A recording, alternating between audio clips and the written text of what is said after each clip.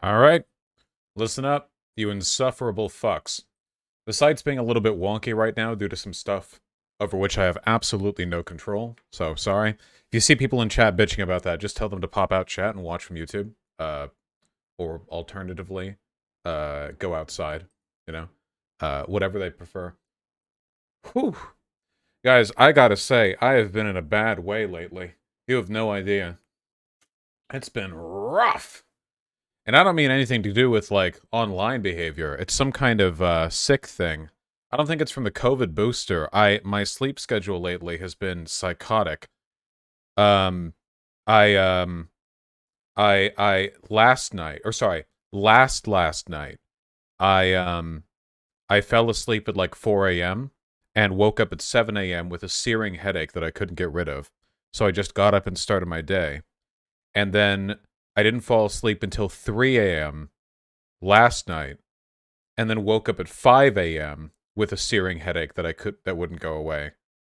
And then later I passed out after staying up for a while and slept for like 3 hours, and now I'm up. So, you know, a little uncomfortable. Definitely a bit out of sorts right now. Yeah, the CIA has definitely upgraded their headache gun. They have definitely worked on it. It is definitely they've enhanced their abilities. Any irregularities in my stream schedule really come down to this. Though yesterday I did have a really cool interview that I did off stream. I had to summon all my strength for it. Basically, like, I spent all the time before the interview, because I canceled stream yesterday, like, summoning the willpower, and then afterwards I felt like shit, because I had exhausted my energies. With who? Can I just say now? I guess I haven't been told that I can't say. I haven't been told that it's a secret. I got interviewed on the subject of critical race theory by, Michaela Peterson, Jordan Peterson's daughter. So that was cool. So that'll I imagine come out. Also, I've been given permission to post my recording of it after um after the main thing is released, of course. I wouldn't just release it on my own, you know. Does she have a clean room? I'm sorry, the webcam angle did not allow me to assess whether or not she had a clean room.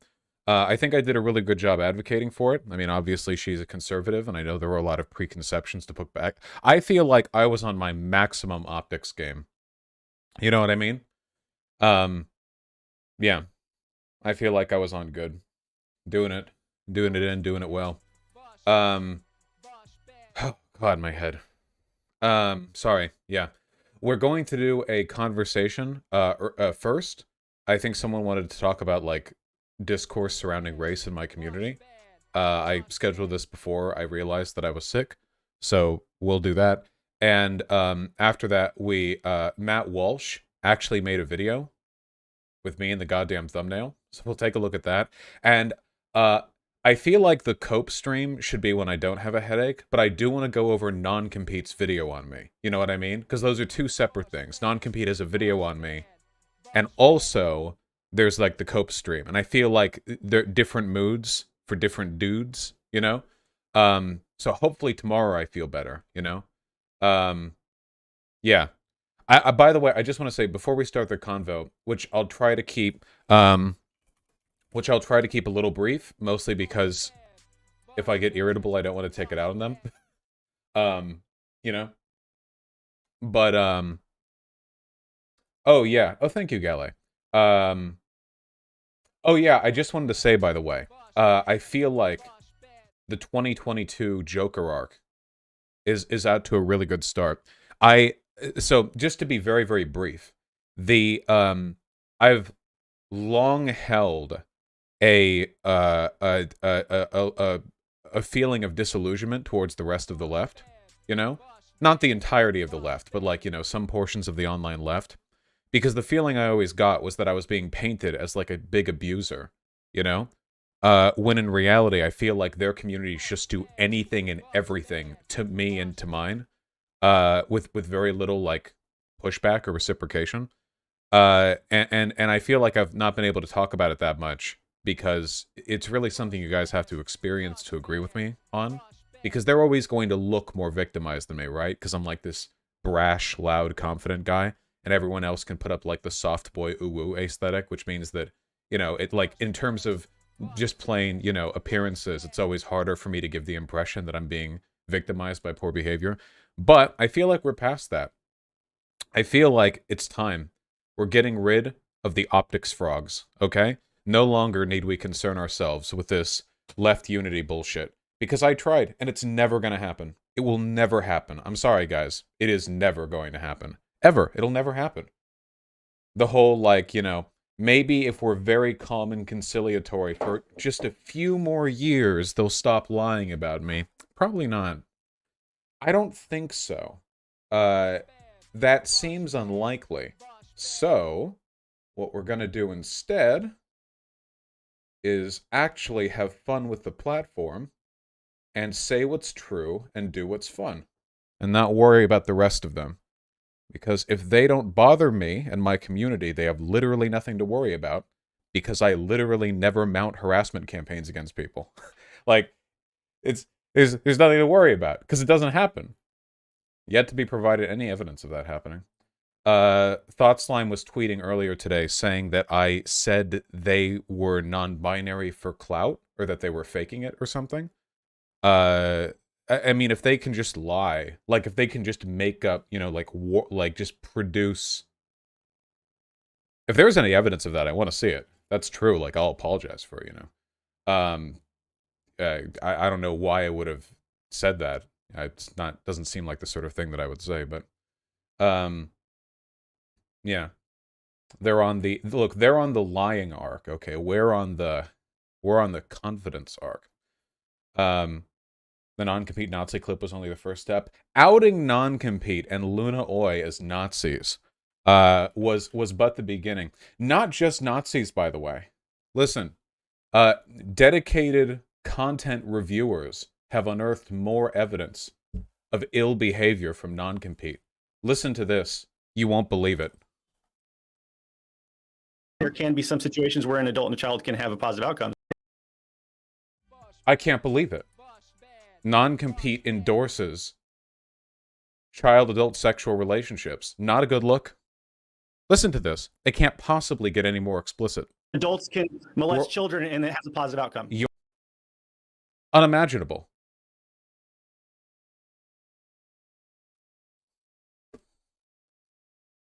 Sickening. No context excuses this. None.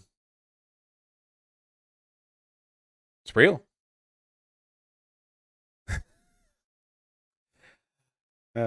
Yeah, non-compete fans be like, context? Context? Yeah, okay. Hold on.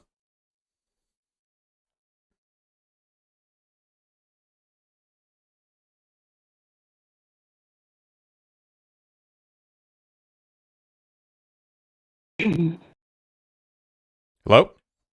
Hello. Howdy. Hello. Oh, good. I gotta say, I kind of agree with your take earlier that a lot of people on the left are absolutely bonkers about you. So the only solution is that we have to be we have to be more problematic, you know? That's the only way forward. I don't think that's particularly the answer, but the idea of reaching across and trying to be nice to them and then they'll stop lying is not gonna happen. It's not. It seems like at this point it's one or the other. But anyway, I have a headache and I don't want to be how do you say? I don't want to take that out on you because that's not your fault. So name, pronouns. What do you got in your mind? Amara, she, her, and I want to talk a little bit about your coverage on race issues, particularly Black issues. Hit me up. I want to establish that this is in good faith, right? I've watched way too much of your content. I love it. And this is just a particular gripe with me that I think you might benefit from. So Sure, hit me up. Heck yeah. So, we both agree that white supremacy exists, right? Mm-hmm. And we agree that white supremacy is like a structure, like a social structure built specifically to continue colonialism, both outside and here, right? Like the subjugation of people who are not white. Yeah, I don't know if it was necessarily built to do so. I mean, I think it's emerged essentially to serve that function. But yeah, semantic. Yeah. And over time it has changed, but like white solidarity and a lot of concepts that evolve and keep reinforcing white supremacy have those outcomes. And we do know that a lot of those people colonized. Sorry, do we agree that a lot of those people colonized, even if brought here, are still being are still second-class citizens, right? Effectively, Black people and a lot of people of color are, for all intents and purposes, second-class citizens, just not as explicitly. I think that's fairly evocative language. The term second-class citizen generally refers to some kind of like state-designated inferiority. We do have, at least nominally, equality here in America and in the West. I mean, I certainly agree they're a disadvantaged social group. I just don't want to conflate those terms. Okay, that's fair. But we do see the outcomes, and it's very different, right? Like the expectations that you can have for like the constructed white race and the rest regarding the outcomes as a population, right? Right. So I want to ask you if, with those things agreed on, do you think that integration for Black people has worked in America? Yeah, I think it's working. I mean, when we're talking about whether or not it's worked, we have to factor in the alternative. And the alternative to integration would be exclusion.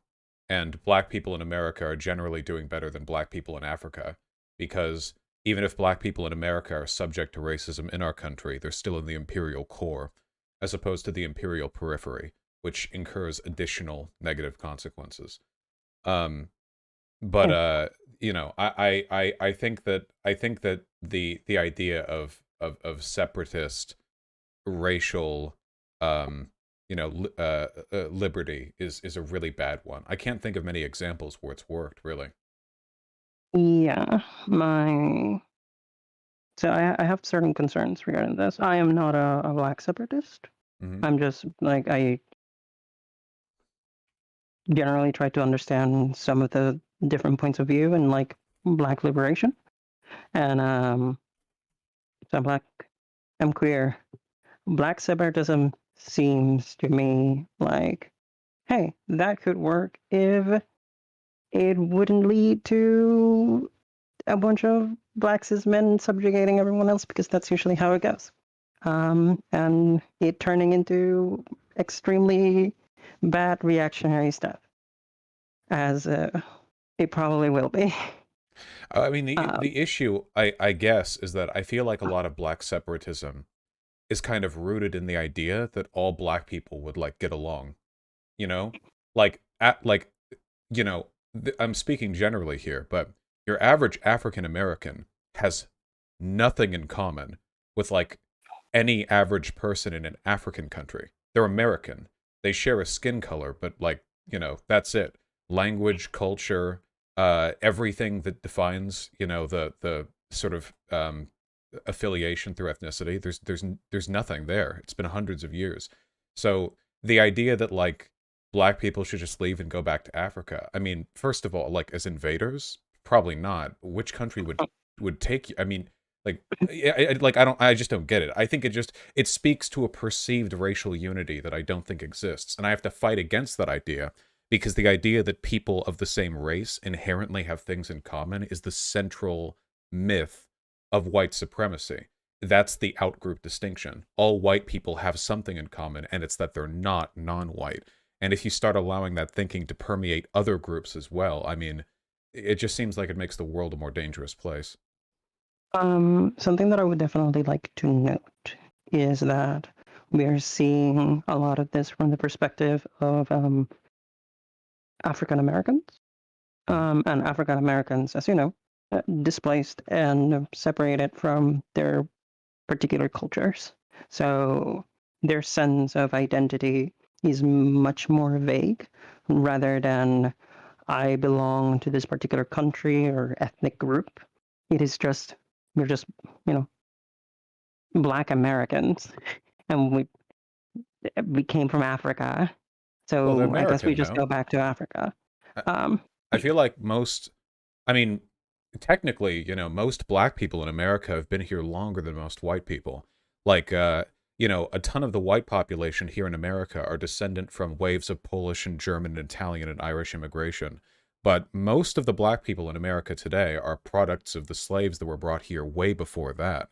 And with how much black people have contributed to American culture, all of our cultural experts, from food to music, I mean, there's so much influence there. I feel like, I mean, maybe it's not universal. I feel like most black people feel American, Um, a I lot of them guess do. I don't Most know. of them, I would agree. Yeah, Yes. yeah. So I don't know like where the connection is to Africa necessarily.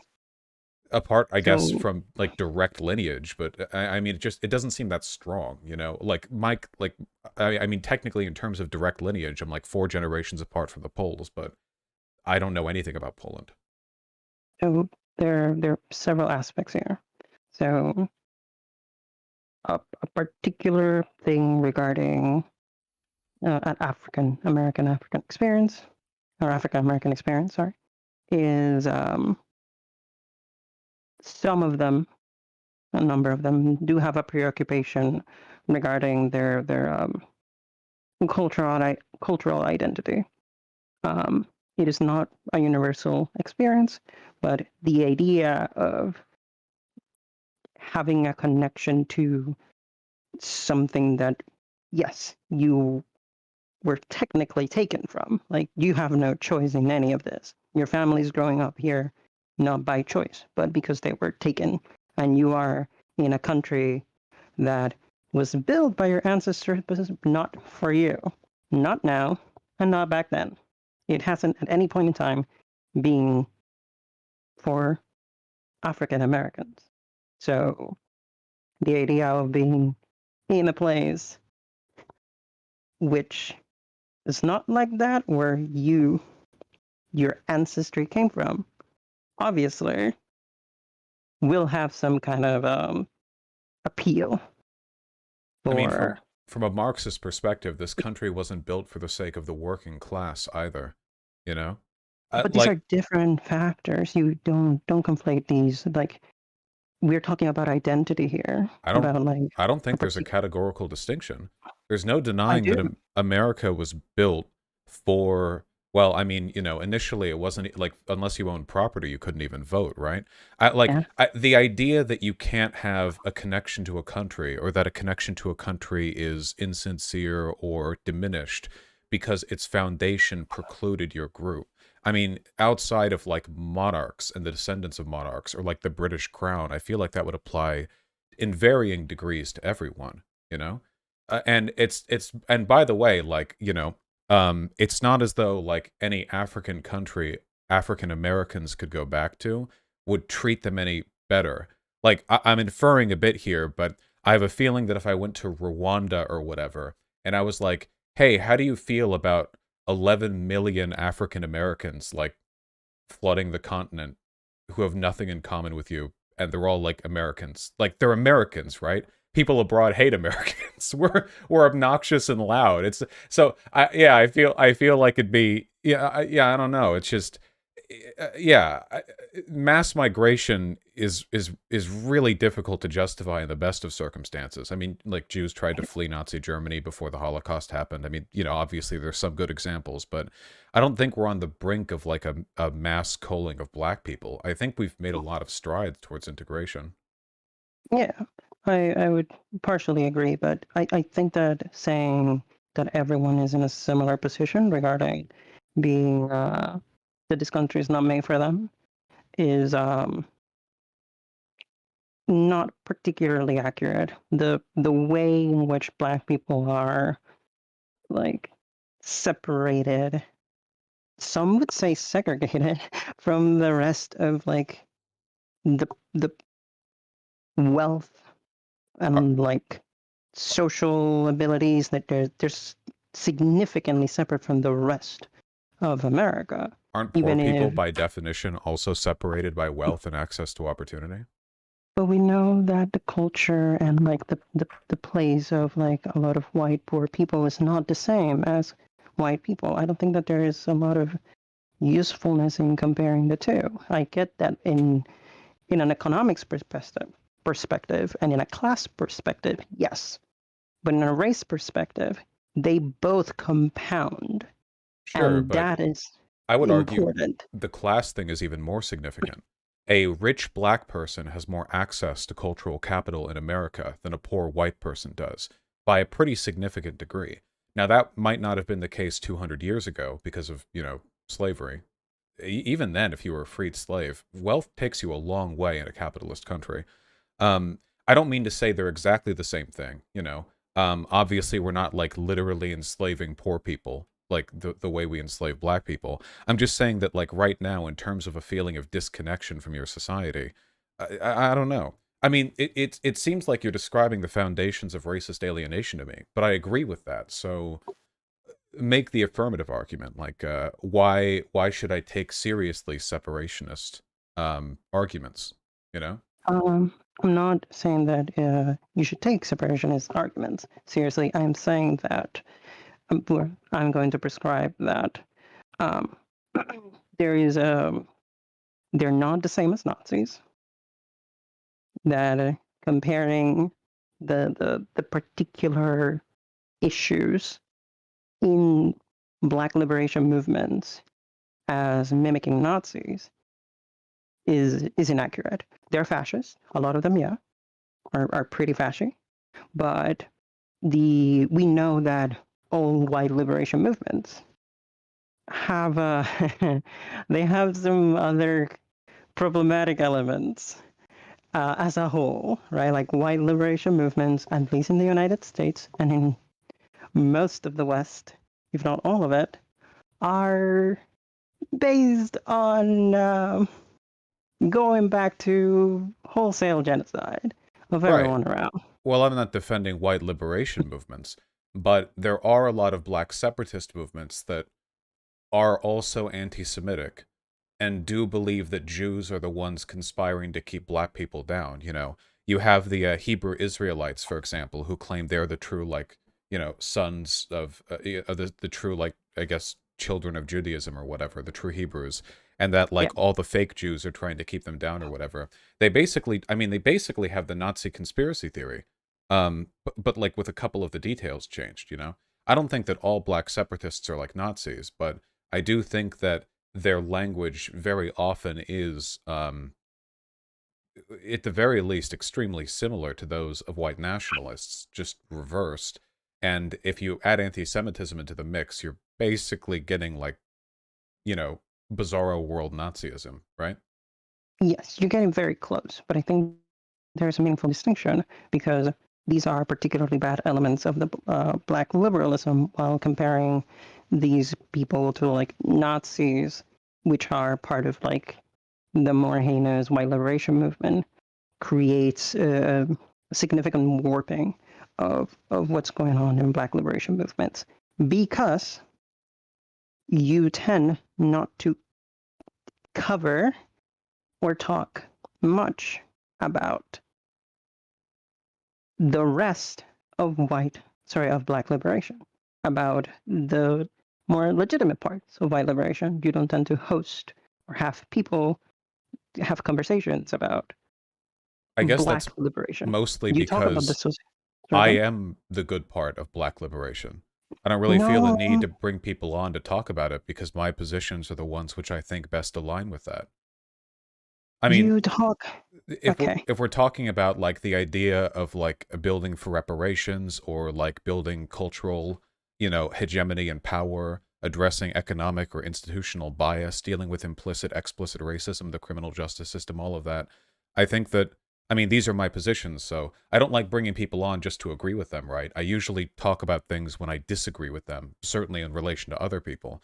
So I guess it's possible, I suppose, that you could argue that I paint a bad picture of black liberationism in general by talking with people like Professor Flowers or whatever, but I think that's mostly on them, right? I mean, they're the ones advocating themselves as advocates for black liberation, and the left falls behind them. I mean, the left seems to agree with them when it comes down to it, but they're the opposite of that. So, I mean, I don't know. Like, if anything, I just want to dispel the illusion that black liberationism is this kind of weird, like, anti-white racist bullshit they seem to promote. Because I think that's what motivates a lot of their politics, Um, I'm trying to like cut through that a bit. But I think I advocate for like the good elements of it. To the extent that I don't think anyone in my audience thinks that like all black liberationism is just like Professor Flowers tier bullshit. What I would say is that you definitely advocate for things that benefit Black people. Obviously, since you address and talk a lot about the problems in the current system and the like, but you're talking about the uh, sociological elements, economic elements that are like harmful, but nothing from the perspective or ideologies of Black liberation. But Well, you are engaging with the perspective and ideology of people of the Black liberation movement who are the worst well, I don't of it. think they're really of the black liberation movement, right? I mean, I Well, they're haven't. particularly terrible elements of it, right? Right, Like right. Black people are figuring out and have been in conversation about this, and I don't want to not truth Scotsman this shit, right? Well, They're I'm okay with no true Scotsman. Yeah, and I think that black people kind of figured it out too. Like the black community was like giving Marcus Garvey shit over 100 years ago. I feel like this has always just been a loud element. There are always going to be people who will abuse the language of marginalization to promote hate. It's a really good way of adopting a victim mentality to lash out against others because they actually are victims. It's an effective rhetorical stance to take. But there are lots of affirmative positions for which I don't have people on. I don't have people on, for example, to talk about feminism. Like, I'm a yeah. feminist. I argue against anti-feminism all the time, but like I don't really have people on to talk about positions with which I agree. And I feel like it would be patronizing for me to go like, okay, well, I covered one bad black person. Now I need to have a good black person on to like balance it. Like, I have to go like looking through my inbox or whatever. It feels kind of patronizing. I'd rather just advocate for the ideas that I think are good and tear down the ones I think are bad. Well, my particular problem is that covering those particular sections of any minority liberation movement, but in this case, Black liberation movements, um, for without really giving perspective on the rest, from without having like to an audience that doesn't have a understanding of these things, they just have an understanding of the sociological area of it, will give a warped idea about what the heck is going on there. I guess. And I feel like I handle it though. I mean, I feel like the big problem here is that the left doesn't do enough to excise people like Professor Flowers from their midst. If anyone's giving the idea that, black liberationism is full of anti-white racism, it's them. I feel like there are very few people pushing back against it. This is what led to feel they're a TERFs being a big minority, thing. though. Huh? I generally feel those people are a minority, a loud minority, but a minority nonetheless. An unchallenged minority, Yes, which is I an would issue. definitely say. Uh, yeah, but I don't. I would definitely concede that the fact that they're being unchallenged is a serious problem. Um, That's for certain. Well, Nazis are a loud minority, right? I mean, they've got to be like a fraction of a percent of the United States, but I think it's important to address the bad ideas here. The only frustration to me, Nazis are different because they could literally take power. It's a very real threat. well, Um, I don't like that because then it's like you get to have the bad ideology as long as you're not powerful enough to do the bad ideology, you know? I agree that Nazis are more of a real problem, but in terms of addressing like bad ideas, I think it's important to be holistic about it. Because keep in mind, this is what led to the TERFs, right? There were a ton of feminists, mostly like second wave feminists, who were very anti-men. They were like unironically misandrist, and the left didn't care. Nobody on the left cared. Everyone thought it was just a joke. And then it turns out that when you essentialize man bad, they turn out to be transphobes against trans women. And now the left cares. And which is frustrating because, like, well, no, they were hateful before. You just didn't care because it was being directed against a group that you thought were immune to the effects. But hate always finds a way to make the world worse. We should always stand up against it. I would like to know that a lot of TERFs like are just conservatives in disguise.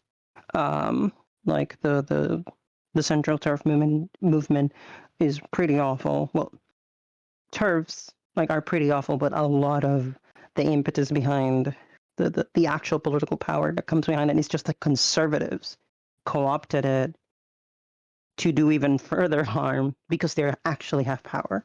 It's not that TERFs gain power, it is that conservatives use those excuses to enact conservative, to use their power. I don't disagree, further. but you do acknowledge that a ton of prominent TERFs, especially earlier on, before the whole TERF thing became widely known, were prominent feminists who there were warning signs for decades before, but nobody really took them seriously. Is Andrea Dworkin still alive? Hold on, I actually don't know that.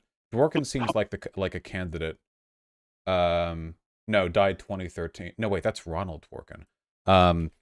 Andrea Dworkin seems like the kind of person who would have died April 2005. Yeah, who would have been like a raging transphobe now, at least from what I know about her. There's a lot of absolutely fucking crazy shit in the like anti-men feminist side, including some that were obviously, well, that had very strong trans man vibes and didn't. Oh, she was That didn't pro-trans? see right for People them. in chat are saying she's pro-trans. Sorry. She wrote some stuff that it was definitely pretty weird. She was one of those political lesbians, so anyway, sorry. But the thing that I would be advocating here, the thing that I'm advocating here is that you have a particular reach and you definitely can bring people who are educated on the subject to talk about things that go past what you talk in your channel. That's something that you can do.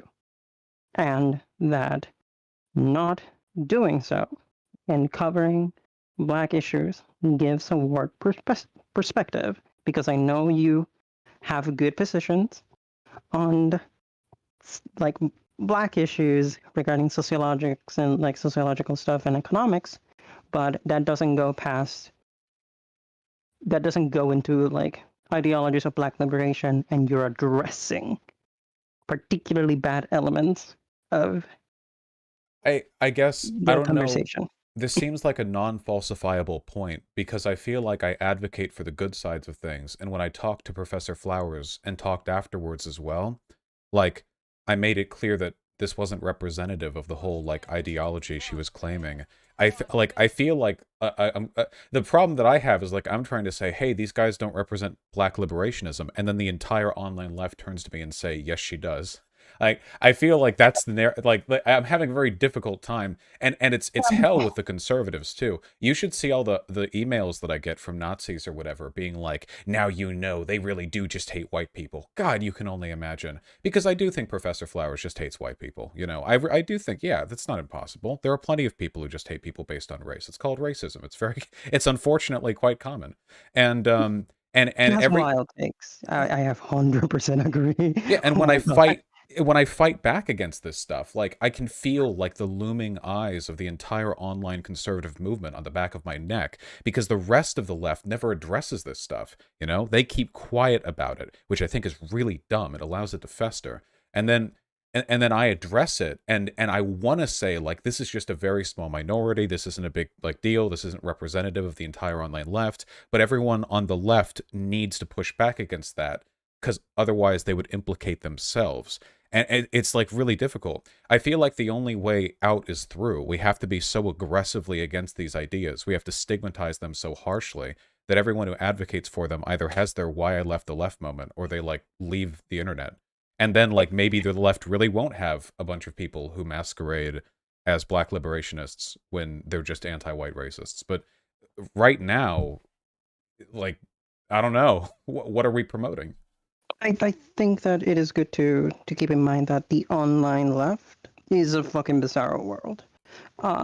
Like I'll this kind of like almost closed space of what we consider the online left, right? Like YouTube, Twitch, Twitter, and all that kind of stuff is fucking bizarre compared to the kinds of things that a lot of like progressive people and leftist people that are out there doing. This is something that I feel you're generally aware of, and that there's definitely some like there are issues with like some problematic ideology within the black spaces, but it is not like the entirety or like even a significant amount of like left-wing people or progressives are just sitting uncritically behind these people. There's a reason why these things are not making it higher into like the progressive or leftist power structures. Well, I agree with that. It's just, you know, I have to work with the deck that I'm given, and the deck that I'm given is that the online left is shit. So it's, you know, I do want to push back against this more. Keep in mind, after Professor Flowers, I did have an actual indigenous activist come on, a person who's actually indigenous and I actually want more of understands. that. I want more of that. Well, that's good because like they were really cool, but I don't really like doing those types of interviews because I don't just like agreeing with people. I like tearing into bad people. But Can like, you learn things? uh, yeah, I learned some things. I mean, I'm more well read on these subjects than a lot of people give me credit for. You know, I consume a lot of information off stream. I lean And into do the you whole think that like, your audience benefited from that? sure, but like they could from like watching other podcasts too and stuff, you know. I just get bored talking to people in a friendly context sometimes. Though she was really cool. She was fun to talk to. But that's an anomaly. You never know who's going to be fun or not. Sometimes it's just boring. And with black stuff too. Oh god, you can make jokes about like, here's the issue, okay? She had a good sense of humor. I can't have a conversation about like black issues with a black progressive without being able to make jokes about race. All right? I would Everyone die. would lose their fucking mind. I would get so fucking bored. Oh my god. I just Everyone- sitting here with like nothing to say, like, yeah, slavery was bad. Yeah. Things were, it's like I can't do it, you know, but like most people are humorless fucks. And most of the people who aren't humorless fucks can't make jokes with me because they think I'm secretly racist. So if they make jokes with me, they think I'm dog whistling or whatever. So yeah, it's something that I want to work on. It's just really difficult to get the balance down, you know, fine-tuned. Yeah, that's my particular concern. I know that it is not something that can be like empirically proven with statistics, but it is something that people are generally concerned regarding more popular voices who are not the most well versed in those particular topics being people who can control part of the conversation or have a disproportionate amount of influence in the conversation because you know you're a significantly loud voice in the online left, in the bizarre world of online left. So I'm concerned about what your coverage of these things can Oh, influence. I'm happy to lead the Black liberation movement in the online left. Ah, yes, Uh, yes, that's what I was asking. Whatever direction things head, I do hope my audience understands that the reason the reason things are the way they are right now on the online left isn't because black people are like super racist, and it's not because black liberation theory is bad. It's because leftists online are fucking retarded. That's basically going to be like the running theme of any argument that I have with the rest of the online left. But that's like the big distinction there. That's it. Like that like you have this rich centuries long history of black liberation theory that's so smart and so well thought out and so empirically and ideologically defensible. And then you go online and you have 13-year-old white guilt-ridden fuckwits who are signal boosting the loudest, angriest, least well-read so-called advocates for racial equality who are just spouting off whatever gets them the most likes or hits or whatever. Yeah, so please do keep that in mind, okay? Yeah, to my wonderful community. There. Yeah, those things that you're talking about, you know, like how rich like black philosophy and like black liberation ideologies are. I don't want it to become like a platform that just covers these things. I just want that to be in some way like feature, even point people at things like that rather than vaguely gesture at it, even though you are very specifically putting on screen and engaging with people who are the opposite of that. Yeah, I think I could do that. Yeah, it's probably good to reinforce that. All right, I would be more okay with that. I'll make a I think strong that's a good effort to do that. compromise. Yeah. Okay, I'm happy. I'm happy with that. I'll do my best. It's definitely better than like every time I have an argument with a black person, I have to have like a positive conversation with a black person. That'd be a very difficult ratio to maintain. Yeah, but yeah, I'll be more okay. Like, you have the reach. You have you have people that could probably point to a cool stuff and just be like, "Hey, this is a good video. Hey, you know, like just watch this cool shit." I don't know. Just point to stuff. I don't know. You have a big reach, and it would do a lot. I'll make a determined effort. Thank you. Thank you. Thank you very much for taking the time. I am going to listen to Matt Walsh call me trans, apparently. I have one small thing that I have to say. Hit me up. It is, this comes from a place of love. Mm-hmm. I want to show your videos to other people because I think you're really, really funny. Mm-hmm. But your gamer language. Your ableism arc is very, very cringy. You have to. It's only cringy to the wrong people. Now my videos are easier to show to 14-year-old white gamers, because now they'll think I'm cool, you know. It tries, okay, like if that's depends on the audience, I guess, because the amount of times that I have to skip things in your video because it feels lazy and overused so much when you just start insulting people that way, and I am like, you just had like 20 seconds before you had something really funny, and I'm like, fuck yeah, this is hilarious, I'm gonna link this video, and then you just go off with that. It's like a fucking hell, I guess. I can't show this to anyone. Do you mean saying retarded, or do you just mean like anytime I say somebody's brain is melting through their ears or something? The more egregious stuff, right? Like the R slurs and all that kind of stuff. I mostly find it funny because of how like hard the online left has to fake their offense at it. I refuse to believe that most of the people who freak out in chat actually experience any offense. They're just like acting on ingrained, built-in lib offense reactors, you know? It's like the same. I feel like it's some kind of ableism equivalent of a white woman like clutching her pearls as like one light skin, one dark skin black guy fist bump and call each other like the N-word with a soft day. You know what I mean? Like I don't. Yeah, I don't know. I like to me, I don't know. I feel like a lot of people are very weird about it. I don't think that you should use those words just to trigger the libs, right? I'm not triggering the libs. Can't it just be an authentic expression of my animosity towards civility politics? It's very similar, but I understand the distinction.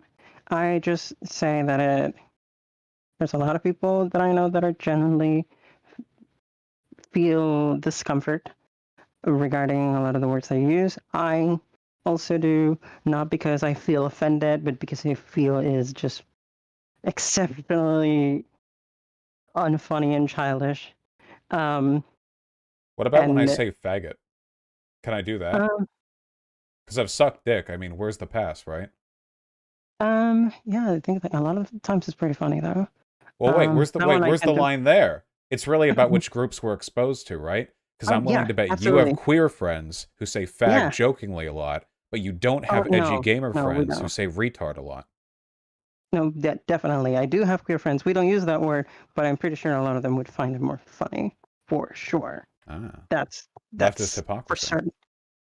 That's for certain. I'm talking from my perspective here. I'm not talking about like what would make like the best thing. It's my personal thing. Like I think that the ableism makes it very hard and make to share videos when it's on all so many videos, and I want to share your videos all the time because they're really funny. I laugh all the time, and when my spouse is like looks at me weird, I'm like, I want to show them, but 20 seconds after the funny thing, you just go off, going talking about IQ and how the person is this and that, and I'm like, ah. Oh, I can't stop with the IQ jokes. I guess the IQ jokes are um, abstracted enough. Yeah. I mean, I'm very at the funny. end of the day, like comfort and discomfort with stuff like this is always going to come down to which types of humor you were exposed to and which you grew Yeah, out of or whatever. Um, I'm just talking about myself, right? no, And no, I then get that. the circles Like, around me. I think a lot of people associate it with a kind of like unfunny, disaffected, like Leafy is here tier, like 14-year-olds playing CS:GO and calling like people racial slurs over the webcam or like mic or whatever. The issue to me is that I never participated in those communities when I was younger. I didn't actually say retarded that much when I was younger, and then I got exposed to the online left, and I was one of those like petulant woke scolds who wouldn't even say like idiot for a while, and now it's funny to me again because I've grown out of that. So it really depends on where you associate these groups and like where like what era of your, you know, I guess social development like the introduction took place in. Yeah, I would like to say that, I know a significant amount of people on the left have issues with you, but we know that a good amount of them are not just going to come around because you stop using it. There was a time before in which I know you made an attempt to stop using those words, and you were still very funny. And I, in my heart of hearts, believe that you're able to do it should you wish to. I believe in you. I Should appreciate you your choose faith. to do it. I never thought the issue at hand was whether I could be funny. I always thought that I had that down on pat, but I'll Oh, keep in you're mind that fantastic. Funny. I always have alternatives that I can defer to. If you do, I'll be able to share your videos with the rest of my family, and it'll be really funny. Here, Because then I can laugh with all of them. the real solution that you need is you need to keep getting YouTube to be really bad with their video content reviews. Because right now they're taking 2 weeks to get to a video review, which means that if I have any bad words at all in a video, it auto flags and I just have to send it out with like no ad revenue. So right now the only thing keeping me from saying bad words more often is the profit motive due to 1984 channel TOS restrictions. Maybe that really is the way forward. Wait, doesn't that go against my interest? Well, no, because that would mean I say it less, right? So I can make the money. That's true. I guess. Yeah. Yeah, big difference between a debate video getting $2,000 and 20. Yeah, that's fair. Fairly meaningful distinction. Anyway, I do appreciate you coming on. I will, as always, make an effort to reassess my my priors when it comes to humor. Thank you. I thank you for the conversation. Of Take course. care. Take care.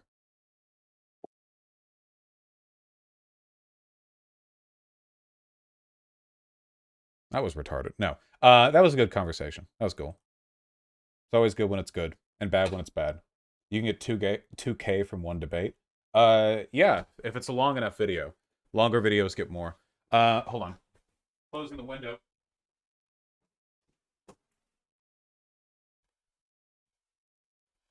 There you go. Yeah, most of the money comes from YouTube AdSense, not from the actual site donations. Hold on. Pigeon's behaving. For now. Hello. I feel like use the word schizo is probably more harmful when you say retarded. I'm not going to stop saying schizo. I'm sorry. Listen, folks, I love you. The retarded thing might come and go depending on my particular predilections, but the schizo thing has to stay, okay? Because I'm so sorry, but like it has so much more descriptive capacity than like any other terminology for describing people online. I'm so sorry. Like just completely broken from reality. I understand. Listen, remember, okay? Listen, here's what you guys need to know, okay? Schizo is not the same as a person having schizophrenia, okay? Schizophrenia is a serious condition which has no bearing whatsoever on a person's well-being. There are people in my community who have schizophrenia. Many of them, I imagine all of them, because they, like me, are fine people who deserve absolutely no negative stigma. A schizo is a person who disagrees with me on Twitter. And that is a bad thing. That is a very bad thing. Arguably the worst. And they should stop.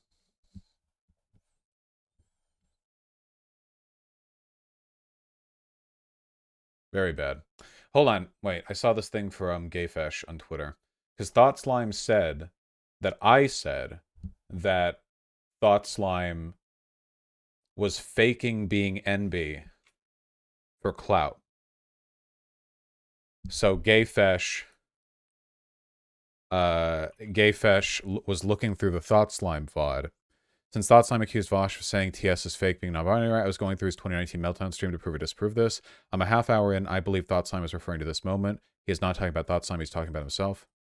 Ironically, maybe I should just Oh man, that was the mic quality. Those were the days, huh? start saying I'm non-binary so I can start fucking, because I don't give a fuck about gender. I only stick to going with he, him because it's convenient, because I'm so masculine. I could just go masculine, non-binary. I don't give a fuck. Gender's a spook. I don't give a shit. Yeah. Easy.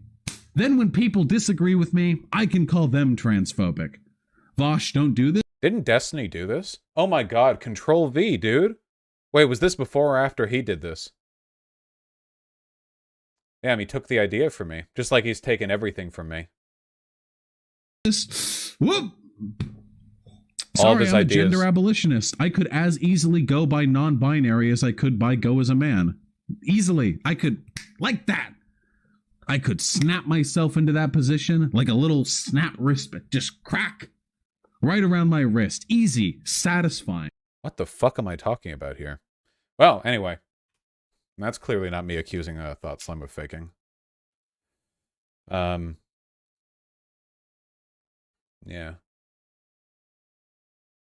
Just wanted to say that even though the post was made tongue-in-cheek, I appreciate your Twitter post about Thought Slime using the term meltdown to insult neurodivergent people. Oh, don't worry, don't worry. The only time we're going to be doing a lot more anti-ableism in the near future, and all of it is going to be when we're criticizing woke skulls on Twitter, okay? Listen, I have a problem with ableism on the left, all right? And that it's not properly distributed, all right? We need more of it directed against them and less of it directed against me. So what we're going to do is I'm going to call out anytime anyone says anything negative about me and call them ableist. And also, I'm going to frequently accuse people of being schizos. This is the future of our discourse, and we're not going to stop. Now we should get to this Matt Walsh video. Oh, it should be taken in mind here that while I am being incredibly cynical, I'm not being dishonest. I actually do think that they engage in a lot of ableism really casually, and I do get a lot of biphobia and a lot of stuff like that really, really frequently. I'm not actually being dishonest. I am being dishonest with the clip chimping Luna Oya non-compete, but since non-compete justified Luna clip chimping me by saying that she was just quoting me when she wasn't even quoting me, I don't really care about that. I do, however, get a lot of actual ableism from the other people online, so not to mention death threats. So I'm okay with pointing that out, you know. We're just gonna be a little bit more performatively offended, you know? And keep in mind, I might be able to deal with their bigotry, but you guys might not be able to. I know that a lot of you, because you're in my community, get shit online, and a lot of it is unironically abusive, okay? Just because I'm a titan of industry who can weather abuse doesn't mean everyone in my community is. So we should point out their bad behavior, if for no other reason than because it'll protect you guys. Very true, Tempest. My trans immigrant community partners in crime. Let's take a look at this Matt Walsh video, huh? Hey, Matt Walsh. Look at that. Ooh, this video is going to get a lot of views because I'm in the thumbnail. Hey, let's go. So a while ago, Matt Walsh came out with a kid's book, which was terribly written and terribly illustrated. And I think the main thing I was offended by, and you can find the video in my logs, the main thing that I was offended by was that it wasn't even good at doing the conservative, like, disinfo stuff, you know?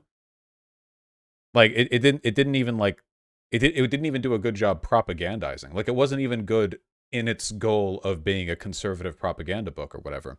But I am, appreciative of Matt Walsh's editors for using a somewhat nicer photo of me than most people do. Yeah, they didn't use the soy face photo. I bet you all the comments are able to name me. My ego is destroyed. I don't see my name. Oh, there I am. Let's take a look, huh? The title here, Responding to Transgender YouTube Allies Who Hate My Children's Book.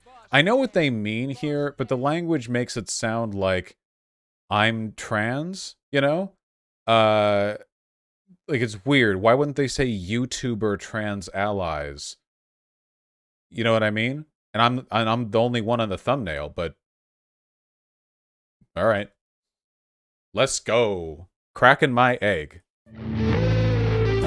Yeah, canceled. Ooh.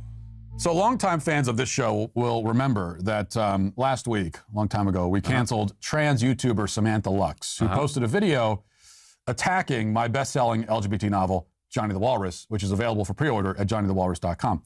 After I debunked Sam's debunking, many people in the comments informed me that YouTube is in fact full of videos criticizing my seminal work of children's literature. Oh, wait, let me see. Where is the old video? Hold on. Of Samantha Lux. Let me see. It said a week ago. So, there we go. Transgender YouTuber reacts to my books. Wow, 500,000 views. That's all it takes. Is that what Samantha Lux looks like? Holy shit. I don't know if I've ever actually seen a picture. Huh. Yeah, she's a Stacy. Yeah, I guess so. Huh. Yeah. Whatever. Anyway, you know, I imagine it's going to be a repeat pretty much of these talking points, but hit me up. Johnny the Walrus, which is available at johnnythewalrus.com. They wanted to know why I only picked on good old Sam while leaving these other would-be debunkers unscathed. I wonder why. I am curious. Is there a possibility that after publishing a book which is allegorically against trans people, you would then highlight trans people's making fun of it? Possibly. Maybe. Can't prove it. Possibly, though. Well, as you know, I'm a big advocate for equity and inclusion. Yeah. I would never want to single anybody out unfairly or leave anybody out unfairly. And so today, I'm going to go through all the other anti-Johnny the Walrus videos on the platform and cancel all of them. All of them? Now, we're not going to have time, unfortunately, to watch all these videos in their entirety, but we'll watch a short and hopefully representative clip from each, just so we get an idea of what they're all about.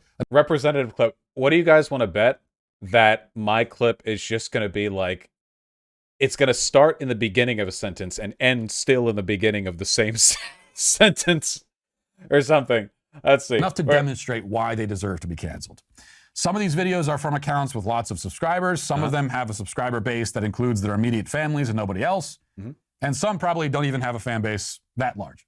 But we're gonna include the whole spectrum today because I think that's the fairest thing. And again, this is about equity. My brother is subscribed. So we begin with the YouTube channel Just a Lazy Gamer. Already you can appreciate the self-awareness at the very least. That's me. Let's see what Lazy Gamer has to say about my book. Yes, that's Matt not me. Walsh has decided to make a book hating on trans children. Because, you know, you got to get that hate speech in when they're young. But here's the thing. He's also decided to do the let's go Brandon Song, Bryson Gray approach and go, hey, maybe you can get me in the top 10. And that'll really show him if you give me your money. And if we go to Amazon, he's already got 23 ratings. No verified purchasers, of course, because the book hasn't made it to anyone's door. I'm pretty sure with how the self-publication through Amazon system goes, that I could produce a book and advertise it on my channel and pretty immediately get the best-selling, like pretty effortlessly. If I price the book low, like it would be, yeah, I think it'd be quite easy to do that. I should just write like a 20-page manifesto on the dog pill and put that out there, you know? And then be known as like the best-selling author who wrote the world's most recognized. That's good. Actually, wait, hold on. This is good. That's good though. Wait. Hold on. Now, this book is on Amazon. Amazon has rules against hate speech in their book. They have that in the rules. And I get the feeling he's hoping that this book gets banned on Amazon to play the victim even more, maybe after they get it up to like number 15 or whatever on a chart.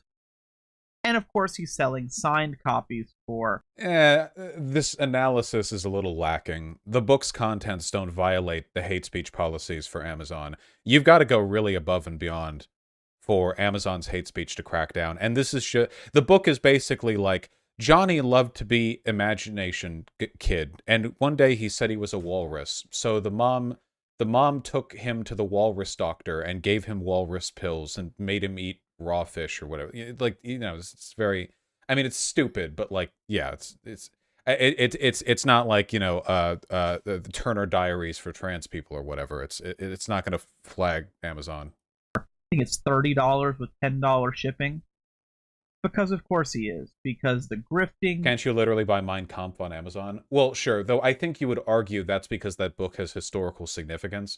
I think that there's probably a difference between, like, putting up Mein Kampf on Amazon from, like, a publisher that just has the rights to Mein Kampf versus, like, somebody writing an equally hateful book today and putting it up. I feel like the latter would probably be taken down. But maybe it wouldn't be. Like, I don't know. It never stops.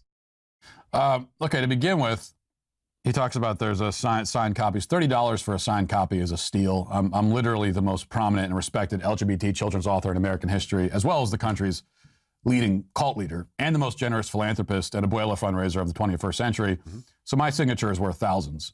He does my but bit. I'd give it away for a measly $30 just speaks again to my generosity, not to mention my humility. Furthermore, I take great exception to the claim that we wanted to get banned from Amazon after reaching number 15 on the chart. Gotta say, Vosh, he does your bit better. No, this is worse. It's much worse. It's only really funny if you're not saying it as an actual ploy to legitimize bad ideas, right? It should be a clear, unambiguously comedic over-exaggeration of things you're willing to stand by, as opposed to the sort of shuffly, like, you know, didn't Matt Walsh get suspended from Twitter a while back? I'm not sure. It's absurd. I don't know. We wanted to get banned after reaching the top 5. We did get to the top 5, but we didn't get banned. Instead, we just got banned from Target, which was a rather sort of disappointing runner-up prize. Finally, the book does not hate on trans kids, primarily because there's no such thing as trans kids. Mm-hmm. My issue is with the adults who have invented the category of trans kids. So if I'm hating on anyone, it's them, because they're morally debased child abusers. Uh-huh. Hopefully that clears that up. Uh-huh. Now we have YouTuber Sam Collins. Sam has a larger presence on YouTube, Collins. Over 800,000 subscribers. Let's see what Sam has to offer. And a simple procedure cuts feet into fins. The doctor wants to cut... Oh, yeah, we covered this before, but look at how bad the art is, man. Like, look at this. So, of course, the trans doctor is, like, gender ambiguous because they have pink hair, but, like, facial hair 5 o'clock shadow that's rendered in a style different to the other people. But like, look at this draw. Like, I actually wouldn't be surprised if Matt Walsh drew this himself, you know. I feel like this is a level of artistic skill that could actually be emulated by a person with no experience drawing whatsoever. Procedure cuts feet into fins. The doctor wants to cut into Johnny and make him into an NFT. Ah, there it is. The whole mutilation thing. because we chop ourselves up. Remember, when we have surgeries, we're mutilating ourselves and we're chopping ourselves up. It's also funny because this book is about a child, and I've said it over and over again, and many trans people have said that children don't get surgeries. We could say it 1,000 times, but these people still just choose not to believe what we say. It's really funny because this can be explained with just one simple thought. Children don't get surgery, right? How would you ever have surgery when you're not fully developed anyways? You can't cut this off if it's not there. So please explain to me how these children are getting surgeries. Happily. Yeah, so let's see what the follow through is. We're rating. This is like the back and forth where we're rating it. So far, Matt Walsh has actually played out decent segments from their video. I was very excited to see where from my video he pulls. I'll explain it. A few points here. First, no, I don't think that when trans people have surgery, they're mutilating themselves. I know Because if you have true. a trans person who has gallbladder surgery or gets their ACL repaired or has heart surgery, I wouldn't call that mutilation. Surgeries that are meant to treat medical issues are not mutilation, no matter who's getting them. But a surgery that it's so somebody in chat saying semantics fuck off. It's actually not semantics because trans surgery is a surgery to treat medical issues, according to medical doctors and the medical industry. So there isn't even a distinction here, like at all. It's like as far as the science concerned, there's just no distinction whatsoever. Also, we do cosmetic surgeries for children, don't we? Literally, cleft lip, right? There are babies born sometimes with cleft lips. I think that's like a fairly common one. The line for what's considered like an acceptable degree of medical interference is really, really variable. I don't think that anything done with like trans kids. Well, I can't say anything. I don't know what's happening all the time all over the world, but I think that it's in line with pre-existing expectations on the subject. Yeah, like this. Like you'll have babies that are born, I think it's called cleft lip, yeah. And that'll usually get treated like really, really early. Which makes sense, because I mean, pardon my bias, but I don't know, this looks like cozier than this. I don't actually know what cleft lip does to you medically, but people seem to agree, and it's good. It's good to not have it, Easier to eat, maybe. destroys a healthy body part or that slices open a healthy organ and flips it inside out is mutilation, no matter who's getting it. But hold on. Wait. But we do that. This is completely arbitrary. It's not even a semantic distinction that he's talking about here. He's just making one up, He would be a good guy to talk to. I think it'd be fun to talk to him. What about circumcision? Ooh, that's right. He's probably pro-circumcision, right? Well, I think circumcision is bad because there's no reason to do it. It is mutilation because there's no benefit to it, apart from, in some cases, it can be necessary. And also people are like, well, it keeps your dick cleaner, to which the answer is like, wash your dick then. Also, circumcision is done when you're 0 years old. And any surgery done with trans stuff is done when you're more than 0 years old. So there are some differences there. By definition, that's mutilation. Now, if you don't believe me, let's go to the dictionary. Mutilation, here's the definition. An act or instance of destroying, removing, or severely damaging a limb or other body part of a person or animal. So what happens? Like getting an appendectomy? So this is a failed semantic game here. Like, yeah, if we're talking about destroying or removing something, like, okay, what if a person gets frostbite and you remove something like that? Okay, what about the cleft lip thing? I mean, that is an alteration yeah, it's just dumb. What happens to the penis during a sex change surgery? What happens to a woman's breasts during top surgery? They yoink them. These parts of the body are either removed or destroyed. They are, by definition, mutilated. There's no denying this. Wisdom now, tooth as for the claim that children don't get these procedures, that is, for one thing, a lie. Minor girls do, in fact, have their breasts removed. It's very common. Happens. Wait, hold on. Children, or like, what do we mean by children? Because Johnny the Walrus in his book is like 8. Do we mean like 17 years old after like 3 years of hormone blockers? Like what, like where exactly are the lines here? Yeah, and what cases? Where, you know? Citation needed. I think that in England 15 is the threshold for medical autonomy. Or is it 16? And then in some states in the United States, it's lower than 18. I think it's like 16 for one West Coast state. I'm not sure, but that's in keeping with all medical procedures, not just like trans stuff, you know. The time, minor boys have even had their penises mutilated. That also happens. Where? But even if that When? weren't happening, Who? still, children are being conditioned to make those choices, quote unquote, later on in life. They're being put on that path, even though they don't understand the path they're on.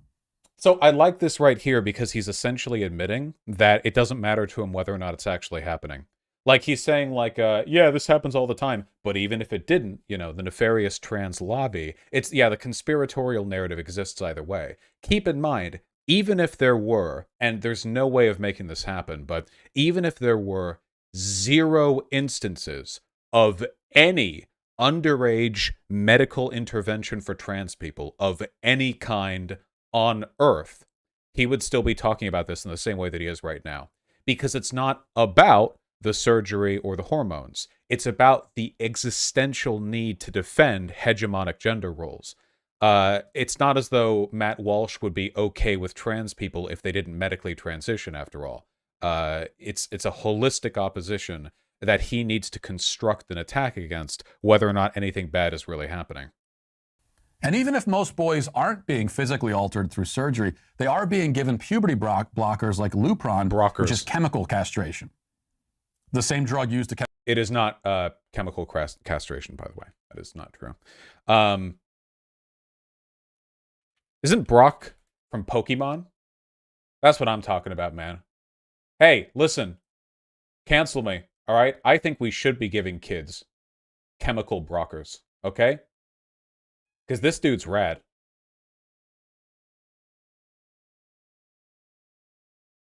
He's even a pansexual. Okay, that's bad. Hold on. Let me close the door 1 second. Dumb. Dumb and stupid. A stupid and dumb joke. All right, all right. All right. Chemically castrate sex offenders. So your argument, Sam, is that the boys aren't being surgically castrated, they're just being chemically castrated. It's not chemical castration. It's not what that is. It's not what that means, you know. And even that argument, as insane as it is also factually wrong. The truth is that both things are happening. Now we turn to YouTuber Justin Freakin. The guy's, he's a formidable voice in the culture. He has 6,000 subscribers, averages easily over 30 views per video, and his channel description promises, quote, uncensored and unfiltered political talk and debate from a leftist perspective. I can't produce viable semen after being on hormone blockers. It is a kind of chemical castration. Chemical castration entails a kind of purpose. Chemical castration is employed for the purpose of reducing fertility. Hormone blockers are employed for the purpose of, well, preventing hormones from being absorbed by pubescent bodies. But there are plenty of things that we do that do affect fertility that we don't call, like, chemical castration. The line there can get really blurry. For example, chemical castration can affect libido, but we don't call SSRIs, antidepressive drugs, chemical castration, even though in some cases they can, like, completely kill a person's libido. It's not sufficient to merely affect, the likelihood of impregnation for something to be considered chemical castration. It has to entail more than that. No, I kicked her out. I know. Okay. Okay, gotcha. A pigeon. Yeah. Like how smoking weed stems / seeds kills sperm. Is that true? Then then the castration would be a side effect? Well, that would be like saying chemical castration is a side effect of, like, SSRIs, which, yeah, no. There's a critical difference between saying something lowers libido and saying something is chemical castration. There's a reason why it's not referred to that in the medical community. Or getting hit in the balls. Yeah. The classic chemical castration. Perspective, the day's top news stories and videos with astute social commentary. Huh? I'm not sure if we can trust the part about, astute social commentary. I don't know about that. We'll find out in a minute. But we can be confident that it's uncensored. I mean, if this guy's a leftist, then certainly we can be assured that he has not been censored. So let's see what he brings to the table. What? Not as insane as Matt Walsh from the Daily Wire releasing a children's book. I got energy here. Here Hello. is Matt Walsh apparently What's getting up, some dude? children together for story hour with sweet baby Matt Walsh. Okay. Hello, boys and girls. Yeah, the kids look about as enthused as we are. He didn't draw. This is a whole. So far, what we're establishing is this guy's wicked sick aesthetic. Okay. Yeah. All right. The cartoons, and that's the main part of the book. Like, passing yourself off as the author of this stupid book is insane. Because you know what this book is? This book is a actual talented illustrator. And then some dumb words on top of it. I don't know if I agree with that assessment. Honestly, of the I don't know why artistic this guy doesn't get more views. I mean, he's like Macho Man Randy Savage. If Macho Man Randy Savage could only bench press 45 pounds and was a hippie. But Randy...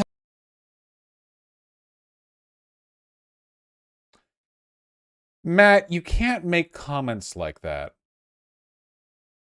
You do look very soy, Matt. Also, how does he look like a hippie? He looks like a rocker.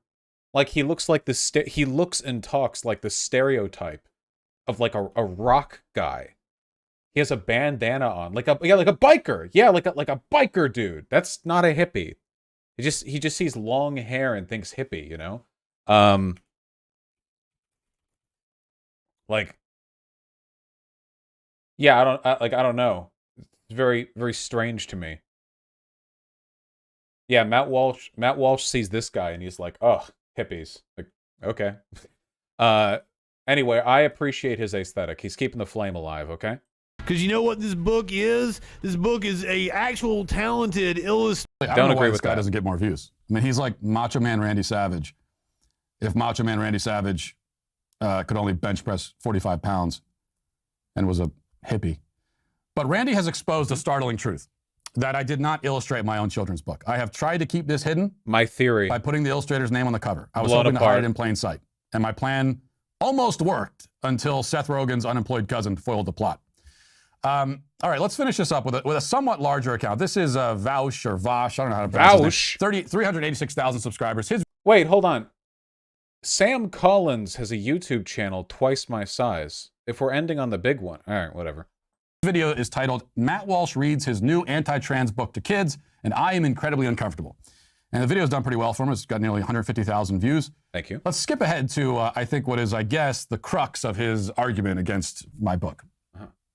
Wait, what is the lesson at the... Wait, now is he bird gender? Wait, what does any of this mean? What does any of this mean, man? No, he said earlier, people online told his mom a well-meaning mother was duped by evil transgender SJWs. Yeah, okay, but, like, what about the kid? Like, the kid didn't seem... After the kid said, I am a walrus, woo-woo, and had a picture taken of him, the kid had no input whatsoever. Did the kid want to eat the worms? If not, why didn't he stop? What was the kid like, I don't want to eat the worms? And the mom was like, no, you have to. The people on Instagram said that you have to, or I'm a big, like... I don't want to dig into this too hard because it's obviously really stupid, but I am genuinely astounded by the incompetence with which this was put together. Like, they paid an artist, they had it published, like, it's on sale. Like, how do you not put a little more effort? Not even just the quality of the art, but like the language used betrays such an incredible incompetence in using allegory to deliver a political message. I don't know why you'd include that epic takedown in your video. I like how he blurred my chat, probably because it was just... Yeah, Tempest, that wasn't you that blurred the chat. It was probably unfathomably rude. But yeah, that was my big thing, because I don't want to, like, go over the book again. You can watch the original video if you want, but, like, the issue to me was, like, I think I could have made a better anti-trans book. Like, if you just wanted to dishonestly make some allegory about, like, a kid imagined that he was a walrus, therefore, and then, like, everyone took him so seriously that they pushed him into being trans or whatever, I feel like I could do that more effectively, because there were some elements in the story that were kind of contrary to the underlying message here. Really, the book wasn't for kids. The book was for parents of those kids. It was, like, it's actually a little weird, right? It's like the book is for parents to read while thinking that it's for kids, but it's actually about them reaffirming their assurance that they're not the kind of parent who would take seriously people online telling them they're being transphobic for not taking their kid's identity seriously. That's the thing. So, yeah, I don't know. Well, anyway, let's throw it out there. Let's hear it. Matt, what do you got? Saving me for last. That's true. I'm not good with language. I mean, we can't all be wordsmiths like WALSH here, who says things like, the language used betrays such an incredible incompetence in using allegory to deliver a political message.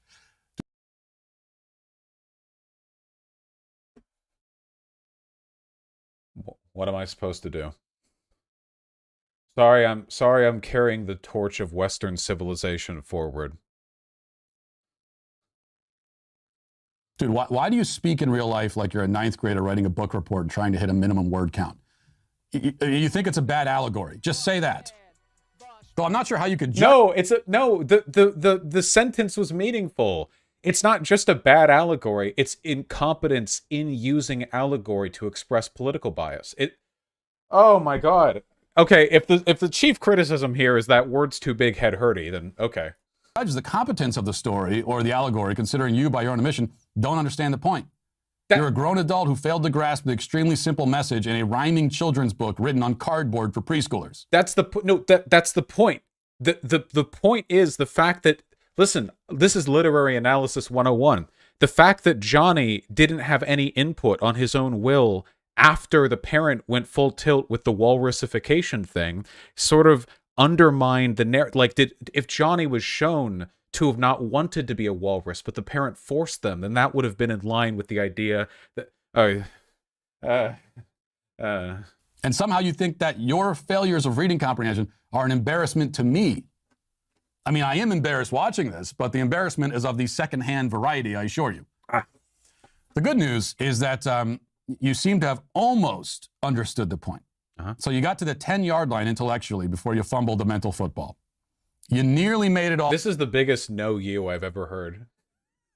I will admit, though, I do admire the competence, because being told that your messaging is incompetent and then saying that the other person just didn't understand it, that's good.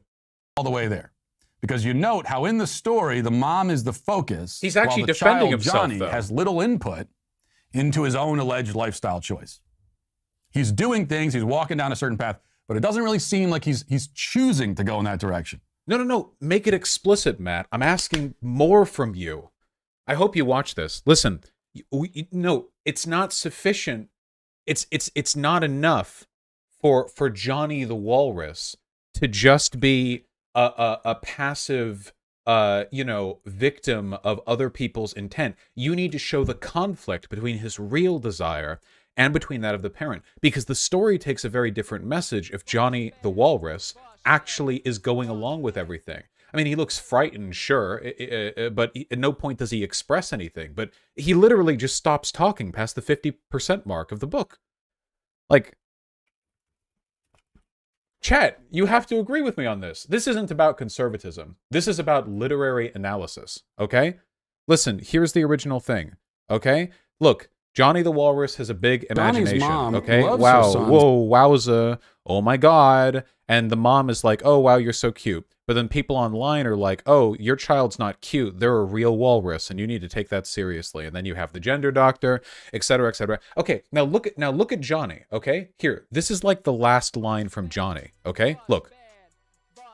Johnny is like, woo, I'm a walrus. That's the last time Johnny does anything.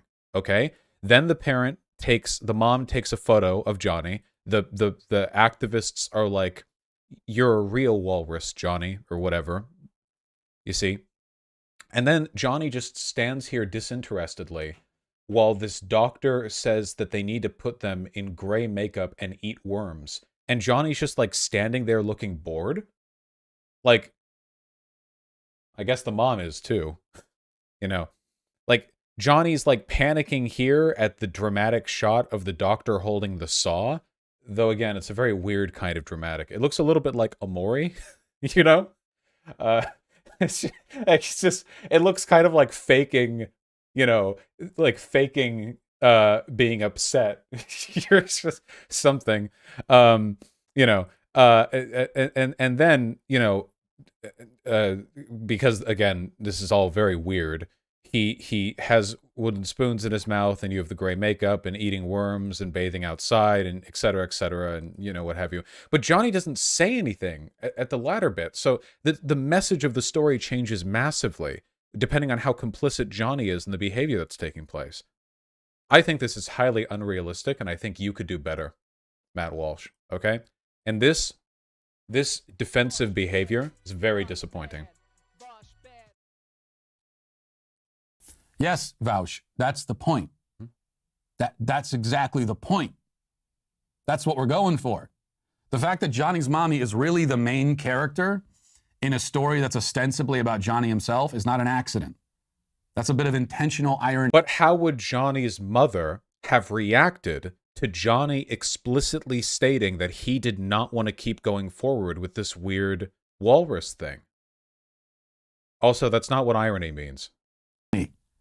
Very much an intentional, creative decision by the brilliant author of this book, which is available at johnnythewalrus.com.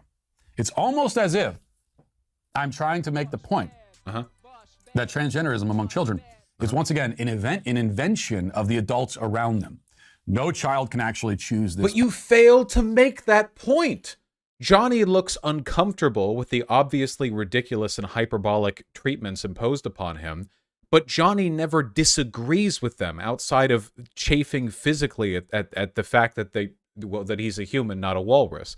You don't sufficiently indicate that Johnny's not on board with this. Why couldn't there have been like a page in the book where Johnny's like, Mom, I don't know about this. And the mom is like, listen, Johnny, I've read online. This is for your own good. If they just had that page, what, would it have cost that much to get that artist to do another page? Come on. Be better at being transphobic. Path, they don't have the psychological and emotional formation required to make an informed decision about fundamentally altering their identities.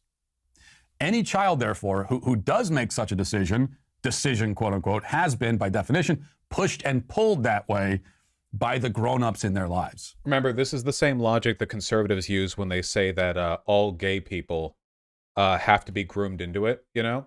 Like they'll be like, yeah, when I was 6 years old, I saw like my neighbor Stacy's ass, and I was like, damn, I want to climb up in there. But then when like they're like, what? Kids can't be gay. A kid said they're gay. Their parents must have raped them when they were a child. You know? Yeah, like it's the same basic logic. You know? Yeah. Don't look weird at me. That's literally what they say. Do you understand now? Because I literally can't make it any simpler or plainer than that. The book is written at a reading level for kids who barely know how to read. But you failed to write that book, Matt. You failed to write that book. That's on you. It's not my fault if you're turning in a 4th grade book report and there are errors in it. Jesus. So if that's still above your intellectual pay grade, I'm afraid there's not much else I can do. Very defensive. Except say that you're canceled. Along with fake Randy Savage, Sam Collins, the rest of the YouTube hordes, who have all tried and failed to take down my book, Johnny the Walrus, which is... This is good. Hopefully he gets my advice. Here, in fact, I'm actually going to do him a favor right now. Hold on. Just a moment. I think that I am going to... Yes, I'm going to create the missing page. We're going to fix the problem right now. Okay, here we go. Now, I really should be getting paid for this, you know. You shouldn't just do stuff like this for free. It's not good form to let other people take benefit from your work like that. But I think in this case, I'm okay with it because it would be relatively easy to do. So let me copy this, put this over here. All right, going good, going good. Just a moment.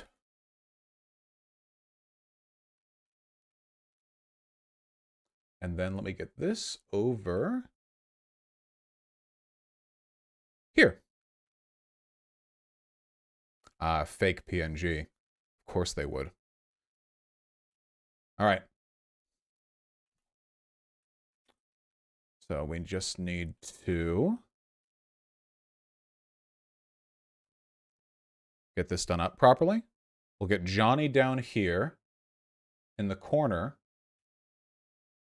Okay. We'll need to erase the branding, obviously. But here, we have Johnny down here in the corner. All right, there we go. And save that. Thank you. We could just remove. There we go. Any unfortunate brand associations that might taint the sincerity of our message. Now, as for this one, let me see. I think this one's a fake PNG. Yeah, it is. That's okay. We can still work with this. There we go. We have the mom. And is there any way we can deal with this fake PNG? I think I should just get another one. Hold on. Let's just get another PNG. Proper transparent image. Oh, that one's supposed to be functional. I'm not sure why it's not. What's her name? Lois? Lois Family Guy PNG. There we go. That's not a PNG. That's not a PNG. Why do they do this? Oh, here we go. Hopefully this works. Okay. I guess we're going to be like that. Fine. Then we'll just do this. Perfect. Thank you. All right.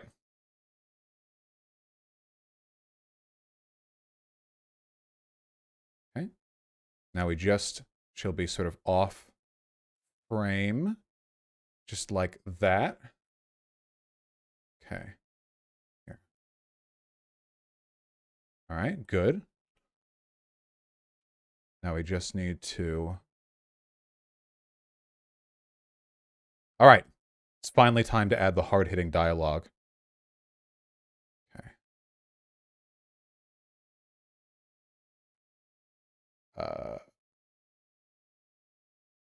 Mom... No. It would be up here. There we go. There we go. Mom, I am not a walrus. There we go. Okay. And then down here, we have the other dialogue from the mom where she says, yes, you are. Matt, this one's a freebie. This one's a freebie, Matt. Okay? Can you screenshot this? All right? This one's for free. Just right there. Just add that in. Can you like edit it on Amazon, or do you need like a version 2, like a reprint? Yes, this is also an NFT.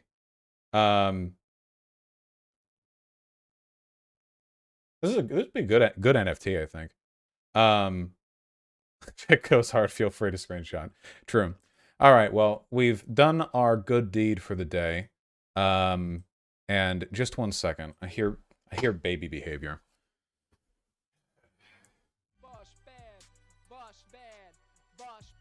Can you guys stop?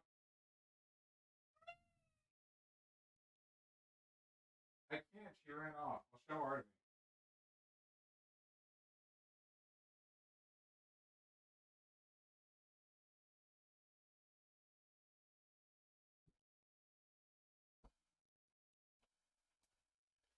I looked at her in the hallway and she let out the highest pitched squeak you could ever imagine. So cute. She loves talking. What's up? He says hi. You have eye poopies, Artemy. There you go.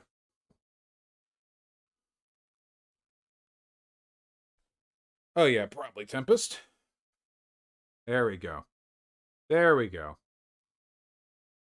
Look at him. Is Artemy male or female? Artemy is male. And a fascist. Yeah, he looks very huffy.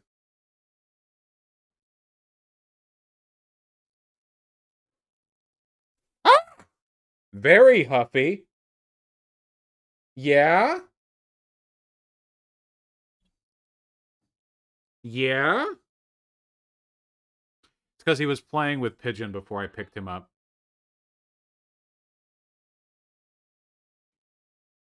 So he's all rowdy. Angie, because he has zits. Vosh, did you tell chat? Yeah, Artemy got acne. Little cat acne under his chin. We think it's from the ceramic water bowls that we've used, so we got some metal ones. Aggro little baby. I don't know how ceramic causes acne, but... Yeah, Vosh, happened to my cat. Metal bowls fixed it. Yeah, weird, right? He's fine. Woo. He's so fucking mad. All right. All right, be free.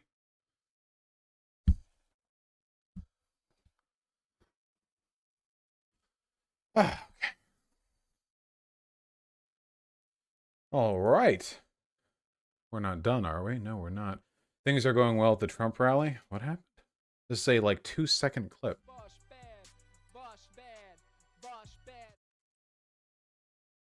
Heard the term supply change. We never even heard the term supply change. We never even heard the term supply change. I love Trump, man. Remember what he said? Nobody thought, what was it? Building a medical system could be so complicated. What was the specific thing he was referring to there? What was the thing that's obviously complicated? Healthcare? No one thought healthcare could be this complicated. Oh god. He's so fucking funny, dude. If in a way, I do miss him, if for no other reason than because he was such an honest president, you know? America is such a bloated, corrupt, useless fucking country, and he's the most bloated, corrupt, useless fucking person, and just like in a kind of honesty beyond honesty. Yeah, there was something refreshing about it. Well, you know. God damn. You just miss your lol cow? Oh, sure, he's entertaining. You can still talk about him even when he's not president. What is this? Take a look at the history of Mel. Huh? What does this have to do with anything? Yeah, Mel used to be like a Nazi or whatever. A ton of tankies used to be, or whatever. I don't think there's anything wrong with having, let's say, yeah, used to, a bad political past, as long as you grow past it. Hold on, I hear baby screams. Okay, god damn it. Artemy. Yes? Yeah, probably should. Hey, Jen? Hey, Jen.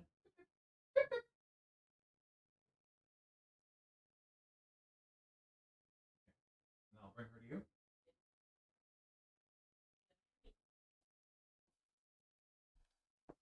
Yeah, I'm going to show her off, and then I'm going to bring her to Vermin. Look at this. Hi, Pigeon. Scrungus. Look at me. Scrangly. Oh, Pigeon, look at the hand. Pigeon, look at the hand. Pigeon, you look sad when you look down. Yoink. Pigeon. Little goblin. Why are you such a little goblin, huh? Go to the doggy bed. Yes, we must separate the babies. Here you go. I talked to Simon. All right, good. He's like, huh? Watch. Girl. Perfect. There we go. Yes, separate but equal babies. That's not surprising to me, Supremely Bad Guy. Oh, fuck, all that moving made my headache come back. Ow. Turn the camera so we can see Artery better.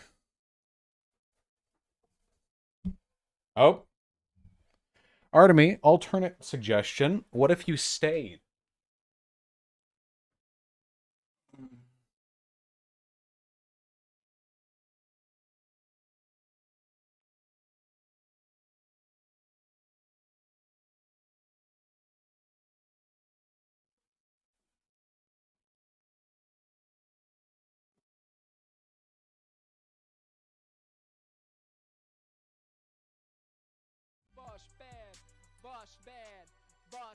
There.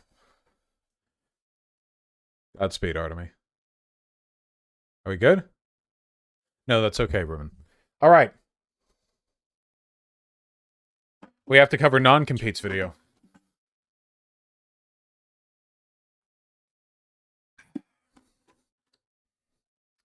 But first... Oh, no, he left. Sorry. But first, we're going to read a few donos. Edanon with the $5. In before Vosh blames his performative and pretentious way of speaking on autism again. Jealous? I don't know what to say. My charisma built me a career. I have nothing to complain about. If you don't understand anything, you can always email and ask for the definition of words I use. Rewriter with the 2 gifted tier 1 subs. Thank you very much. Towards Vosh's art stream. Thank you. Yeah, you can confirm with Vermin. I talk like that off stream. Alejandro Gonzalez and Crystal, thank you for the $5 both. Oh, we had Malders in chat. Matt Wash is better than you in every way possible. Was that misspelling deliberate or... I don't know. And somebody said, I wrote a book that sold like 100 copies and this guy gets big sales. It's BS. Well, being a YouTuber helps a lot there. Endel12, thanks to the $2. Still alive with the $5. Thank you very much. Why is the man-woman binary hegemony so important for conservatives to keep defending, even if those like Walsh are shown undeniable proof to the contrary? Because essentialism is the hallmark of conservative ideology. If you abandon it, then you know it's a slippery slope down to my position. It's a way of maintaining everything that they have. Final Cipher and D Boonies, thank you for the $5 both. In honor of Macho Man Randy Savage, please give us an ooh yeah. Ooh yeah. I don't think that was perfect, but it was acceptable. Green New Deal now and D Boonies, thank you for the $5 both. Really appreciate that. Jackson Hinkle challenged Sam Cedar to a debate and he accepted thoughts. That'll be funny as fuck to cover. That's my thought. What is the blade of the revolution? The Kopesh, chakra, or machete? Any blade I should aspire to as an aspiring blacksmith? Also, shamisen music when? Can't make any promises there. I don't know what the fuck a Kopesh is, and the only chakra I'm aware of is like the meditation kind. So let's just say a machete. Avi Bad Rat and Ani Lugia, thank you for the tier 1 subs both. Thank you, Annie. I appreciate that. Quintonic, thanks for the $20. I'm not sure how call-ins work, but I think it's cool that you're doing this. Well, it's just when people email me, mostly. You know, and I think that it would be an interesting conversation. But I turn away by far the majority of people. Holic Master and Sake Tanuki, thank you for the very kind $10 both. Really appreciate that. One day, Sake. And thank you, Holic Master. Jarhead with the £10, thank you very, very much. Bosh, I love you, but I'm very disappointed that you'd go on that podcast after what the host did to TJ's brother's wife. What podcast? Oh, the drunken peasants? Yeah, there was some business about that. Somebody was accused of something. I was emailed a huge thing about this a while ago, and then I talked to them about it, and they sent me a huge bunch of thing and so on. Unfortunately, the only conclusion that I could come to after spending literal hours listening to videos and going over text logs was that there was no way to prove anything, and I didn't know who was telling the truth. Like, I have no way of making a statement on it. There might be more information that hammers things out more, like, definitively that I am not aware of, but, I just, yeah, from what I saw, it was from stuff that had happened years ago, and I just didn't know how to parse it, you know? What was the accusation? I don't even remember. It was from a while ago. Somebody accused somebody else of rape, and then the person who was accused was like, this is what you're describing is logistically incapable of having happened. And then the other person was like, well, here's 80 million pounds of text. And the other person was like, here's 80 million pounds, and so on and so forth. It was just so much. And like, I don't know. What does TJ think? I don't know what TJ's position on it is, I don't think. I mean, I think I can infer the position. I just wasn't able to come to any conclusions from all of it. I unfortunately, like, given my history online, who the hell is TJ? Amazing Atheist. Unfortunately, the issue is that given my position online, like, I know how severely information can be warped, and I know how dangerous it can be to put stake in things that you don't have the full context of. And I also know that a hesitancy to listen to people who have been victimized can also be really bad. And the conclusion that I came to after everything was that I didn't know, I don't know, I probably can't know, and I don't want to talk about it. If that comes across like a cowardly position, then the honest answer is I have no idea what the less cowardly one would be, you know? Yeah. But yeah. If there's more information to that, I mean, people are free to provide to me information, but yeah, I spent like half a day looking through everything. Like whole half of a day that I had off, like 8 hours of looking through stuff. The Anonymous Ginger and Gregor from the Aught, thank you for the tier 1 subs both. Hey Vosh, I know nothing about anarchy. What reading would you recommend? I would recommend you take a look at Zoe Baker's channel. I think that she produces a lot of really good stuff. You know, when the interview with the Sponda Peterson is going to be released later in the month, not too long. Edinan with the $5. Oh, this is the same person as before.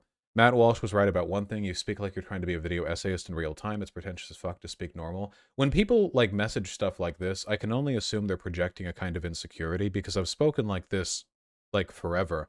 In fact, I used to do it more. If you go watch my earlier shit with Destiny before I had a channel like years and years ago, I did it then and worse. If anything, I've actually spoken more colloquially now than I did then. If that's like an autism thing, like it might be, but clearly I'm not lacking entirely in my ability to convey information because it's how I make my money. So, like, I don't know. I mean, it must be fine. Like, it must be doable, you know? I feel natural in the way that I speak. I don't feel like I don't feel like I have to force or fake anything performatively. Fabsta, thank you for the 3 gifted tier 1 subs. I really appreciate that. Tesseraction, thanks for the tier 1 sub. Cilia with the tier 2 sub, thank you very much. Hello, you doing all right, my queer neurodivergent king? Give Artemy a good hug, please. Already done, and thank you. I appreciate that. Oh, I never removed my paper plate from this morning's bagel. Sorry. Very unseemly. Talking Real, thank you for the very kind $15. My day job involves writing, which is my passion, but it's in corporate marketing. Would that kind of thing still be considered working class? Yes. In a Marxian sense, working class simply means that you perform or sell your labor in order to make your living. Whereas as a member of the bourgeois, you make your money through owning or, I suppose, buying other people's labor. Terminology parsing aside, you would be proletarian. You might be part of the labor aristocracy, which would mean a member of the proletarian class who is privileged, you know, like you're not just some day worker or like McDonald's fry cook, you know, you might be, like, for example, people say that lawyers and doctors are part of the labor aristocracy. Lawyers and doctors do make their living by working. They do work, often quite hard and long hours. But there's undeniably a class distinction between your average doctor and like a person working as a fry cook, you know. Yes, there are more donations to get to. However, I am going to go over a video. Hold on. There's also the petit bourgeois, the petite bourgeois. Yeah, like small business owners. At least that's how I understand the term. So anyway, as some of you may know, I recently single-handedly defeated what would you call it? Non-competes, pro-Nazi talking points in debate, you know. But right before that conversation, I didn't get a chance to look at this before the conversation. He released a video on me. This was after I talked about Luna Oi's video on dialectical materialism, and it's really long. And non-compete's kind of like a wife guy. I mean, like, he's clearly doing this because Luna Oi is his wife. Like, he immediately cranks out like an hour, 30-minute video that he probably like hastily wrote a script to. And before, I thought, I'm probably not going to tear into this. It seems a little unfair. He's a wife guy, you know, whatever. But then in his debate, he and Luna Oi both defended Nazis. So yeah, I don't care anymore. Let's take a look. I don't know if we'll be able to get through all of this. Wife guy? I mean, like a guy and his wife, you know? A wife guy. See, he's got a wife to defend, you know what I mean? Compete, and this is... Hi, I'm EJ, this is Non-Compete, and this is going to Nothing but the best frame rates for a hastily edited video. be a bit of a Frankenstein video. I'm cutting it together over a couple of days here. It's going to be rough, bear with me. But this is a response video to a stream that WALSH did a few days ago, attacking one of my wife's comrades, stream partners' videos. I'm talking about Luna of Luna Oi, and she has a video series on dialectical materialism. WALSH did a 2-hour stream. What is this? What is this add-on? Subscribers. What is Enga? VPD SEO? Search engine optimization?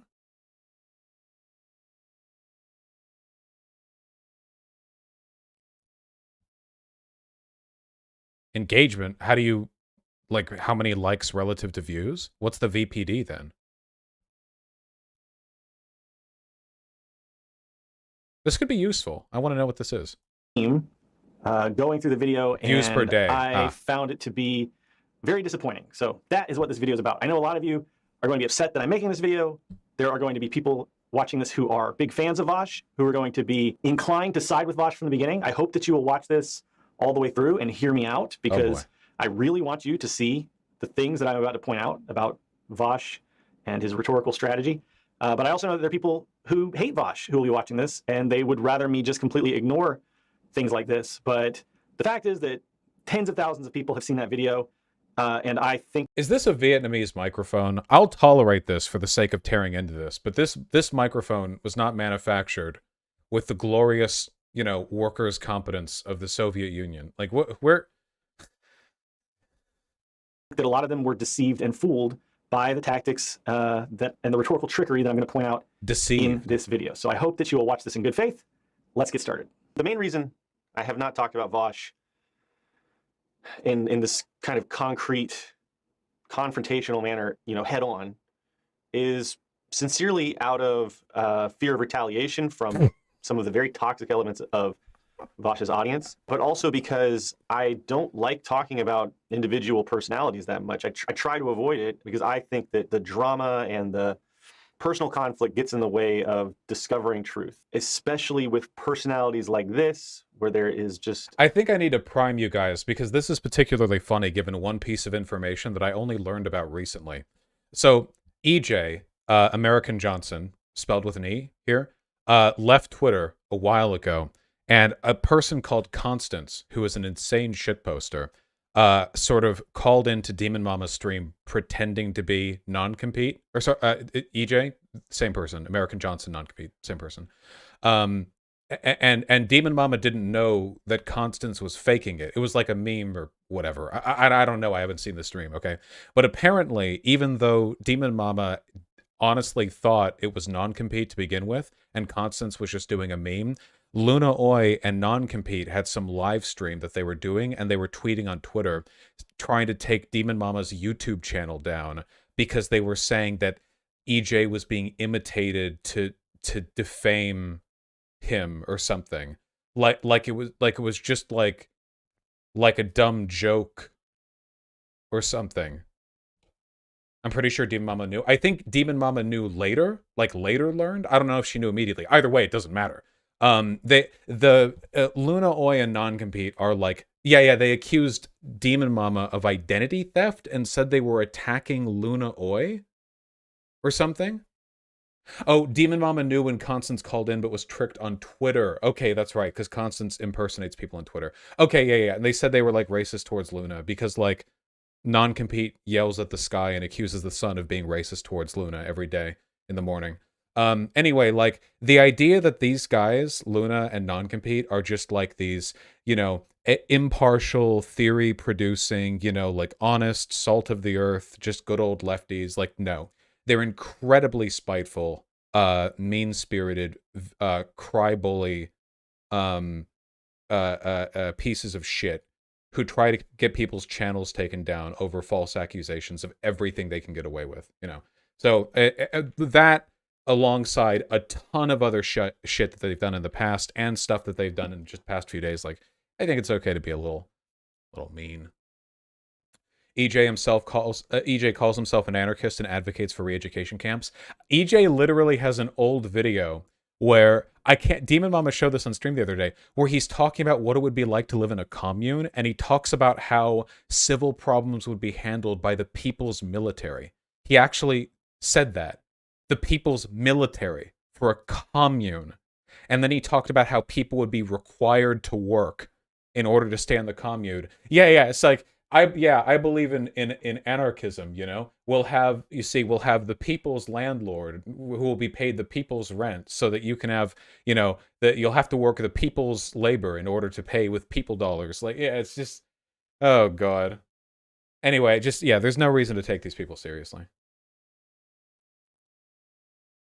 A cultivated maelstrom of controversy. I don't usually make videos like this, and I know that this is going to be very controversial with my audience. A lot of people are going to tell me just not to engage. A lot of people are going to tell me that I should just ignore this. But I'm going to tell you why I am actually deciding to make this video. I think it's a huge problem.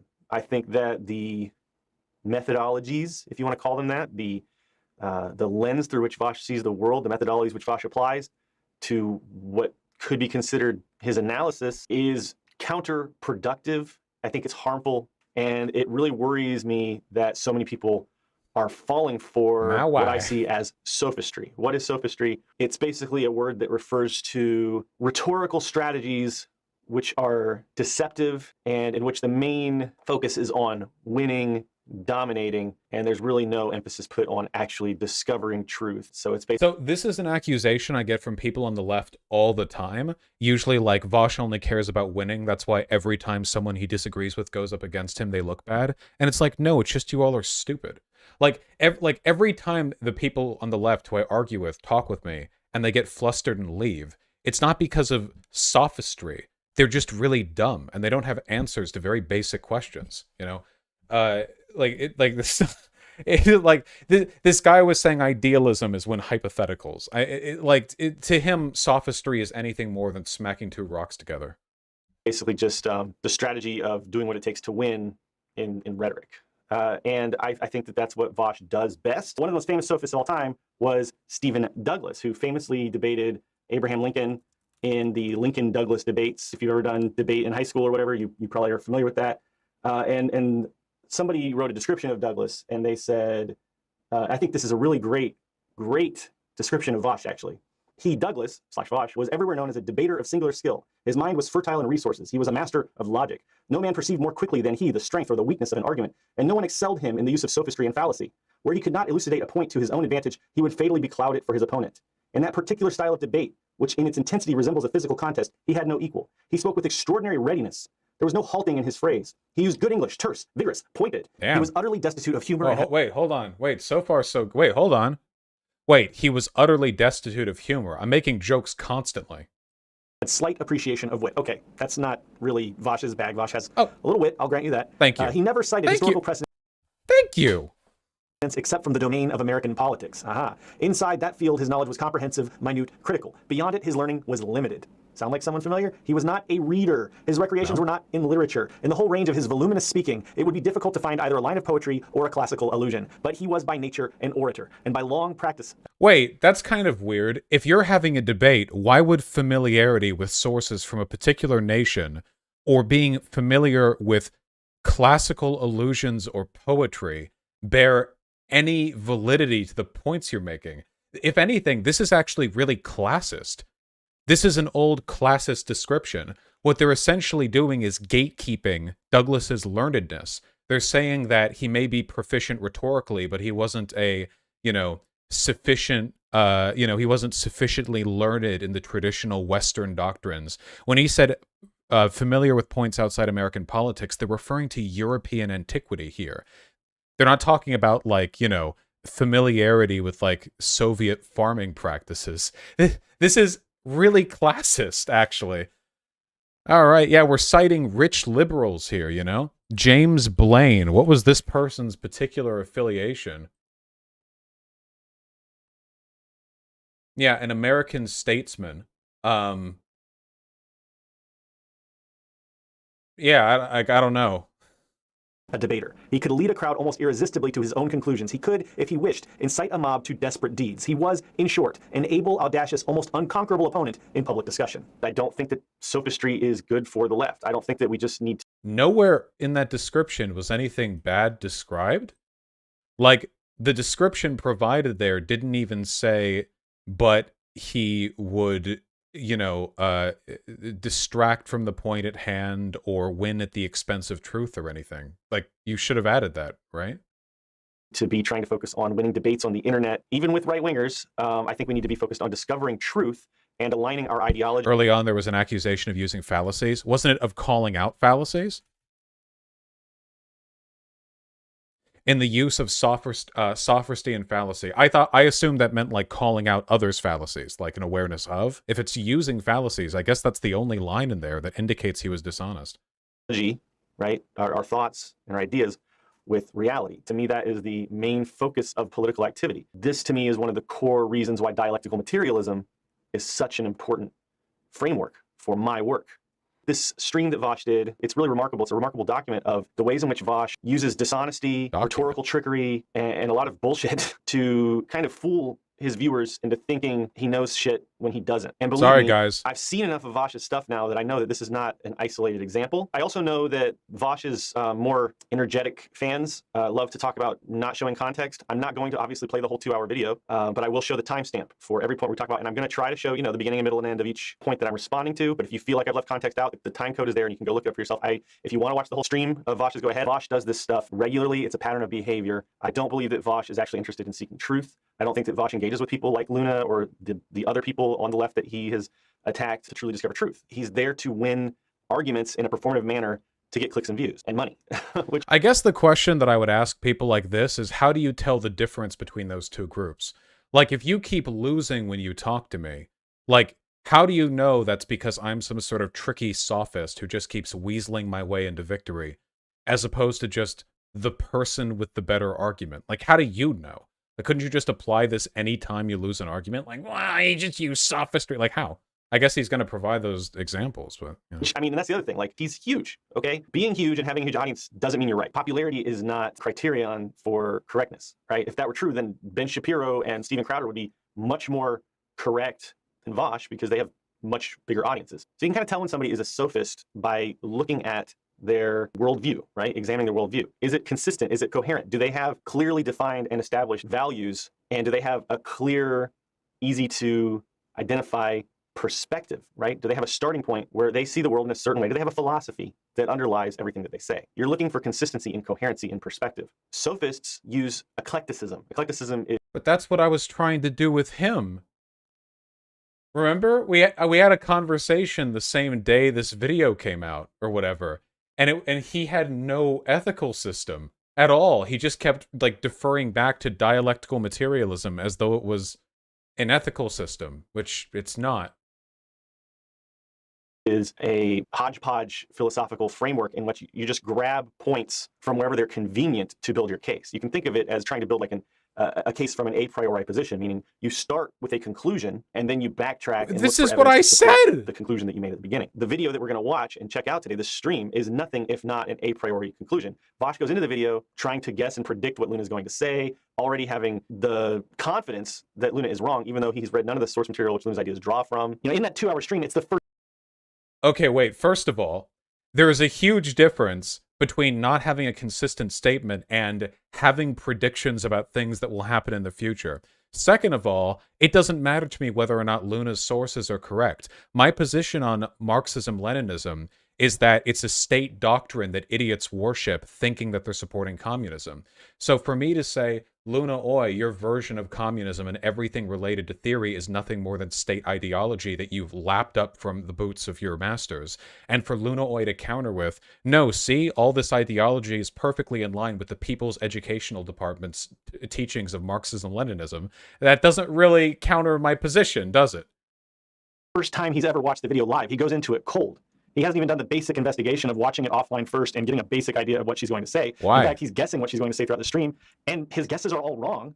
So it just shows that he has done no investigation before he speaks. I don't think that Vosh's worldview is coherent. Why do I have at to all. pre-watch? Vosh is attacking concepts in Luna's video that he's unfamiliar with, and it's very obvious, and I will show you it. He's stretching and manipulating. So Luna's coming at this with a very concrete framework, the framework of dialectical materialism. Dialectical materialism is when I things also are understand it very real. well. The reason I understand it very well is because I helped Luna over the last over a year now. We've been researching, Luna's been translating, we've been editing, and I've been helping annotate a 300-page textbook, a translation of the Vietnamese curriculum on dialectical materialism. None of these ideas are our own. We don't come up with any of them from whole cloth. This is a text that was written by several dozen Vietnamese experts. These are people that have PhDs on Marxism-Leninism, on dialectical. It's a really interesting way of looking at theory, isn't it? You know? Hey, like, all these ideas aren't ours. We're just reiterating stuff that was put into books by agents of the state, educated by the state, on behalf of the state, so it could be published by the state. Like, this is appeal to authority. I don't care. Like, you... what is that? Like, it's so strange, you know? All authoritarian states put, like, punch-out state ideology. My issue is that Vietnam and a bunch of other like countries name their state ideology like communism when it's not. Materialism. They're revisionists. They do know the source material very well, and it's very well cited and sourced in the text. So there will be a few times where I'm going to go back to the words of Marx and Engels and show where Luna's ideas and information comes from, because it's not just something that she's making up. Because they rely entirely on the worship of authority. I don't think they can process the belief that I'm criticizing the theory of their masters. You know what I mean? Like, if I'm like, yeah, my issue is with the Vietnamese government's prescribed Marxist-Leninist ideology, like, what do they say to that? Can they defend it, or is it just like a religious doctrine to them? Because I think that's what it is. It's just religious doctrine to them. They talk about it like the only relevant point at hand is how accurately they have adhered to state doctrine. Off the top of her head. Okay, now you can disagree with this stuff, whatever.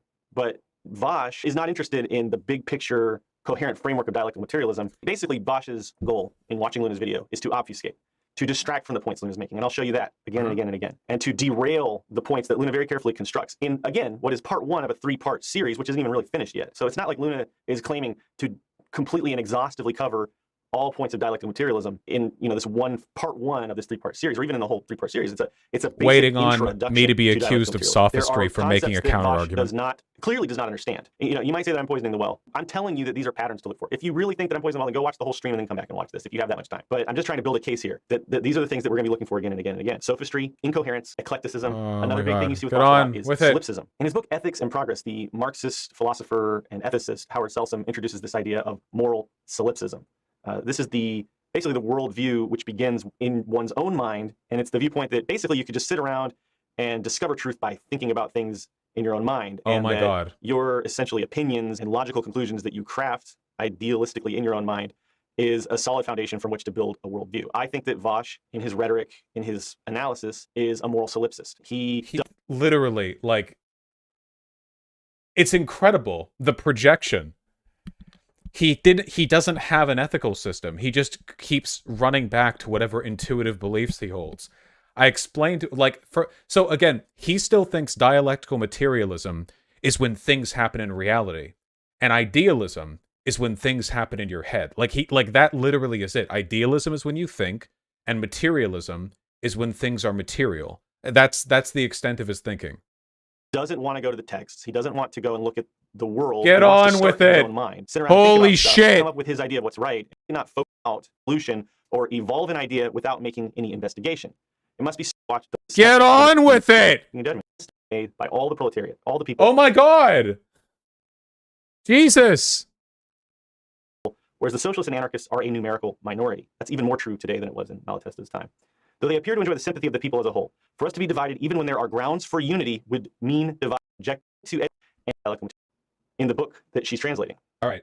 Okay. I keep seeing screenshots of this on Twitter. It's called How to Think Like a Vietnamese Communist, an Intro to Dialectical Materialism. All right, I'm just going to lay all the cards up front, like right off. Okay, we're double speeding up, I guess. Okay. First of all, I've already read all theory. I don't want to hear it. So Vosh says he's read all the theory. True. He doesn't want to hear it. And that's not true. I can tell you as somebody who has read all the theory that Luna cites, every word of it, because I helped make this video, and I've been helping her translate this book. And I have actually read the theory. He's not read the theory. There will be plenty of evidence for that. And how do you think he's arrived at this position? Through thoughts in his head. That's idealism. That's solipsism. Cope. Massive cope. Let's just watch and see and find the evidence that Vosh has not actually read all the theory as he claims. Second of all, and this is really important, okay? Marxism-Leninism is a real thing, okay? Basically, here's the history of leftist theory, all right? Cool dudes with revolutionary ideas wrote those ideas into paper and made them thoughts that people thought, okay? But then later, other people with different ideas took power of states, and they realized that the best way to maintain popular support was to maintain the veneer that their state craft was being guided by the ideology that was so popular with the people. So what they did was they created a fancy term called Marxism-Leninism, or, Marxism-Leninism Maoism, or Marxism-Leninism with Ho Chi Minh thought, or whatever else. And essentially, they just took boilerplate authoritarian state ideology and were like, hey, but actually, it's like the revolutionary state, so it's all good.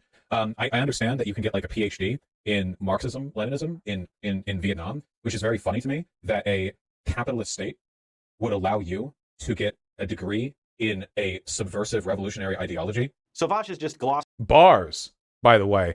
Also, how did they manage to fuck up my audio? Like, you're recording it directly from YouTube. Over decades of history of various nations, some that still exist and some that do not, without citing any sources, and just completely dismissed.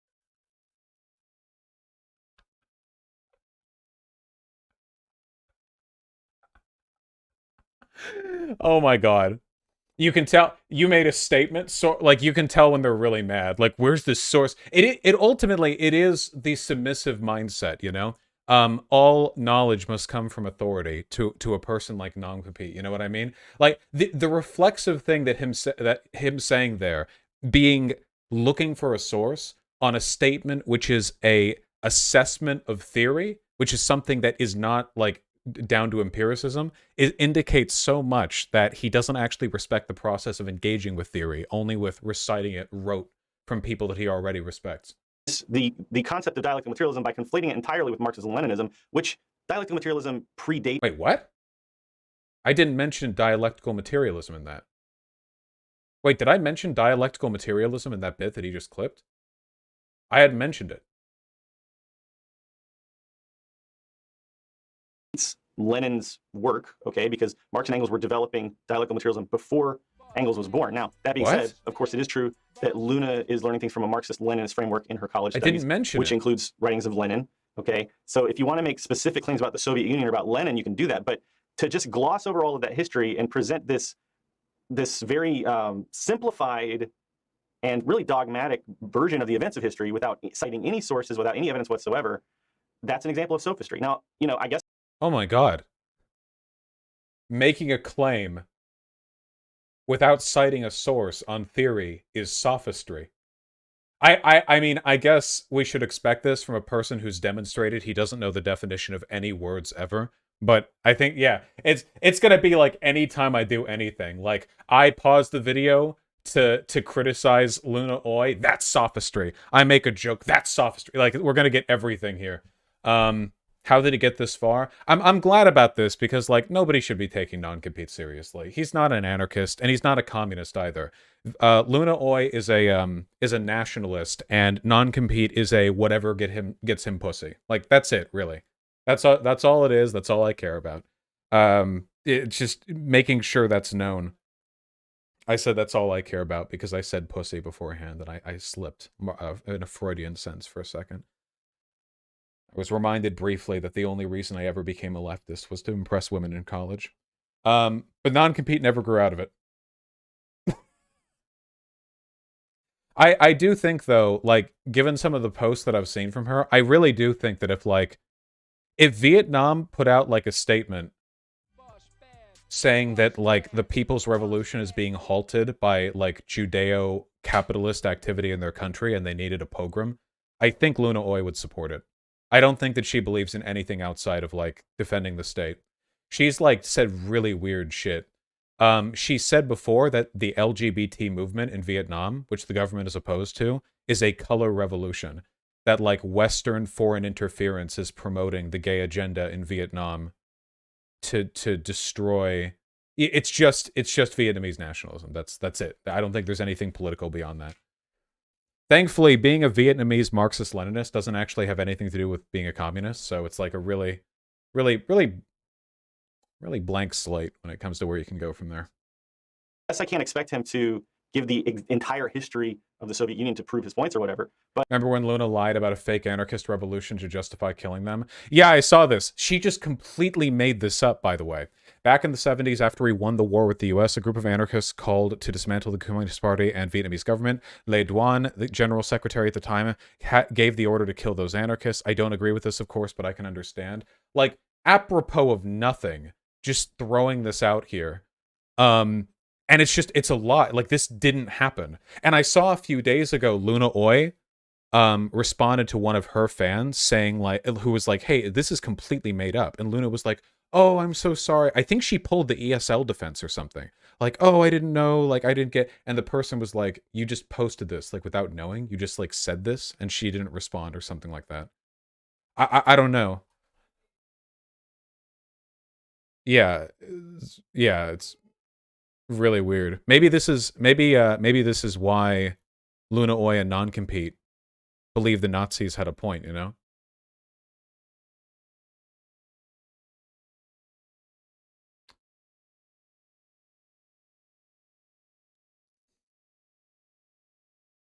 Can somebody find the screenshot of Luna Oi responding to the person who was like, hey, this is a complete lie? If anyone can find the screenshot of that, you know?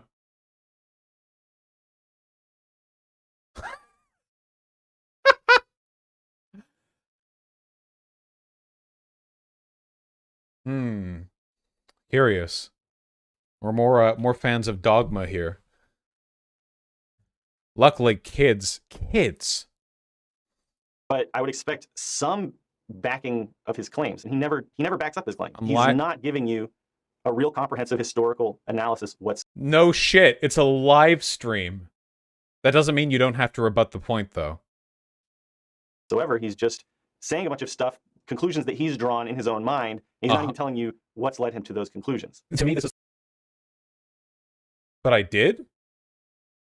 Yes, that is where conclusions are formed. It's in your mind. Idealism. It's like hearing that, like, Amazon has, like, socialist, you know, like, like side jobs. You can do. What are they called? Like the modules? Yeah, like socialism modules. You know what I mean? All of this criticism that he's making of the curriculum that Luna translated, he's making it without having examined the curriculum at all. I know. How do I know this? Because currently the curriculum only exists in Vietnamese. Why do I know this? Because Luna's the first person to be translating it to English. Now, I read Vietnamese. I tweeted about this. The videos that she's made are drawn from the same source material. And if he's watched all three of those, which he hasn't, he's only watched the first one on stream, but if he watched all three of those, and he was actually drawing from what she is actually saying about the curriculum, it's one thing, but he's not. He's trying to connect two things together which are not connected. He's trying to build this rhetorical logic chain that falls apart upon any kind of scrutiny. He's saying, okay, first of all, these socialist states, they're actually capitalist states, so we can't trust anything that they say. Second of all, these curriculums that they make, they can't be subversive because they're not actually socialist states. But none of this is addressing what Luna actually said. Wait, we're leading it along pretty well, actually. Yes, these are not socialist states. They're authoritarian. Authoritarian states produced doctrine through their educational system to reinforce the interests of the state and the mechanisms by which Soviet-aligned countries have historically done so is by calling their ideology, Marxism, Leninism with blank characteristics, and then you read it and it has nothing to do with, like, what Marx wrote, or even with what Lenin wrote, really. In her videos, which is literally just relating the essential ideas of Marx and Engels, dialectical materialism. He is, in fact, making a logical fallacy. And I always thought debate bros are supposed to be the experts on logical fallacies, but what he's doing is he's making an ad hominem attack. Now, the word ad hominem gets thrown around a lot, especially in the debatosphere, but it doesn't just mean that you're insulting your opponent. It means that you are saying that an opponent's arguments are invalidated because of who your opponent is. So in this situation... No. Opponents' arguments can be invalidated because of who they are. That's not an ad hom. An ad hom is when you refrain from addressing an argument and instead insult a person, using the insult as the argument. And don't get me wrong, I will ad hom you. But this is not one of those times. Basically, the entity that is the Vietnamese Department of Education, the Ministry of Education, is being invalidated. So it's like saying anything that comes from... You're ad homing the Vietnamese Department of Education when you say that state education departments are propaganda.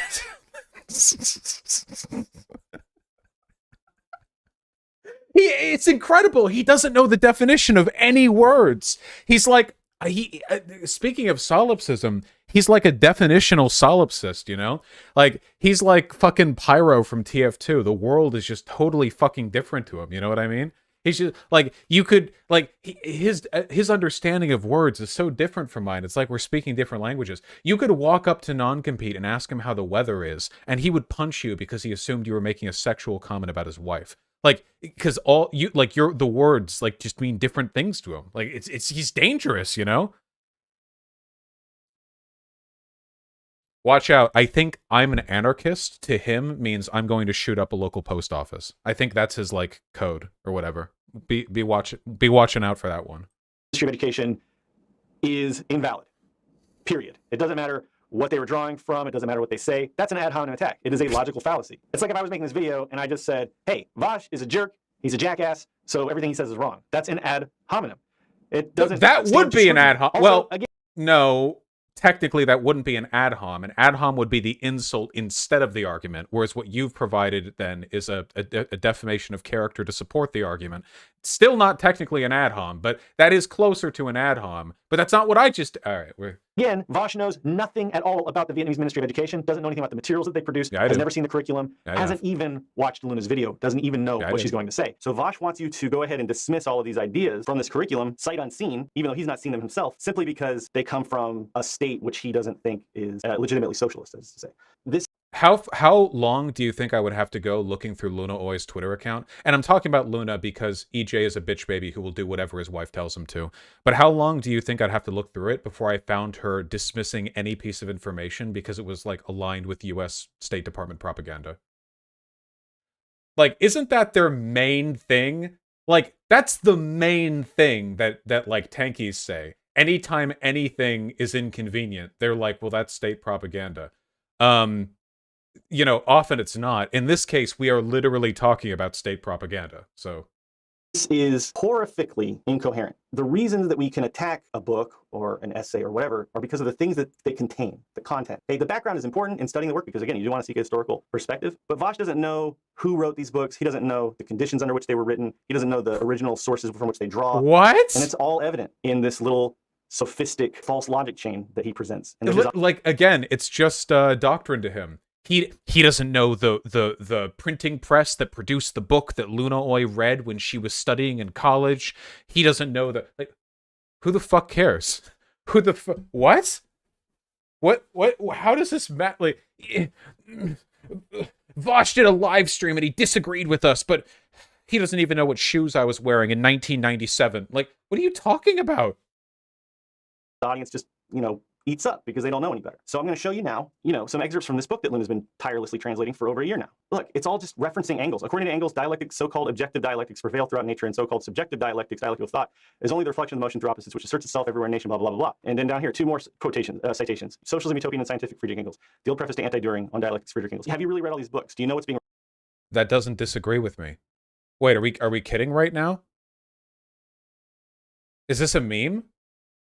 He said dialectical materialism is when you take into account reality, and that it was an ethical system as well. What? Scientific, Friedrich Engels. The old preface, and then down here, too, thought is only the reflection of motion through opposites. Look at this. There are two forms of dialectic, the objective dialectic and the subjective dialectic. The objective dialectic is the dialectic of the material world, where the subjective is the reflection of the objective dialectic in human consciousness. According to Engels, dialectics, so-called objective dialectics, prevail throughout nature, and the so-called subjective dialectics is only the reflection of the motion through opposites which assert itself everywhere in nature, and which, by the continual conflict of the opposites and their final passage into each other, or into higher forms, determines the life of nature. First of all, this isn't about dialectical materialism. This is just dialectics.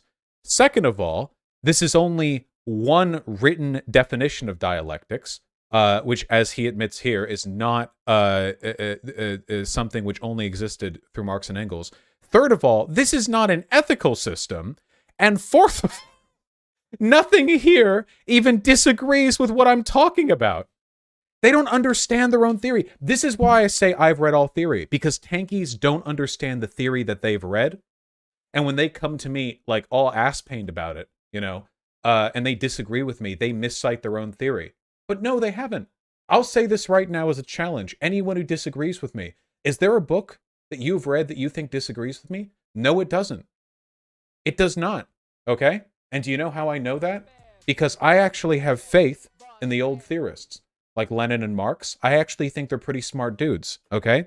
And if they were anywhere near as stupid as you would have to be to write things that agree with people like non-compete, they wouldn't have survived childhood. Non-compete tier IQ people would have choked to death on large rocks at 16 years old. They would have seen a rock that looked like an egg and just started breaking their teeth against it and swallowed it and just died and fallen down a ditch. Okay, they wouldn't have written theory. There's no possible way anyone capable of constructing the ideas that non-compete believes in could have even achieved the level of literacy necessary to believe in theory. I reject this. So this is why I say I've read all theory. Because I have. Oh, hey! There we go. Thank you. Damn. That's crazy. Things CIA would say, lol, from a person concerned about the elections in Peru. The U.S. aid serves the CIA a threat. This is their main thing. Also, this tweet denying the Uyghur genocide. I know she's holistically dumb. I really want to see her response to that one person. Oh yeah, here's her denying the Uyghur Muslim genocide as well. See? And oh, it's an ad hom because she's saying that because the information is from Western sources, that it can't be trusted. Damn, that's crazy. Oh, here we go. Oh, wait, here we go. Thank you, thank you, thank you. Look. So someone says, what the fuck is this? In response to her weird made-up tweet about why the Vietnamese government needed to kill anarchists. And then Luna said, someone asked me about the history and I tried to explain it. I did not mean to imply I condoned what happened at all. It was very fucked up what happened, and we admit that today. If I sounded like I condoned it, then that's not what I meant at all. Did it even happen? Luna always says, I don't understand what you're asking me. This person says, this event didn't actually happen. Luna always said, well, I certainly wish and hope you're right. Wait, you don't even know? Why would you tweet this if you're not sure?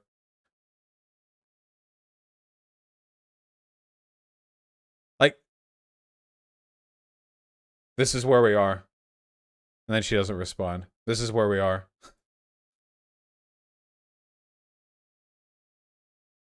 What's the quote tweet? I think one of the quote tweets is from my lads. Yeah. Wild stuff. Cancel culture has gone too far. Oh yeah, I saw this one too. It's very, very good. According to real Marxists, Marx, Engels, Lenin, white male, cancel. Ho Chi Minh, Mao, Fidel, dictators, cancel. Stalin, mass murderer, cancel. Let's cancel the whole world. I hate it when I do a mass murder and leftists online cancel me. I hate it when 20 million people die and people judge me for it, you know. Doesn't this read like a conservative shitpost right here? It's like this is just a conservative shitpost, except it's from like the Vietnamese like doctrine's perspective. Like otherwise, ideologically, it is literally indistinguishable. Wild stuff, you know. That feel when the left isn't even willing to tolerate mass murderers anymore. God. So dumb. I can't find that color revolution tweet.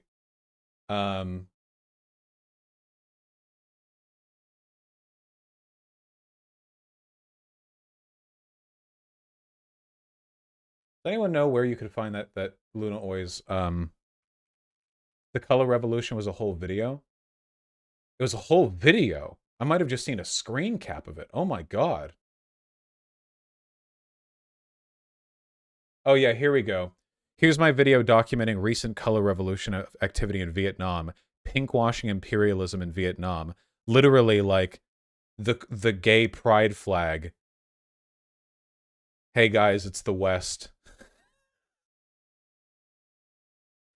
What is pinkwashing? They're essentially saying like it's the same thing that the Iranian government does. They say that internal pro-LGBTQ activists are agents of like Western infidel imperialists. They do the same thing, yeah.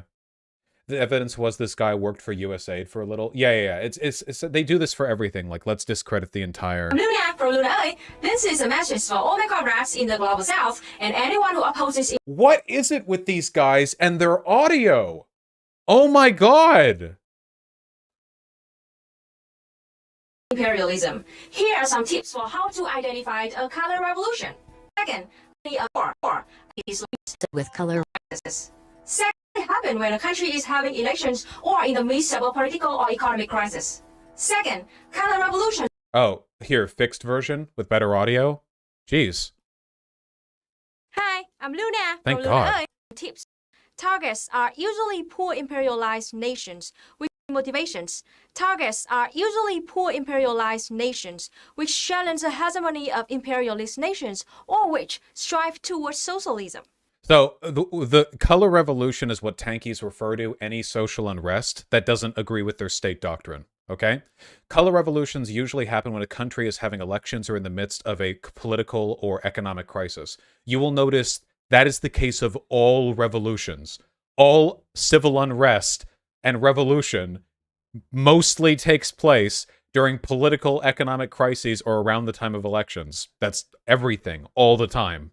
So, yeah. Economy of Then you have this one. Color revolutions can have many motivations. Targets are usually poor, imperialized nations which challenge the hegemony of imperialist nations or which strive towards socialism. So essentially, all this is saying here is color revolutions happen in the countries that I like. Non-Western victims of imperialism strive towards socialism. It's just a categorical distinction that allows them to apply the banner color revolution to anything they don't like.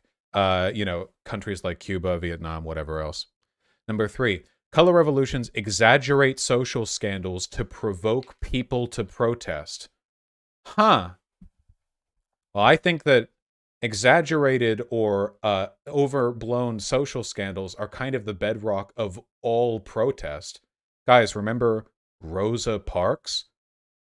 The term exaggerates doing a lot of work here, but in terms of like a ton of attention being paid, what about George Floyd or Colin Kaepernick? Or what about the suffrage movement? Like every time, yeah. Small violations done by the state or injustices get blown up and get turned into the center of discourse on an issue. So far, color revolutions sound good. exaggerate social scandals to grow. But the use of the term exaggerate is designed to delegitimize it. Exaggerate may be a technically accurate word because any like revolution or civil unrest is probably going to like really blow up an issue. But exaggerate implies that there was no reason to. Whereas I think there's every reason to blow up like the George Floyd scandal, you know, the murder of George Floyd, and to make a huge deal out of Rosa Parks being like forced to sit at the back of the bus. I think that's fine.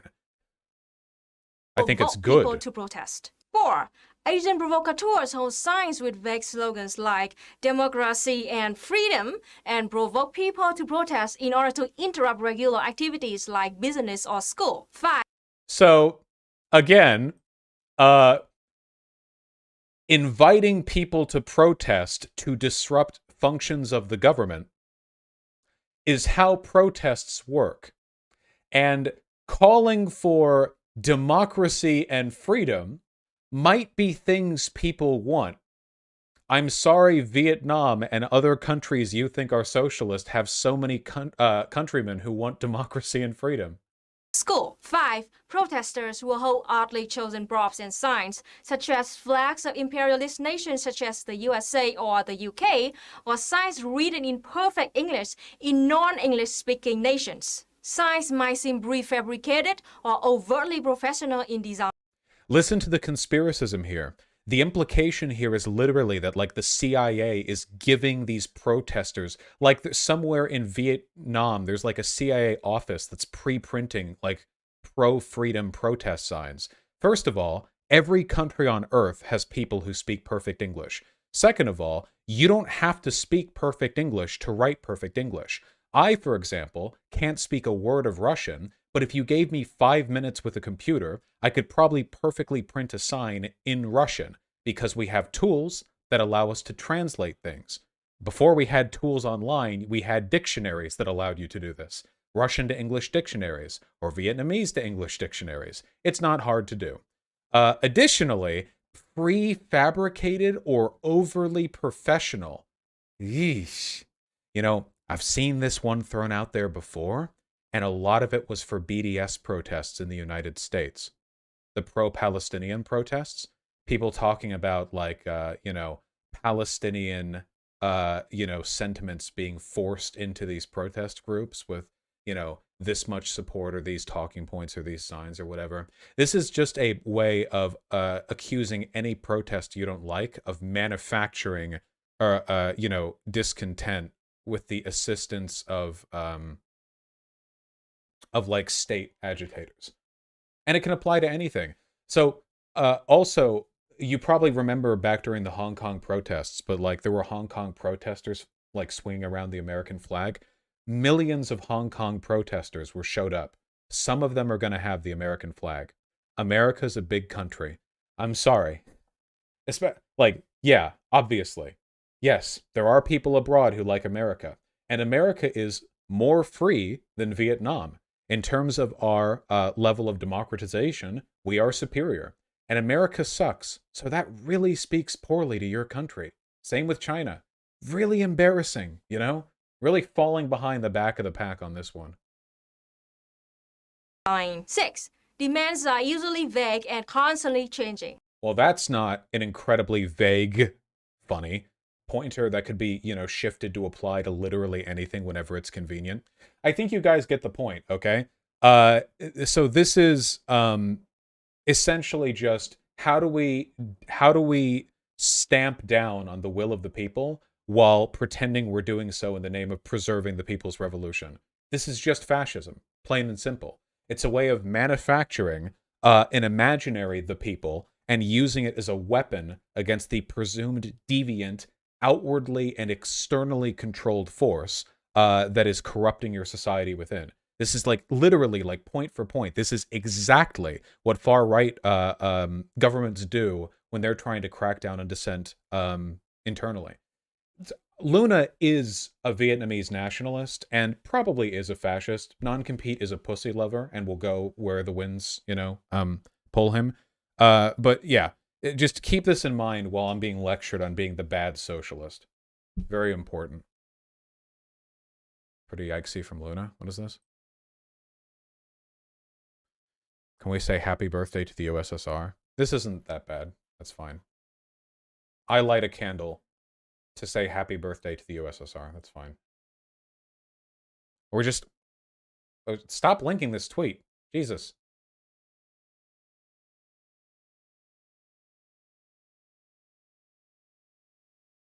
Okay, are we just all linking Luna tweets now? Jesus.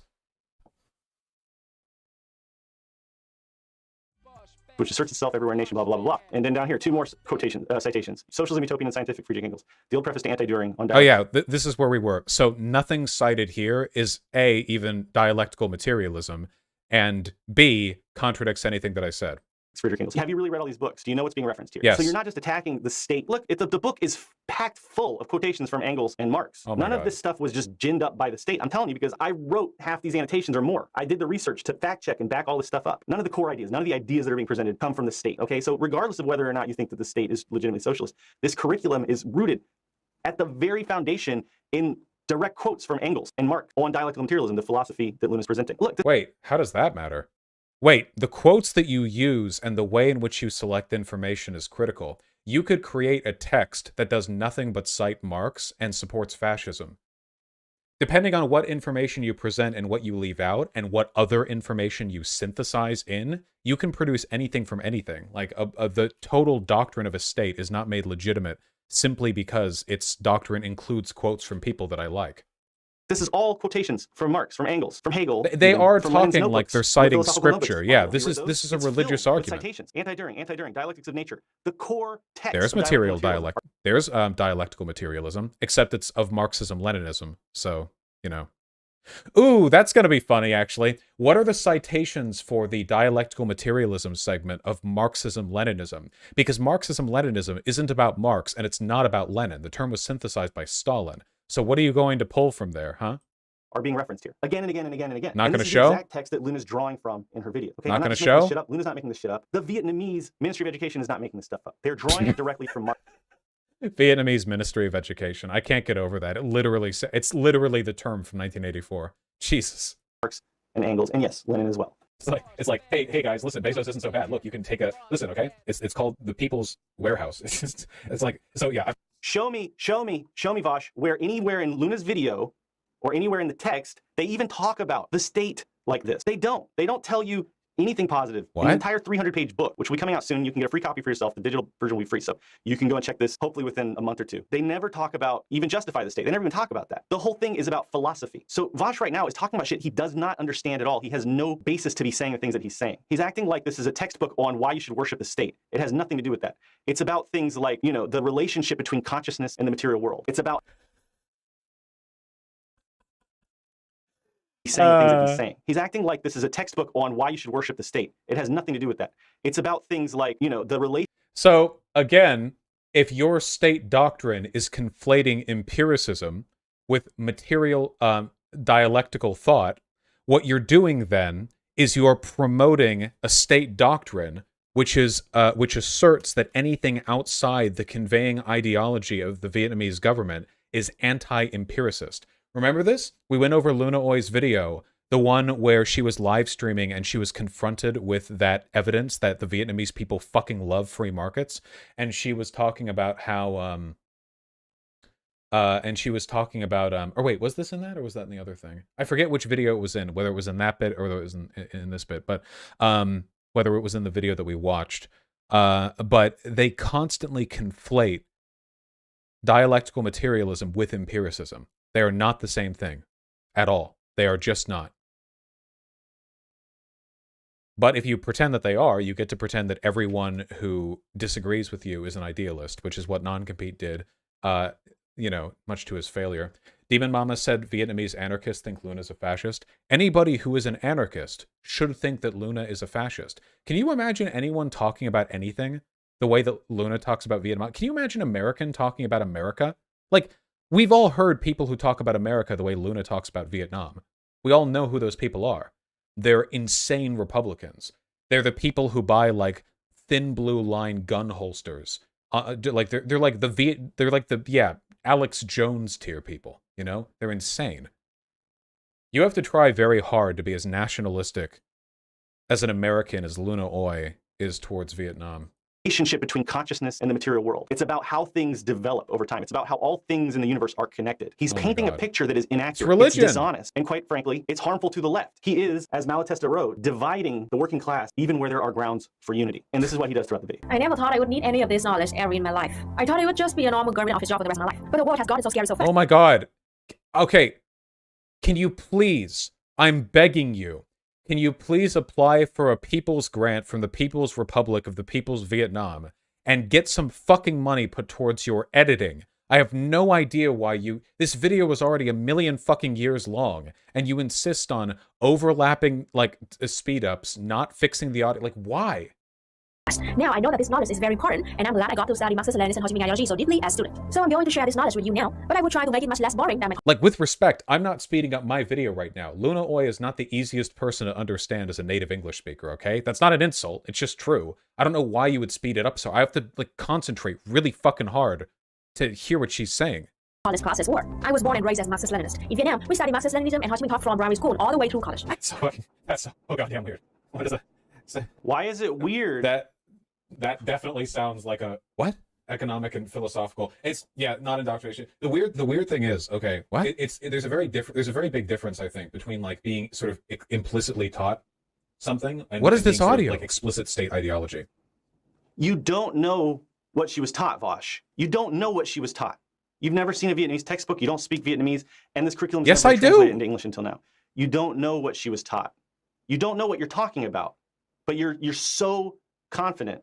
So actually, I think it's really interesting, by the way, keep this in mind, that non-compete here is saying you don't actually have the ability to criticize Luna Oi's political philosophy unless you have literally read the Vietnamese texts, which are, according to them, not in English right now. So you actually can't disagree with Luna Oi unless you speak Vietnamese and have read the specific books. They don't believe in the idea of arguing their positions. It's doctrine. Is he not arguing this the same way like a priest may have argued like religious doctrine back when the Bible was in Latin? The Bible wasn't translated into Middle English for a long time because when it was kept in Latin, only the very wealthy, very privileged clergy were able to understand the contents of the Bible, you know? Which meant that essentially, if you were a peasant, you had no ability whatsoever to second guess anything the clergy said. You literally were unable to. But that's religious thinking. Isn't that odd? I think that's very weird.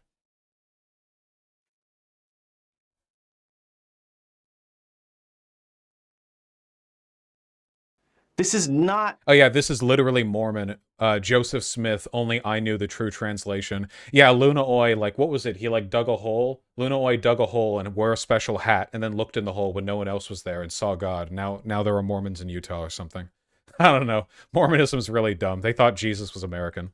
How leftists should behave at all. This is not conducive to building a movement in which we trust each other and in which we are grounded in reality. You're making shit up. Debate bros are always accusing everyone of straw manning. That's exactly what you're doing. You're building a straw man of what Luna was taught. You don't know what she was taught. Is there any place in this video where he actually addresses the points that I've made rather than bitching that I haven't read the fucking Luna Oi's high school textbooks? Is this whole video literally just him complaining that I haven't read Luna Oi's high school textbooks? Because, yeah, she's telling us what she was taught. Like, the video that she made was her explaining the stuff that she believed, and I was responding to those beliefs. There's no way that you could know unless... I'm going to skip ahead, because we're 28 minutes in, and all he's done is complain that I haven't read the books. Vietnamese. Which I have, by the way. Yet. The curriculum that she translated, which, by the way, even the 300 textbook, oh my 300-page textbook, is only the first part of one book from one of the classes that Luna took. So even after they translate this, you still don't get to criticize her. It'll be years before English speakers get to criticize Luna Oi. Years and years. It'll take decades for them to criticize the text that you need to read before you can criticize her. So buckle up, guys, because until she's done translating everything, you have no way of challenging her points, because that's how knowledge works. don't know what she was taught. You're making Oh my God. We should be skeptical because this is coming from a state that blah, blah, Oh my blah, God. has done all this research, and he doesn't know what he's talking about. Oh my Or God. if Vietnam is capitalist, then nothing that comes out of Vietnam from Vietnamese socialists has any validity whatsoever. It's a way of discrediting Luna and silencing 30 times that. Which is pretty incredible, right? Okay, please. Okay, finally, a guy who makes some sense. Me. materialism. Just watch. Yeah, look at that. Right down here. I wish this was more like exponential or whatever, but like right here, back in 1988, I think, 1989, their GDP per capita was less than $100. It was 1/7 of the Philippines. Like, look at this. Nothing. And now it's like 30 times that, which is pretty incredible, right? GDP is a capitalist creation, and Vietnam is a capitalist country. I'm not sure what the issue is. Oh, it's GDP is a capitalist creation, and Vietnam's a capitalist country. That doesn't mean anything. Dude, are you sleeping on the couch right now? Is this the what, like, what's going on, man? This, like, come on. You're out in the doghouse. Is this a whole thing? What? Come on. It's just another example of sophistry. He just throws that out there.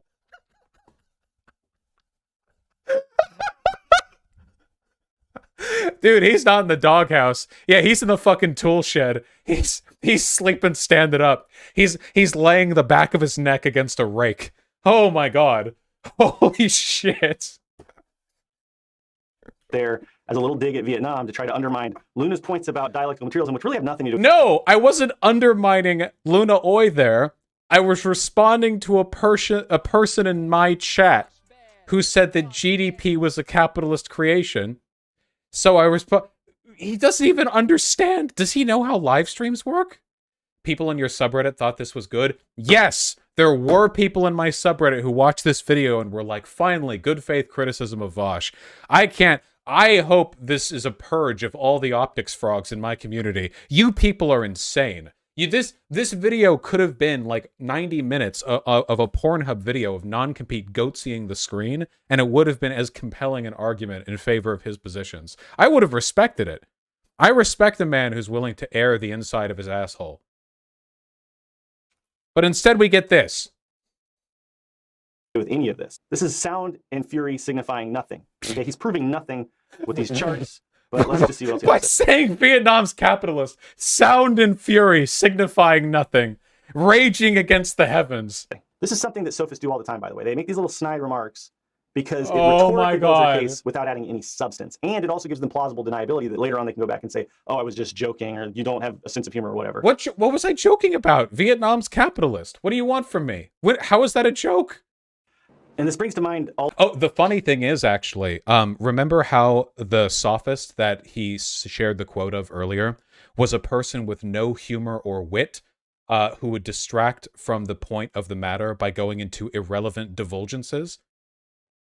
It's interesting, because him talking like this, saying that I was trying to debunk Luna Oi and Strawman by responding to a chatter with a factually correct point that I believe wholeheartedly, is actually itself sophistry. This is, and I won't lie, this is sophistry. The reason it's hard to identify it as is because he's stupid, and it's difficult to notice sophistry when it's being employed ineffectively. That's it. That's literally it. Sophistry is generally associated with competence because the famous sophists were all people who were rhetorically proficient enough to get away with it. But this is like what it's essentially like watching a person try to juggle, but they're so bad at juggling that you think they're just tossing stuff up in the air to hit it on the ground. You know what I mean? Like you actually like you don't even know what they're trying to get at yet. To you, it just looks like they're like just like throwing rocks up, you know. also Socrates' critique of the sophists. He talked about there was a danger in teaching people rhetoric without teaching them wisdom.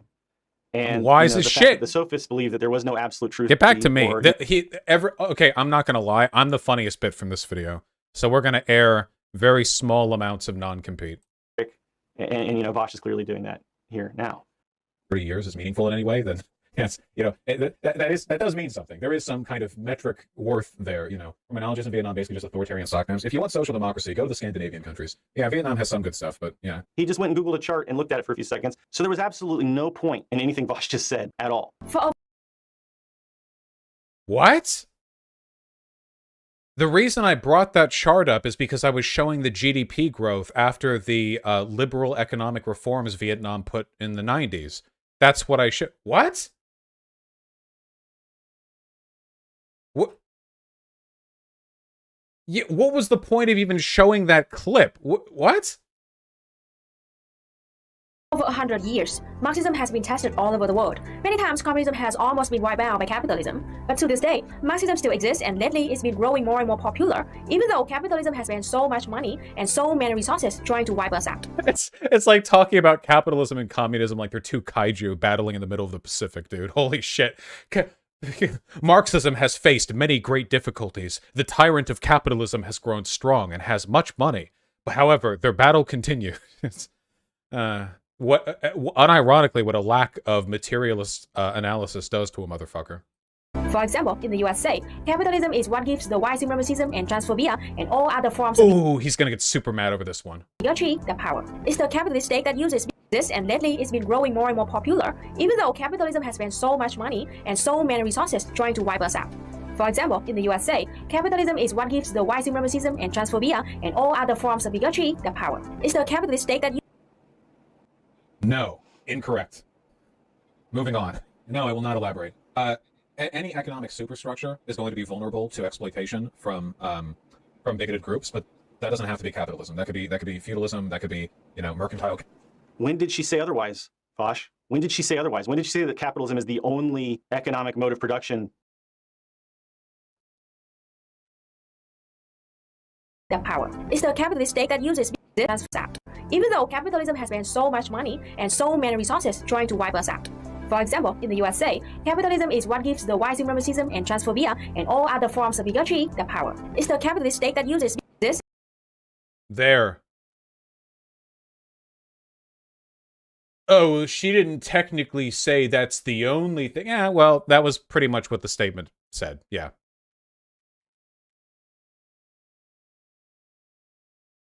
The only economic mode of production that can have secondary contradictions and other forms of oppression. Luna has written extensively in other works about secondary forms of contradiction and how Vietnam is still working to dismantle secondary forms of oppression as they're building socialism. She's written about these. When she's not posting videos on how LGBTQ protests are color revolutions, things. You are literally putting words in her mouth that she did not say, the definition of strawmanning. You're saying irrelevant bullshit right now.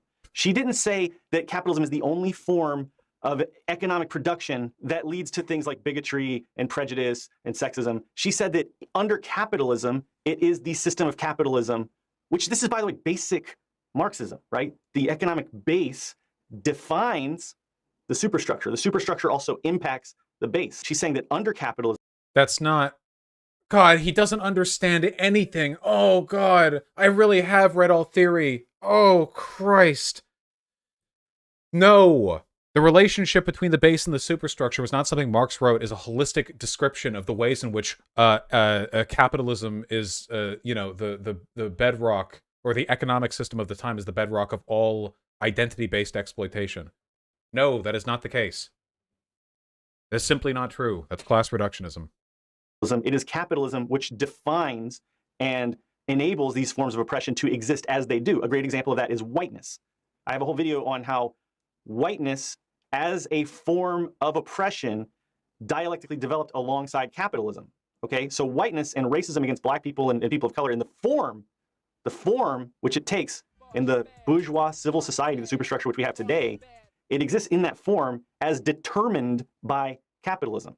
That doesn't mean that it will just magically disappear when capitalism disappears, and capitalism won't magically disappear. And she never said that. And she didn't say. There are so many disparate ideas. I don't even know. He's thrown out 6 things that are either varyingly or completely incorrect. How do I? Oh God! Every fucking minute from this guy is like a shotgun blast of misinformation, and I can't believe people got their fucking info from this. Okay, where do I even start? Okay, so it is absolutely true, and I said this in the bit he's responding to, that capitalism is a system which can be exploited to reaffirm social grievances, and bigotry and exploitation. However, the point I was making is that it can happen through any economic system. And what's more, it can happen through non-economic systems, even under capitalism or under other systems. Yes, the concept of whiteness was built parallel to capitalism. Our understanding of whiteness was mostly a post hoc economic and social justification for the transatlantic slave trade, etc., etc. That's not the point that I was making, though, so it's not really relevant. Say that there aren't problems with, different forms of oppression like sexism in Vietnam today. Luna faces sexism in Vietnam today. She's bisexual. She faces various forms of bigotry. It's the people's sexism, non-compete. And this is coming off an awful lot like you projecting Western idealist, philosophy onto Vietnamese color revolutions. Be careful. In Vietnam today. Okay, so she's not making the argument that a bourgeois civil society and capitalism are the only ways. She didn't say that. You just watched her talk for several minutes uninterrupted. Were you actually paying attention to what she was saying? Or do you just want to insert He's such a wife guy. Were you even listening to my wife? My wife. Were you even listening? Were you even paying proper respect? Bullshit line of sophistic rhetoric. Okay, it's getting boring again. She's never once said otherwise. Find me a place where she's ever said otherwise. You're making shit up, WALSH. And your audience doesn't see it because you're very gifted at making shit up with the utmost confidence, spewing it out as though it's well measured and based in the factual evidence. People's wife. No, that's called cuckoldry. Am I making this up? Molest children and it has a positive. Adults can molest children and it has a positive outcome. I'm making that up. Many are curious.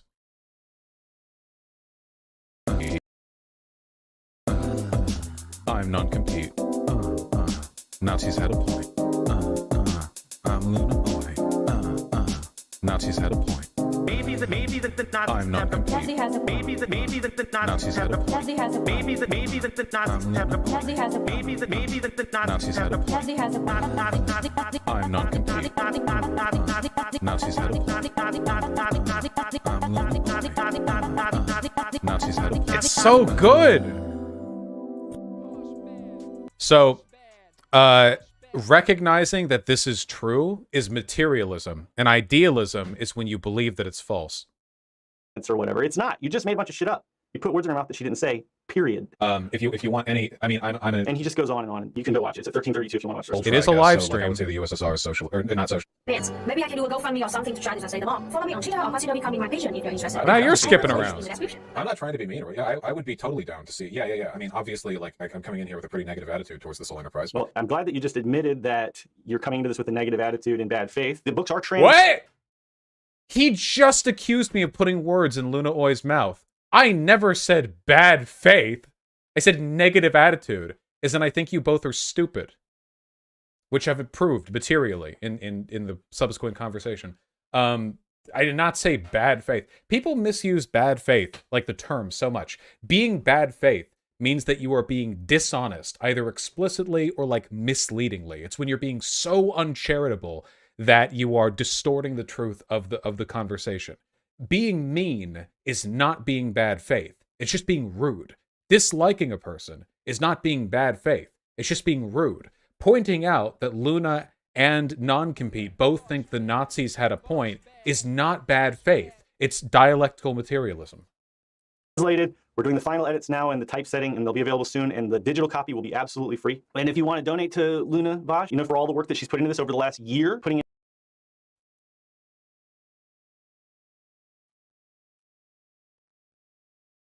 No.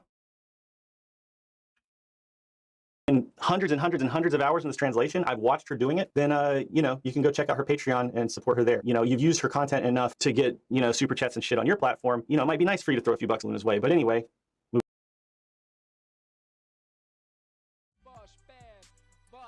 No.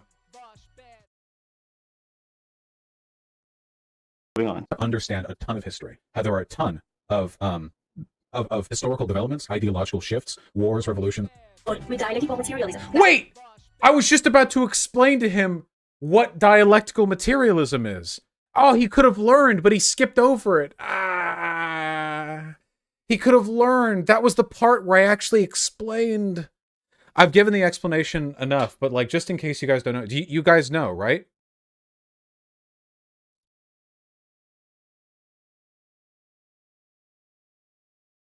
One more time? Okay, really quick, because I'm getting a little bit better at explaining it, okay? Okay. Basically, it's a lens of analysis for understanding the way in which human systems develop. And historical materialism is when you apply that lens to human history, okay?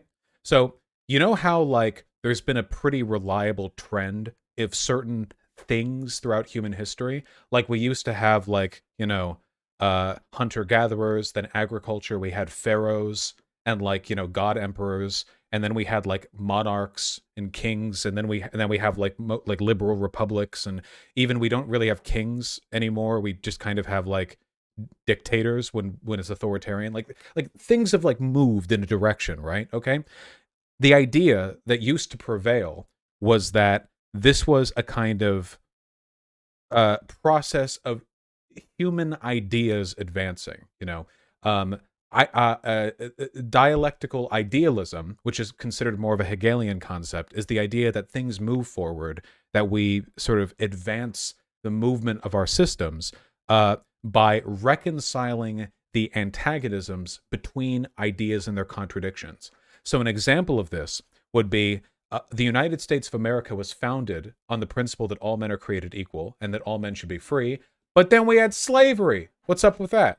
So an idealist understanding of the abolition of slavery might be that the contradiction between America's proposed values and its actual, like, the things people actually believed, eventually reconciled, and then we ended slavery. And as we all know, racism stopped after we ended slavery. Dialectical materialism, which is not just a Marxian concept, but is really broad and varied, and you know, it pulls from a ton of sources, is the idea that it's actually the antagonism which develops at the point of intersection between different classes and their material interests. So under capitalism, you have the bourgeois and the proletariat, and subdivisions within those groups. You know, you have labor aristocracy, and you have like the proletariat abroad and stuff like that. But the idea basically is that human development is brought about when there is conflict between these groups. That if you take a look at the fall of monarchies, the development of democracy, the end of slavery, all of it, it's not about people's ideas. It's that different groups want different things in the world. Their material circumstances differ as a product of their class dynamic, their relationship. And the antagonism there, as circumstances change, lead to differences in power and progress between those groups. And that is what brings about real change. And understanding things that way, you begin to recognize certain things. Like, for example, monarchies did not, like, I guess an example could be like the Magna Carta was not developed when the kings just suddenly became, you know, more progressive in England. But rather, it developed because the court of aristocrats underneath the king had more power than they did before, because more resources were in their possession collectively than was held by the king. They had a greater position from which to navigate and negotiate. And therefore, you know, they had more power, and their differing interests led to a change in circumstance. There are tons of things that affect the world like that. Do you know how much of, like, medieval political engineering was literally just a product of how thick walls could be built and whether or not weapons capable of breaching them could be built? Literally, from like ancient Greece until the invention of the cannon, the best defense we had was building big stone walls. And that changed so much of the political situation. We had lords lived in castles because castles were defensible, and they could only control territories as large as they could protect in the periphery around their castle. Everything, all these political systems and ideas were built around material, you know, limitations of existing technology and of the antagonisms of different groups at that time. Does that make sense? Does that make sense? Does everyone get that? The way sieges were, that's why sieges were so common back then. People didn't breach castle walls that often. Normally, you just built a wall around their walls, kept caravans from entering and starved them out. And that's what led to a ton of political change. People formed ideas. Machiavellianism, the idea that this sort of self-centered political philosophy of the ruling class, the idea that they should be like these agents of self-actualization of will, that the peasantry are essentially pawns to be used at the behest of the king. This was built off of the consequences of the different material influences different political classes had at the time. I know I sound like a bit of a sort of a broken record on this, but that's the general idea, you know. And the visual element that I used to explain this before was this: fault lines. Okay, you can think of human society, or really basically any institutions that we deal with on a day-to-day basis, as being kind of like the plate tectonics of the earth, where conflicts arise generally at the intersection between different class interests. In this case, the class interests would be the different tectonic plates. So where they intersect, that's where the antagonisms occur. Earthquakes don't always happen at the fault lines. Sometimes they happen over here in Maine, you know, but most of the time they happen along the fault lines. And most of the time, history is driven by the consequences of these developments, if that makes any sense. But that's the idea. And historical materialism, dialectical materialism, these are just ways of looking at the world. They're not prescriptive judgments. They're not modes of behavior. They're just ways of looking at history. And Sockton Left asks, on the spectrum between ideology shifts driving societal developments versus economic shifts doing the same, where do you fall? Mostly the latter. I think that people tend to form ideas as a product of material circumstance, not that their ideas shape those material circumstances. Or if it's a chicken and the egg situation, I definitely think that the material circumstances are the bigger force of the two. To put it another way, we just talked about this. You know how the transatlantic slave trade was one of the driving forces in producing whiteness as a concept?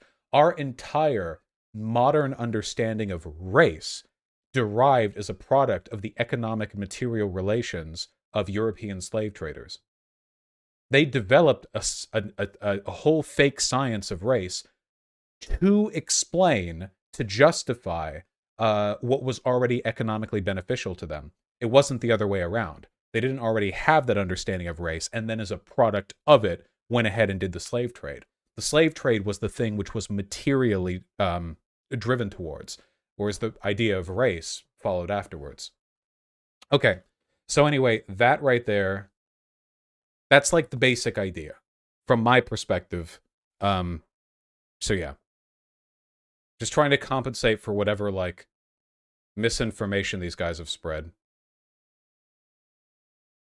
That means you need to be able to dialectically argue about the world from a materialist perspective. Wow, that still sounds complicated, doesn't it? But it's interesting. I think it's easy. What's that meme right there? Monorail. Mono means one, and rail means rail. You've obviously never been a teacher, Vosh, because that's how you introduce topics. If you say something like dialectical materialism to people who've never heard the term before, wife guy, you made a joke at the expense of my wife. I'm in the shed. Let me out of the shed. Talking about. It's not absurd to explain how these words relate to each other and what they mean. Again, this is just sophistry. This is puffery, so that people like you won't go and misinterpret and misunderstand this shit. So why don't you try just actually paying attention to what she's actually saying? Chowder, that ML pussy got me acting unwise. I know you think you're the smartest guy in the room, but she's actually making a point right now, especially people who aren't versed in dialectical materialism like you. I was the only person in the room at the time, except for my cats, so yeah. I'll take that one. I hope so. Does anyone have any questions? I don't want to nitpick the theory bit. I want to let her finish, and then I'll talk. Easier to understand in Vietnamese. In Vietnamese, we call dialectical materialism chủ nghĩa duy vật biện chứng. Biện chứng is dialectical, and it means arguing according to evidence. I think the Vietnamese version will help you understand the difference. Okay, so again, arguing according to evidence has nothing to do with dialectical materialism. That's just empiricism. The idea that we should form information based on evidence we can derive from our senses in the world. Between Engels' dialectical idealism and Marx's dialectical materialism, because Marx and Engels believe in using movable material evidence to argue dialectically. That's very important for... No, it's not about material evidence. It's about material conditions. No. Yeah, I know it's not even empiricism. I'm trying to strike somewhere close. Empiricism, the theory that all knowledge is derived from sense experience, which I think is kind of what they're getting at, but they're pretty philosophically illiterate, so. No. What are you talking about? What's... No. Okay? Hegel and people more aligned with Hegel and Marx had different understandings of how progress was made in the world. You see, Listen, okay. I don't normally think that citing Google is a good place to go to when we're talking about Marxist theory, but Google agrees with me. The Marxist theory of dialectical materialism that political and historical events result from the conflict of social forces and are interpretable as a series of contradictions and their solutions, hence the dialectical bit. The conflict is believed to be caused by material needs or class interests. There, that's fine. Yeah, it has nothing to do with arguing from evidence.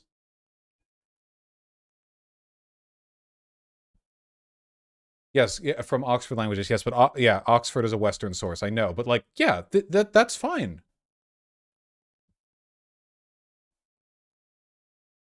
Vietnamese universities have this blocked on the Wi-Fi. Like, please, I know people are going to make fun of me for like deferring to Google on a theory-based thing, but I haven't been up until this point. I'm just pointing out that, like, listen, if the Vietnamese government has their own definition for dialectical materialism that differs from the actual definition, that's fine. It's just a bad definition that they use, then, like, okay. They were both modernist philosophers, which meant that they believed that the human experience, the philosophy of the world, the nature of things, could be concretely explained in singular narrative ideologies. So once again, Vosh proves he has no idea what he's talking about. So this is, again... Is he really about to argue that Marx wasn't a modernist? Oh my god, wait. How deep does the depravity go? What did I say there? What did I say there that's even remotely arguable?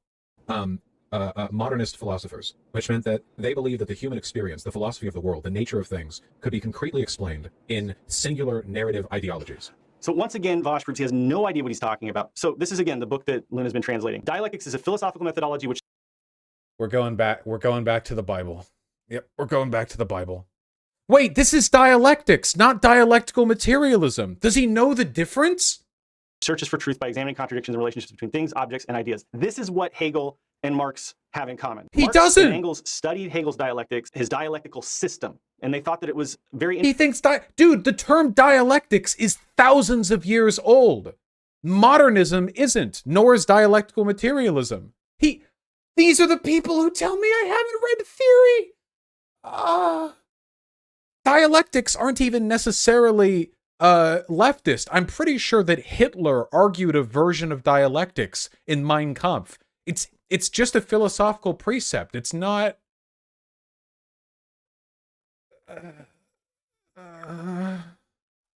Interesting that Hegel created a universal system of philosophy within a dialectical framework. They thought that was useful and valuable, but they were completely... Wait, I'm sorry, hold on. Is this true? Amon 1920. Vosh, this is a quote from one of the book's Luna sites. Any disregard or denial of the Communist Party's leadership and governance role, state principles for the spiritual life society, for social culture socialism will lead to the political disorientation of the cultural fundamental spirit of society. Wait, is that true? I need to find a source for that. That's too good. I need to find a source for that. That's too much. That reads like a just a hit for me.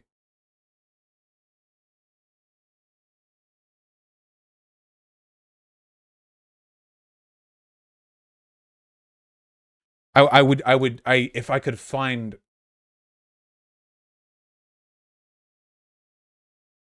EJ says more stupid shit. We already have enough video to deal with. I just... If I have a source... I have the translated PDF. I don't know how I can make it available to you. Email voshvideo@gmail.com right now, okay? Send me that PDF, please. Just include it as an attachment. He broke with Hegel over idealism. There's a reason that we call the philosophy of Marx and Engels dialectical materialism, and it's not because of the word material conditions. Yes, Marx and Engels talked about material conditions. Yes, material conditions are important. What? We're completely broke with Hegel over idealism. There's a reason that we call the philosophy of Marx and Engels dialectical materialism, and it's not because of the word material conditions. Yes, Marx and Engels talked about material conditions. Yes, material conditions are important for the development of socialism, and they determine things like human society. Okay, and we'll talk about that more in just a second. But they broke with Hegel's stance of idealism. Hegel believed that truth was found through conscious activity. He was, in that sense, an idealist. Marx and Engels were materialists. Dialectics is this ancient. Why did you just throw that out idealist? There? Marx and Engels. Why did you say materialist and then throw this up there? Is the word materialism even present here? This page doesn't even include the word materialism. Why did you... were... Even the Marxist.org doesn't think dialectical materialism is a truth-finding system. Do they say that explicitly?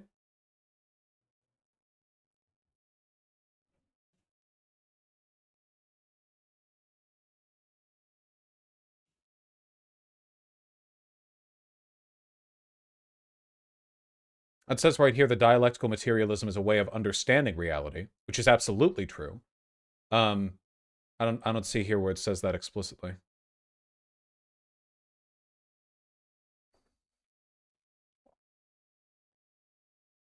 Hold on. Many words. Yeah, I heard that Ben Burgess ended up agreeing with me. I mean, I guess it's not an ethical system. Dialectical materialism is not an ethical system. Nobody says that it is. I doubt that even their texts say that it is. It's just not. It's, again, this is like a religious doctrine to them. So it has to, like, explain absolutely everything. Materialists. Dialectics is this ancient classical philosophy that the Greeks used, this kind of framework for discovering truth. Hegel resurrected those ideas and formed them into this method of philosophical inquiry for German idealists. As Engels wrote in Socialism, Utopian, and Scientific, Hegel's work's greatest merit was the taking up again of dialectics as the highest form of reasoning. The old Greek... Wait, WALSH, I thought you said dialectical materialism is descriptive, not prescriptive, so it just explains the world as it is. It's a mode of analysis. Modes of analysis aren't assessed with regard to their truth value. They're assessed with regard to their utility. How much info, how much explanatory, useful information do we get out of looking at the world this way? This is one of the reasons why I'm very happy about my sociological education. You're taught to look at the same system through multiple modes of analysis to determine which produce the kinds of information and the amount of information that you're looking for. Greek philosophers were all born natural dialecticians, and Aristotle, the most encyclopedic of them, had already analyzed the most essential forms of dialectical thought. Hegel's great contribution to dialectics was to develop dialectics from a simple method of examining truth based on discourse into an organized, systematic model of nature and history. Marx and Engels strongly rejected Hegel's idealism as well as the strong influences of Christian theology in Hegel's work, but they also saw... What does any of this have to do? All I said was that Marx was a modernist.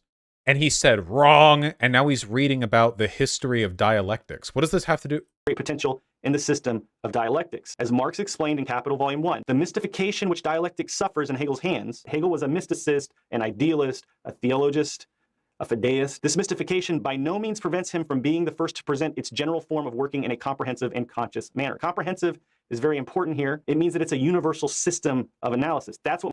You mean like a modernist system of analysis? You mean like modernists believe that their systems for understanding the world were comprehensive, and that's the primary thing that distinguishes them from postmodern philosophers who think that singular narratives aren't capable of entirely explaining things? You mean what I said? What Marx and Engels liked about it, but they thought there were a lot of problems with the system. They thought the fundamental idea of creating a dialectical system of analysis that could be universally applied to all things, phenomena, ideas was good and cool, but they didn't like the idealism which permeated Hegel's works. That's why they conceived of materialist dialectics, dialectical materialism. As Marx wrote... Yes. Yes. Dialectical materialism is a union of the philosophical principle of dialectics to materialist philosophy. Yes. With Hegel, it is standing on its head, which is to say it's idealist. It must be turned right side up again if you discover the rational kernel within the mystical shell. So here's another piece of writing. What does this have to do with what I said? an internal change. We have to understand. I think at this point he's just trying to seem smarter than you by trying to explain where dialectical materialism came from. This is also sophistry by not responding to my point and instead like going on this diatribe of things that agree with the point I said when he then said I was wrong. World. Stated about are you being dishonest or are you ignorant? Because it's got to be one of those two things. Wait, this what? is truth is conscious activity. Hegel and Marx together and said they were both modernists and they're like basically both in the same school of thought and they both talked about material conditions. Hegel was not concerned that much with material conditions because he Wait, what? distinguishes their form of dialectics from Hegel. WALSH just smushed Hegel and Marx together and said they were both modernists and they're like basically both in the same school of thought and they both They're both modernists. What? He doesn't know what modernism is. They were both modernists. That doesn't mean they have the same. He doesn't know it. These are the people who criticize me on theory. They know literally nothing. Absolutely nothing. They know nothing at all. They were modernists. Oh my God. Here, I'm sorry. We're doing Wikipedia. Holy shit. Modernism was like the shit back then. Everyone was a fucking modernist.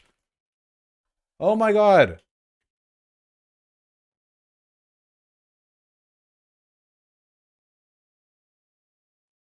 There. Marx.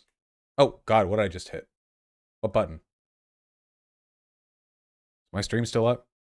I hit like a hidden function key. Oh shit. Okay, it looks like it's still up. All right. Marx. Modernism. Understanding Marx, understanding modernism. Is Marx a modernist? Yes. Hegel. Modernism. Hegel's modernism. From the University Press Scholarship Online. Yes, they're modernists. He doesn't know what modernism means. I think he heard like materialist or something. both talked about material conditions. Hegel was not concerned that much with material conditions because he was an idealist. Hegel's No whole shit. point was that the first basis of truth is conscious activity. The first basis of truth is reasoning within the human mind. This is what Engels and Marx hated about Hegel. Did you know that? And if you knew that, then why did you just present things the way in which you just did? As by saying they're both modernists? Guys, who in my community said this was a good video? You can't watch me anymore. You can't watch me anymore. This is insane. Google modernism. You being dishonest or are you ignorant? Because it's got to be one of those two things. Oh my everything you just said is God. wrong. The confidence. So this is one of the reasons why postmodern neo-Marxist is kind of a funny term, right? You know, Marx was very much a modernist. In fact, I think Marx would. When did Luna ever say he wasn't a modernist? What's your point? I do. He's so fucking mad, dude. Holy shit. I'm just talking to my audience about modernism. He's like, hey, here's my cat, guys. What does this cat have to do with you insulting my wife? Modernism, by the way, and Marx did develop modernism quite a lot. One of the foundations of modernism is looking for material evidence for things. Ah!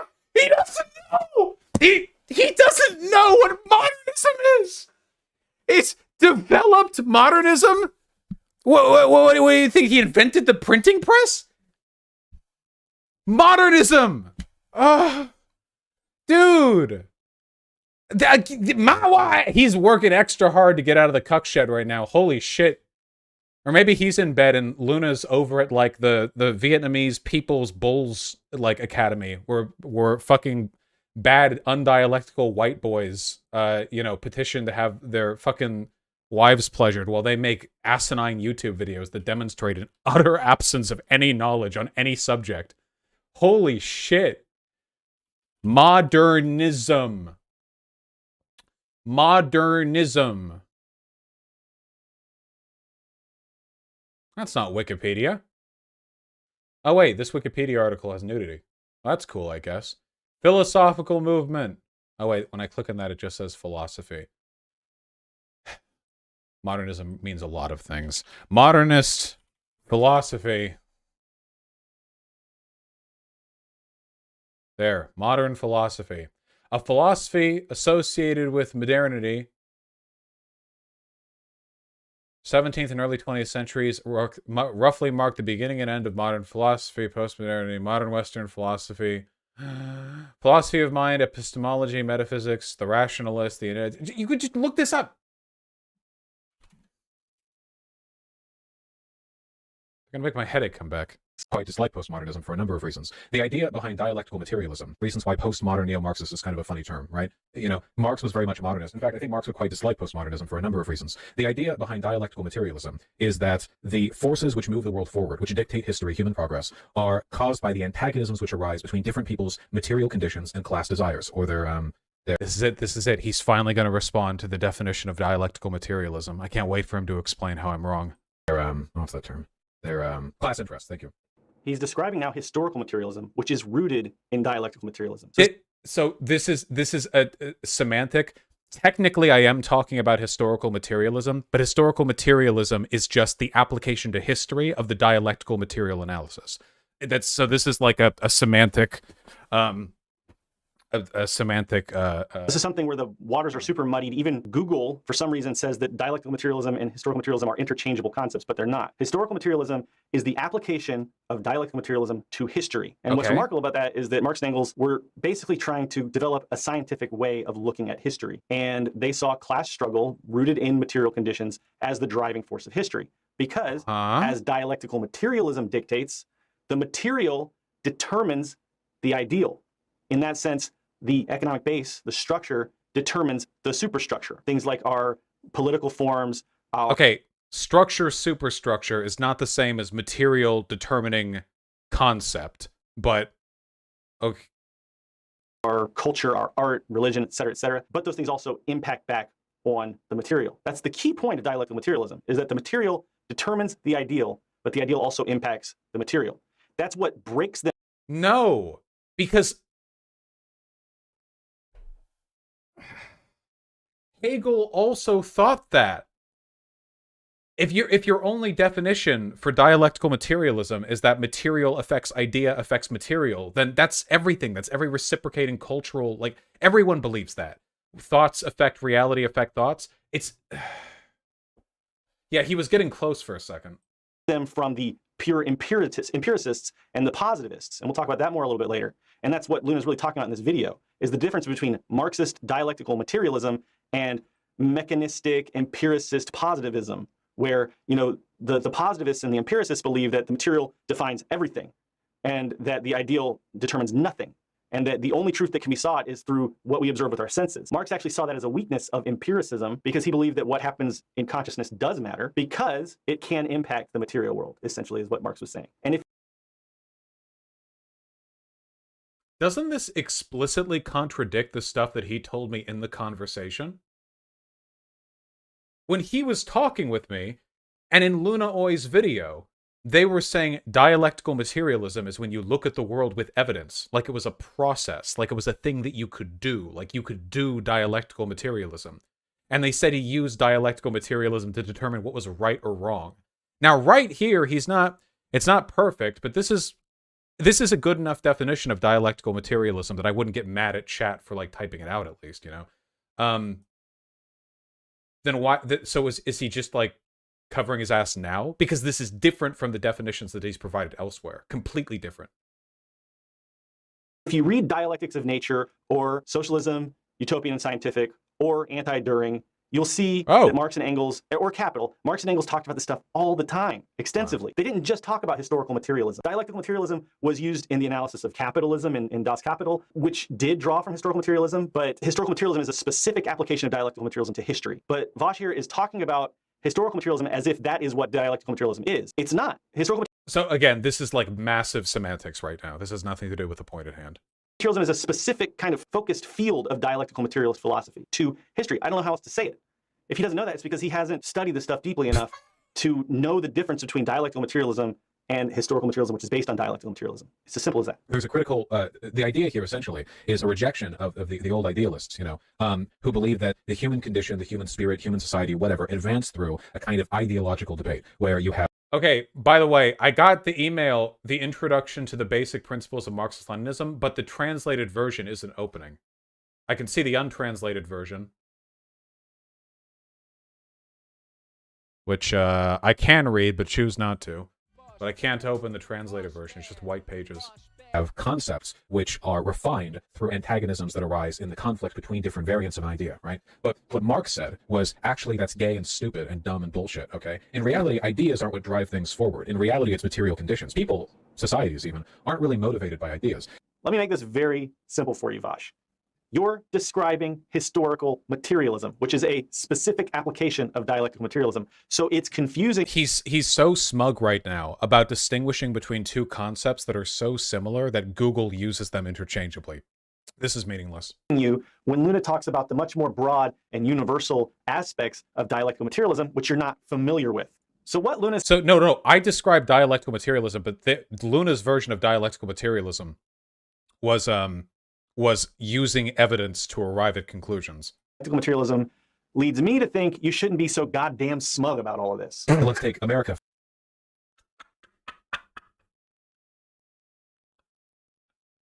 Jesus Christ. He bought himself one hug with that. For example, America was founded, nation, free for all, whatever, but there were slaves and women couldn't vote. Also, white people couldn't vote if they weren't property owners or women, whatever, nobody could vote, basically. Okay.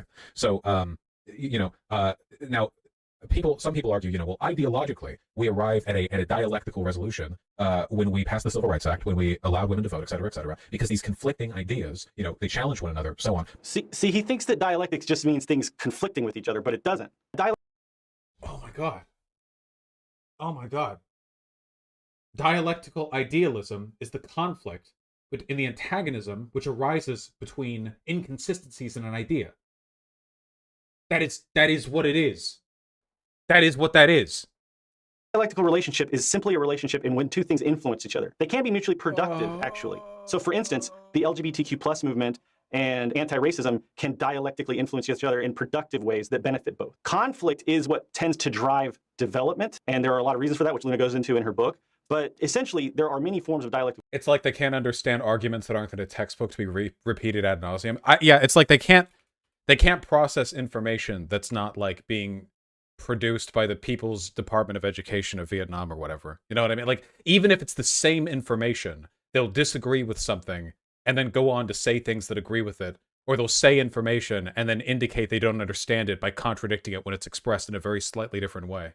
Relationships and dialectical development can take many forms. And to simply say that people argue with each other, that's what dialectics are. I didn't say just people arguing with each other. I said the conflict which arises through the antagonism of contradictory ideas. The different movements butting heads with each other, that's what dialectics are. That's just inaccurate. Dialectical development, not different movements, motion, the same, which is what Marx and Engels called just change. Okay, as things move and change, it leads to changes in quantity, which leads to eventually changes in quality, and that is what dialectical development is. And the motion happens, the change occurs as things impact each other, and that is what dialectical development is. And yes, all things develop dialectically, including the history of the bourgeois state of the United States of America, including the development of capitalism from feudalism, et cetera, et cetera, et cetera. But Vosh just gave a really weird and inaccurate definition of dialectical development that's not rooted in Marx or Engels at all. So like here's Engels describing in perfect detail what dialectical development is. And this is from Luna's curriculum translation on dialectical materialism. We find upon closer investigation that the two poles of an antithesis, positive and negative, are as inseparable as they are opposed, and that despite all their opposition, they mutually interpenetrate, or mix together. And we find, in like manner, that cause and effect are conceptions which only hold good in their application to individual cases. But as soon as we consider the individual cases and their general connection with the universe as a whole, they run into each other and they become confounded. This is, by the way, this is literally what I said.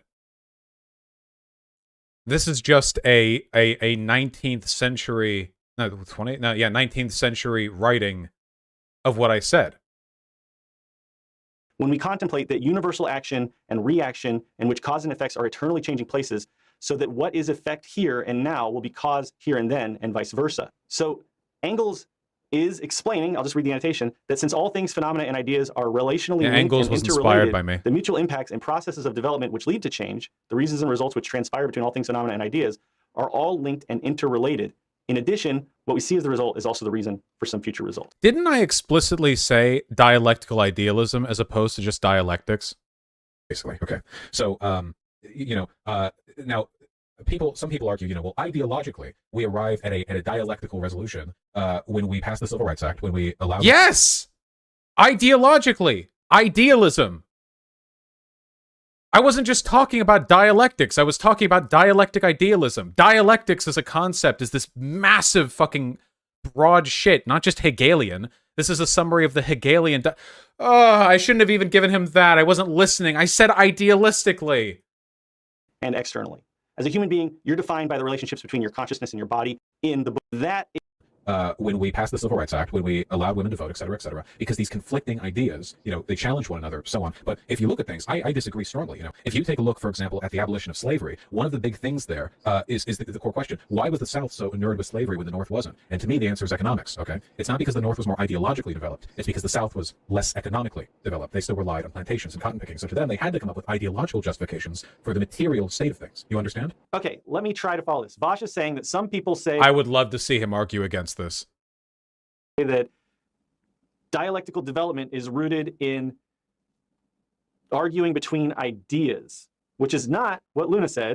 Dialectical idealism is about resolving the antagonism within an idea as its internal contradictions cause conflict. That's idealism. In fact, it's been a long time since Luna said anything, so let's go back real quick and look at the last thing Luna said. So they took the ideas of Hegel and Feuerbach and developed them to create their system of understanding the world, which we call dialectical materialism. So in order to understand Marxism and Leninism, you have to learn how to examine the world's perspective. You need to be able to understand the world from a materialist perspective, right? Argue about the world from a materialist perspective. That does not contradict historical materialism. That does not contradict anything that Vosh just said about material conditions being prerequisites for ideology, or being the driving force of ideology. It doesn't contradict it at all. Okay. What? Luna never said that dialectical development is about ideas. Dialectical idealism is, yeah. What is he talking about? I want to see him explain how my example of dialectical materialism is bad. With each other, that's development of societies, which is what Marx said in historical materialism, which is world, and Marxism, which Marx and Engels also broke. I saw people in my Reddit saying that EJ had good points on philosophy that I messed up. I have no idea. I have not cracked down on you people hard enough, okay? Holy shit. I would rather have fucking Ben Shapiro fans, okay, than people who are fans of shit like this, because at least Ben Shapiro fans are distinct and know they are and express that they are, as opposed to people like this who delude themselves into believing that they're actually on the left and are so insufferably wrong.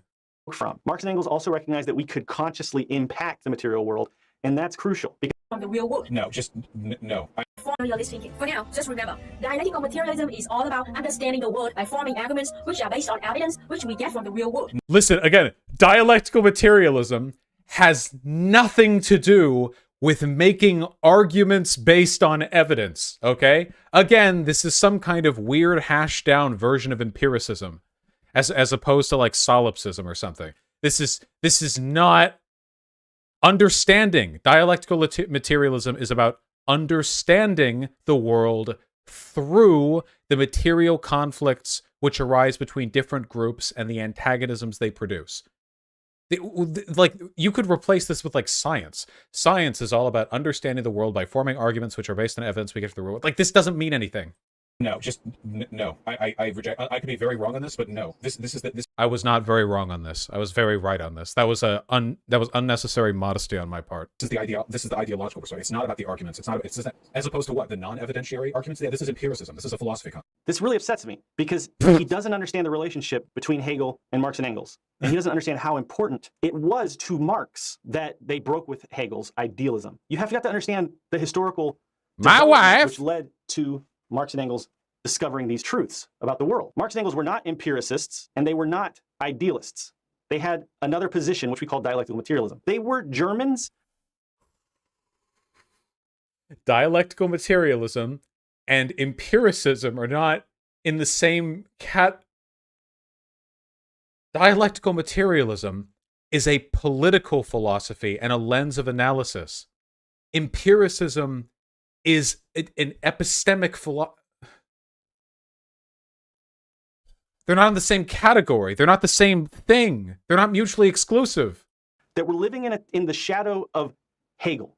Hegel was monumentally influential in Germany with the German ideal. This is just like critical race theory with the conservatives. This does give the same vibes as like James Lindsay talking about how critical race theory is like a neo-Marxist plot to destroy Western University or whatever. Vosh, you have to admit at least virtue ethics is better than whatever non-compete believes. Anything and everything is better than this, okay? Please, God, give me virtue ethicists, give me deontologists, give me divine command theorists, okay? Give me anything but this. Holy shit.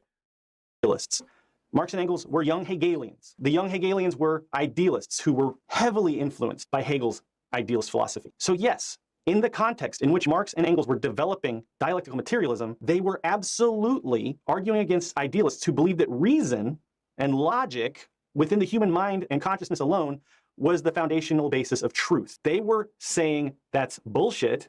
We have to base things on evidence. But they also broke from the empiricists, actually. And that's something else that Vosh doesn't understand.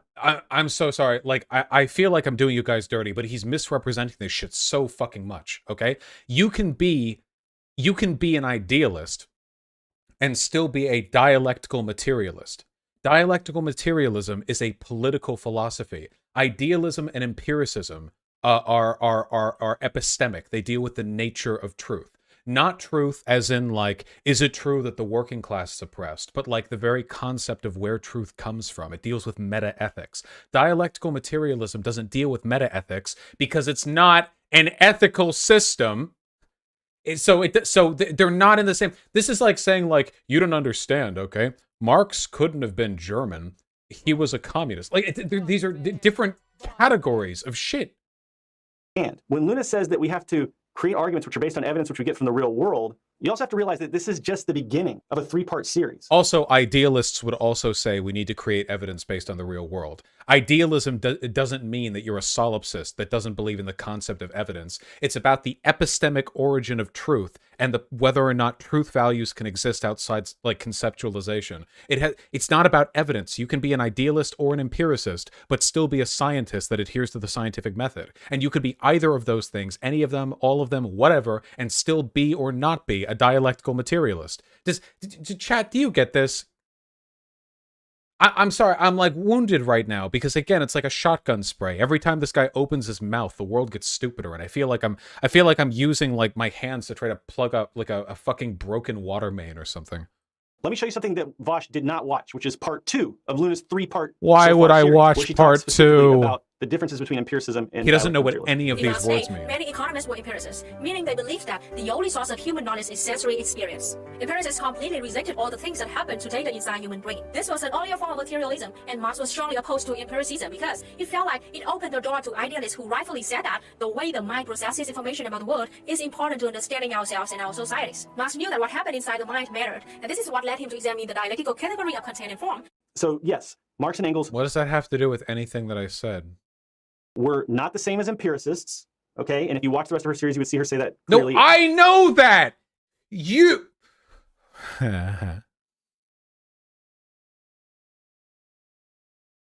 Problems that they had with that. The way to find truth was through...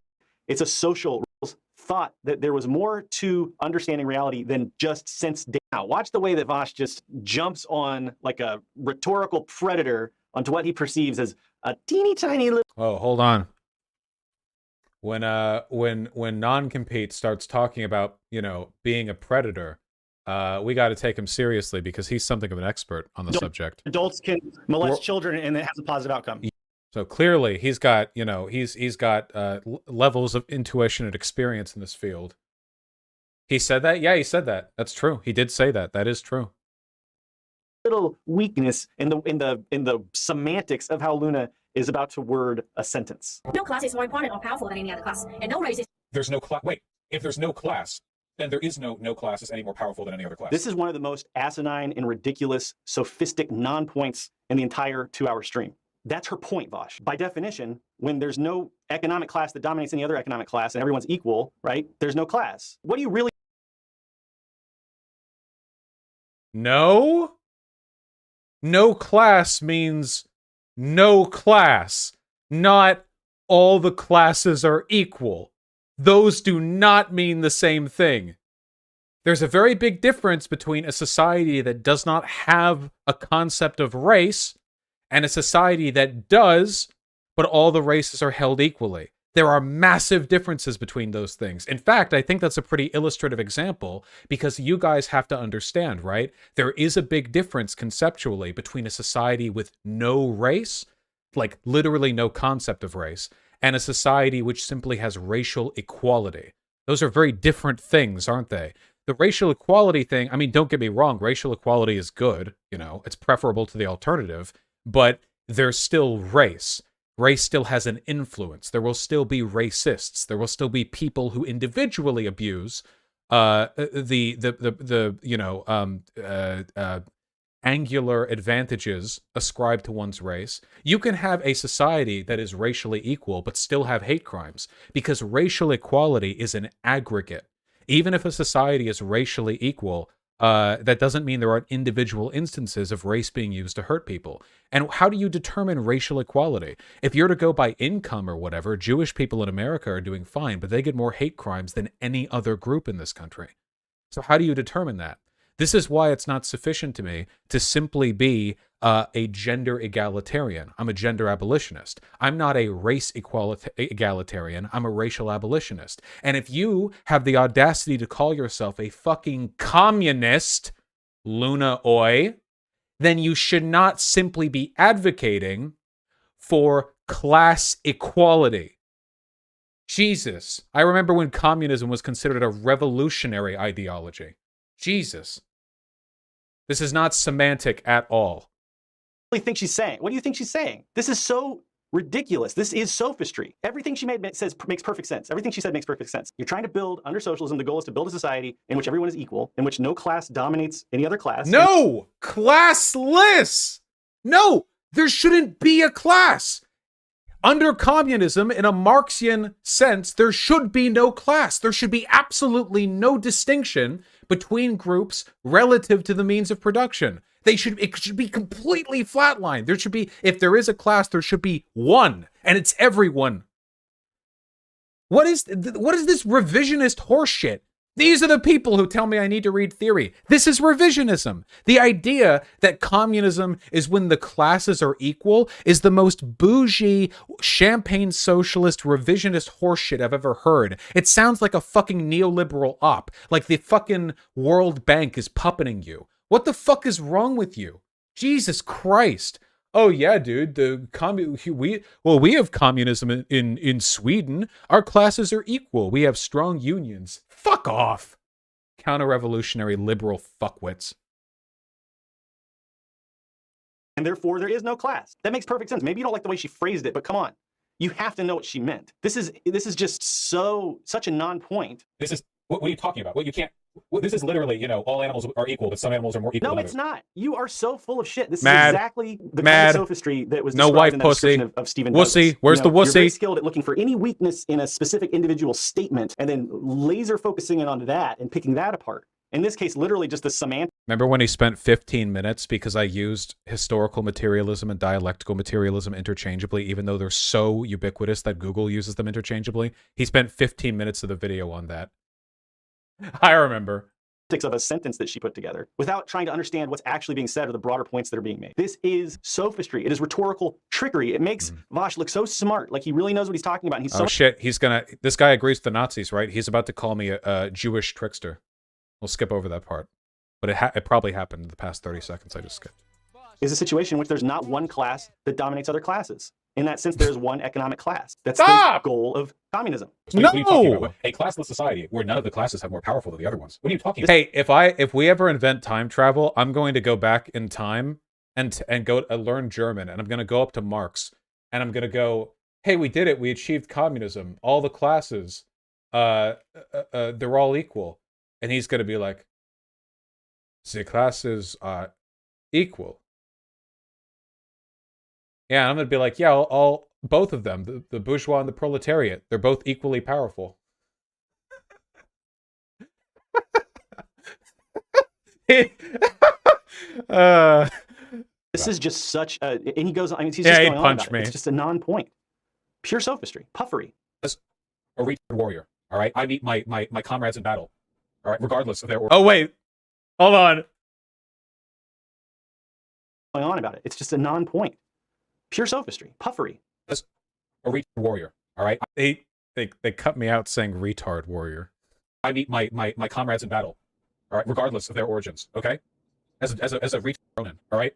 Now, I want to point out that Vosh uses the R slur several times during the stream, which I just find detestable as a disabled person, as somebody who's well aware of the multiple forms of genocide that disabled people are facing right now. That's really just kind of an aside. I find it despicable, but whatever. That's really just... Literally married to a person who justifies the state like executing anarchists, makes up stories about how it's acceptable, then lies about it later, and writes off civil rights movements as color revolutions. Yeah, I don't fucking care. These people are the most selective crybabies in the universe. Also, as a disabled person, I'll meet you in the forests, fellow Ronin. Better prepare. An aside that I have to make, okay? Because I just think it's disgusting. So I just have to throw that out there. According to Lennon, matter is a philosophical category denoting objective reality, which is given to man in his sensations, and which is copied, photographed, and reflected by our sensations, while existing independently of them. Under this philosophical viewpoint, the most common attribute of all forms of matter is objective existence. It means... Chat, I'm not a philosopher. Isn't she literally just talking about empiricism right now? No, she's not talking about empiricism, Vosh. You're not a philosopher because you haven't read any of the basic, most fundamental texts of Marx and Engels, which she's referencing. They were anti-empiricists. They were anti-positivists. I've explained all of this. You literally don't know what you're talking about. And now you've got... The only thing he's establishing here is that Luna Oi managed to arrive at a definition which is neither dialectical materialism or empiricism. Your chat thinking that she's saying something that she's not saying.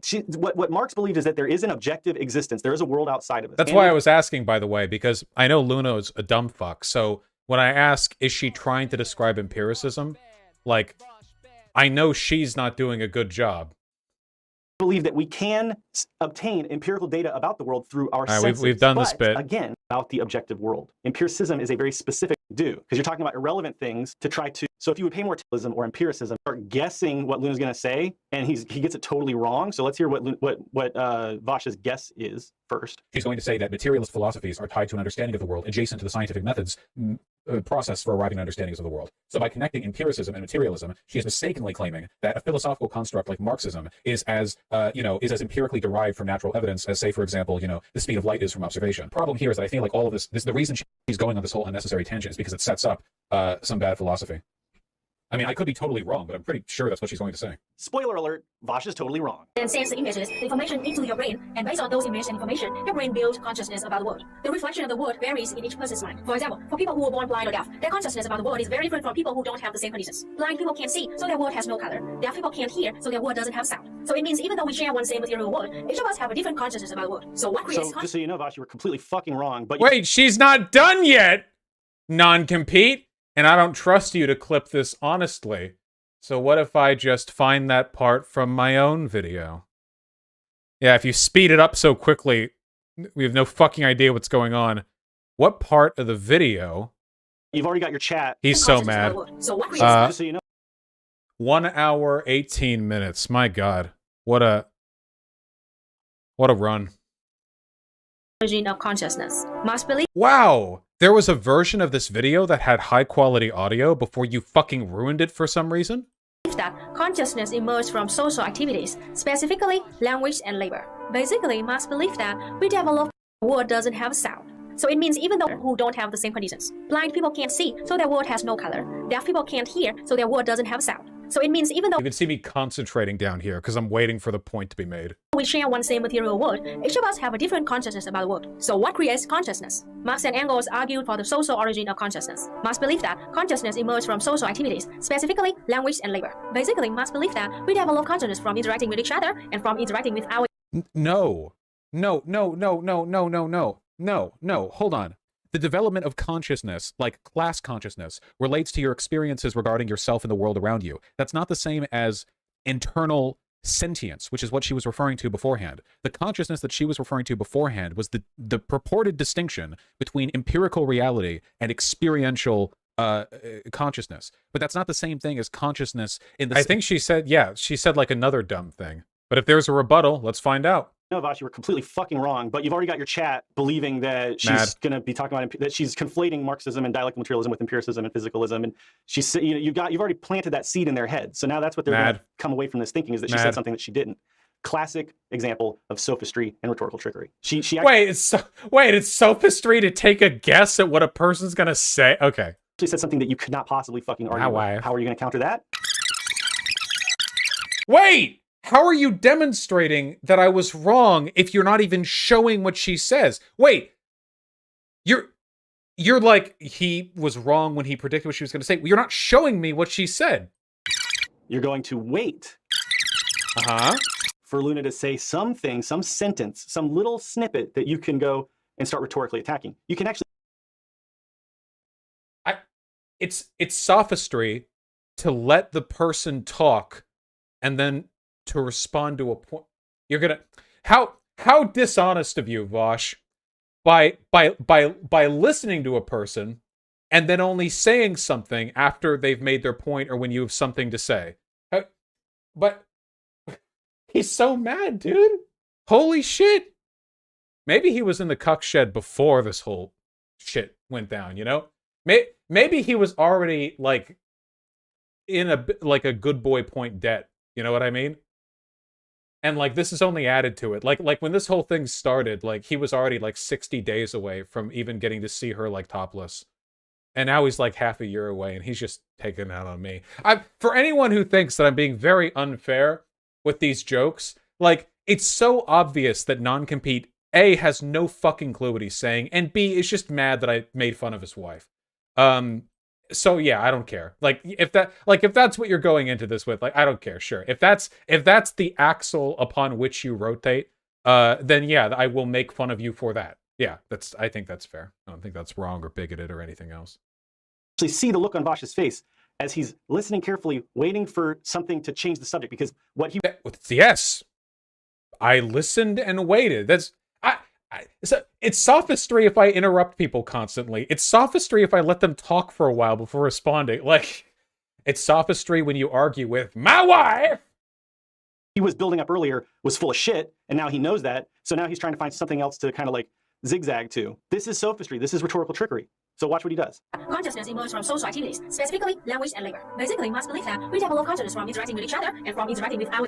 No. So notice that he's not going to go back and address that he was wrong earlier and that everything he said was bullshit and she didn't say what he predicted or guessed she was going to say. He doesn't address that at all because what... Yeah, that's just how live reacting to stuff goes sometimes.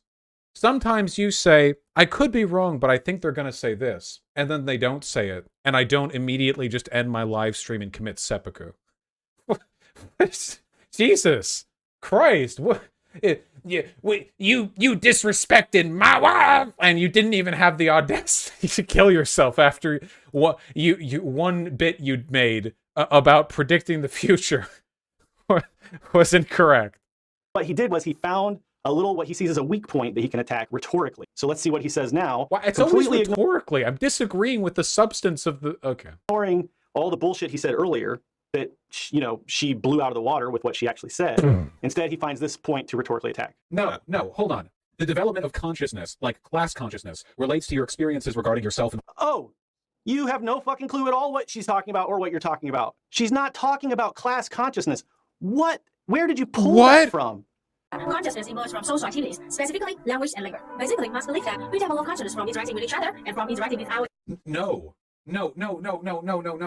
She's actually talking about just consciousness, like human thought. She's not talking about class consciousness. This is the weirdest deflection I've ever seen. Let's listen. Let's continue listening. The world around you. That's not the same as internal sentience, which is what she was referring to beforehand. So why are you talking about class consciousness? The consciousness that she was referring to beforehand was the purported distinction between empirical reality and experiential consciousness. But that's not the same thing as consciousness in the relation between yourself and the world around you. Those are different things. What are you talking about? Why did you bring up class consciousness? First of all, she's not talking about class consciousness. Second of all, she's talking about consciousness as the internal processes of the human mind, the ideas that we have, the thoughts that we have, those processes, and the relationships between ideas within the human mind. Yeah, I'll acknowledge this. I thought she was talking about class consciousness for two reasons.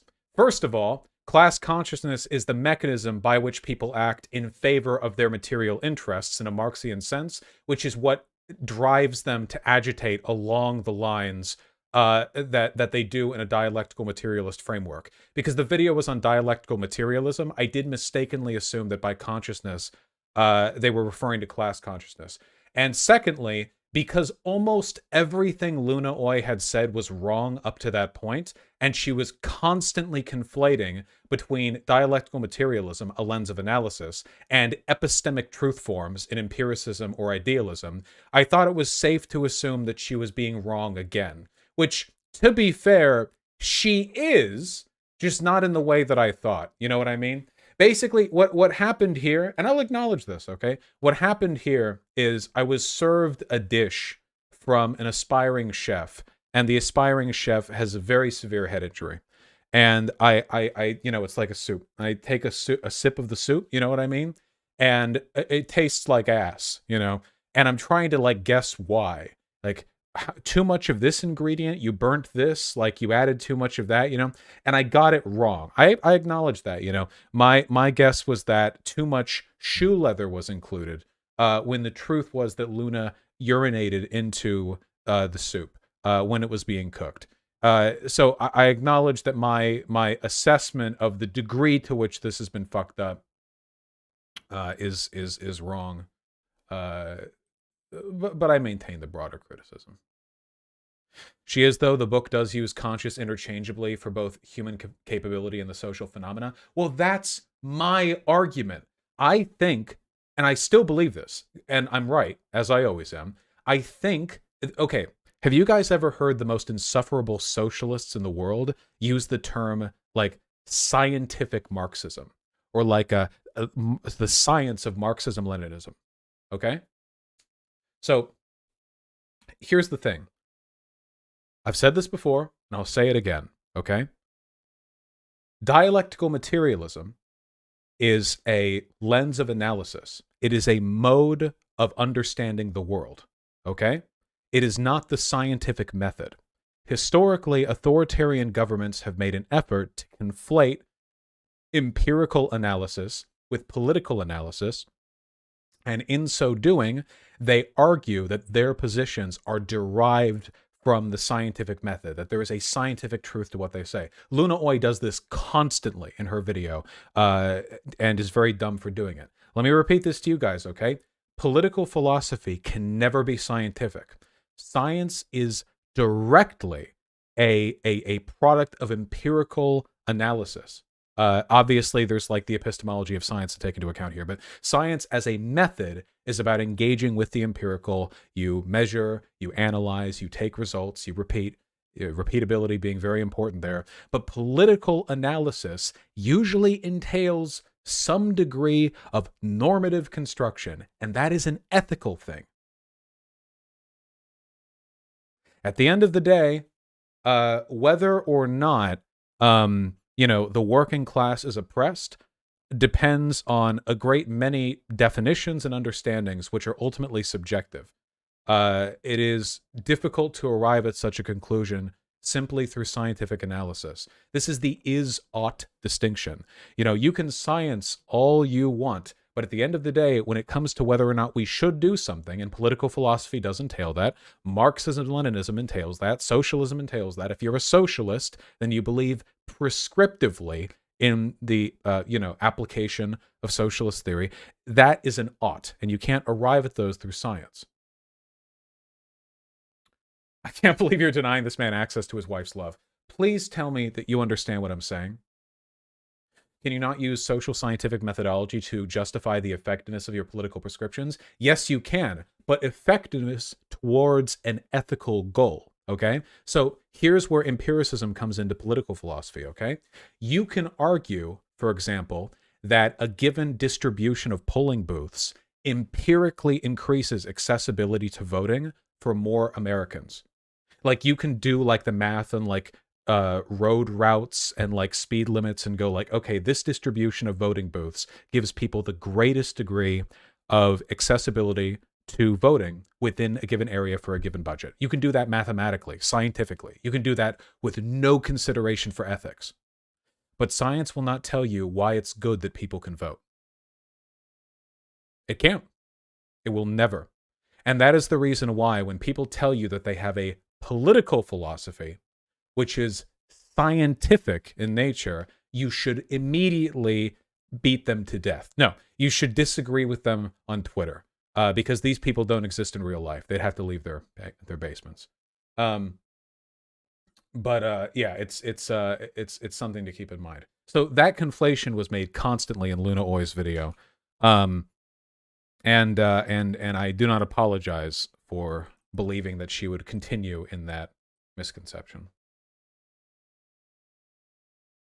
That's what she's talking about. Your consciousness has a relationship with the physical world, which is what she's trying to explain. But you're not listening. You're going off about some. All right, I'm bored now. In Got to get to the best parts of the videos. He's reading chat. Ooh, that's fun. You distribute to them. It's embarrassing. Vosh, she is mixing up different words with different definitions in different contexts to create an exquisite word salad. No, she's not. She's explaining the relationship. Wait, respond to more of my chats. There are probably some that call you both like dumb. Like, respond to all of them. Don't just respond to one. That's sophistry.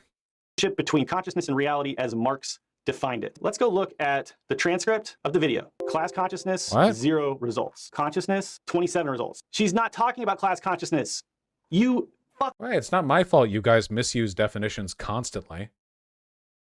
Skip ahead to what I think is the most unnerving example of Vosh clearly not paying attention to what's being said. And this is what I'm probably going to end on here with the viewing. I also don't agree with people who believe Stalin did nothing wrong, because it's so obvious that he did many things wrong, including cheating Ho Chi Minh badly. He thought Ho Chi Minh was a spy from a capitalist country and didn't believe Vietnam could win against France. And Stalin refused to support Vietnam, which obviously pisses me off. But that doesn't mean I want to. The only fucking thing she has on Stalin is that. See, that's not the only things that she has on Stalin. Nah, if you're like, I do think Stalin did something wrong. They disagreed with the glorious foundational leader of my state, the People's Republic of Vietnam, glory be. Yeah, no, that's funny as fuck. Stay mad, wife guy. Wife guy. One example she used. This is another example of just looking for one little rhetorical opening. This is phenomenon which he's attacking, not the essence of what she's saying. She gave one example, and then you're twisting it to make it sound like she only has one example. And I know you're laughing, so you can go back and say it was just a joke. I'm still laughing. Another tactic of sophistry. But that's what you're doing. You're basically programming this into your audience's head. You're convincing your audience that this is. Can you imagine if somebody was like, "Yeah, I do think Hitler did something wrong. He he killed American soldiers." Wouldn't that be a bit sussy? That'd be a little bit sussy. I think personally, in my opinion, that would be a little bit sussy. I think that might be indicative of a few things. The case, but then you're also giving yourself some plausible deniability with your little laughing. But that's not the gross. Thankfully, I don't have a wife, so I'm not forced into making dumb country arguments. She's been brainwashed by. Oh my god. Waste all my time arguing about whether Stalin was essentially good or essentially bad. What a waste of time. Speaking of Ho Chi Minh, the great leader of Vietnam, he also made mistakes. In my opinion, his most serious mistake was the land reforms in the 50s. My family never. This is it. Yes, this is it. This is the thing that she got mad over. Were victims, so I do know about that very well. In the early 90s. Luna's talking now about her family. She said, my family members were victims. That's how she sets this up. So if Vosh is actually listening. Very serious wife guy look right here. You better listen to my wife. And paying attention to what she's saying. Then in my mind, there's really no excuse for the reaction he's about to have. And a lot of people have tried to excuse this, but I find it inexcusable. What we have here is Luna, who is a human being, talking about her very deep personal experiences. Luna's a human. Oh, wow. Yeah, you're really laying out the best and most convincing defenses a wife guy can. Wow, your wife is a person? Remember when he came on and talked with me, and he was like, don't you see it's bad to call her a stepchild of the Vietnamese state? And I'm like, what? Well, I was insulting her, so no, I feel like it fit with the insult.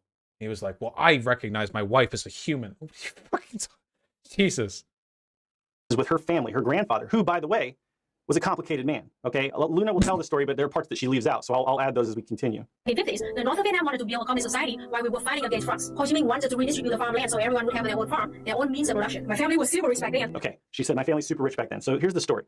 I know. More of the story than she tells in this video. Luna's grandfather was a rich landlord, but... What the fuck does your wife's family life story have to do with me, the cool part of this video? Through the fascist occupation from that point of Japan, when Japan occupied Vietnam, from that point on, Luna's grandparents both starved. Luna's grandmother had health problems for the rest of her life from the starvation that she suffered through under the occupation of the Japanese fascists in Vietnam. During the Battle of Dien Bien Phu, Luna's grandfather, who at that time really was still a landowner and still exploitative, but also had gone through starvation, was suffering in his own way. Okay. Right? You know, I'm just telling you what happened, right? I'm not making any judgments one way or the other. But he took a bicycle loaded with rice and walked it from Thanh Hoa to Dien Bien Phu. You know, it was a weeks-long journey. And I had to do that in college once, back before I got a car for groceries. Participated in the Battle of Dien Bien Phu in that way. And what she's talking about here, I think, is really germane and relevant to why I'm bringing this up.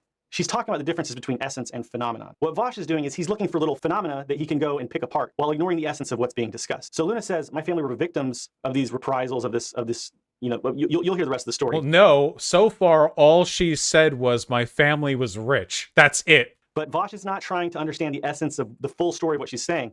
He's locked in trying to find things to pick apart. What He's looking story? For little phenomena What? to rhetorically attack, because he can't attack the whole, because he doesn't understand the whole. So let's keep going. We were landlords for maybe 100 years, and we Okay, so see, I laugh at the we were landlords for like 100 years. Listen, I get a lot of tankies saying that I'm like some Hollywood CIA plant. I don't give a fuck. It's funny. Okay, I don't care. Well, if you knew my wife and knew the whole history of her entire lineage, then you would know it's actually less funny than you thought it was. All right, dude. owned shitload of land. The communists in my grandparents' village implemented that order in a horrible way. They took everything from my grandparents, even the shirt on my grandma's body. They tortured my grandpa for days in the big yard of the village. Notice how I instantly stopped laughing the moment they start talking about like the attacking the family. Let me slow down just so like you can see the incredible physical obviousness with which I'm not laughing. And we own shitload of land. The communists in my grandparents' village implemented that order in a horrible way. They took everything from my grandparents, even the shirt on my grandma's body. They tortured my grandpa for days in the big yard. Yeah, that was pretty immediate. Damn, that's incredible. People are saying, oh, he wasn't laughing at grandparents' torture. Look at the faces he's making in the smirk as Luna describes the ways in which her family was tortured. And remember, she opened this whole discussion by saying my Really? I'm literally doing the cringing face. A smirk? Have you seen me smirk? That face is an emote in my chat. What?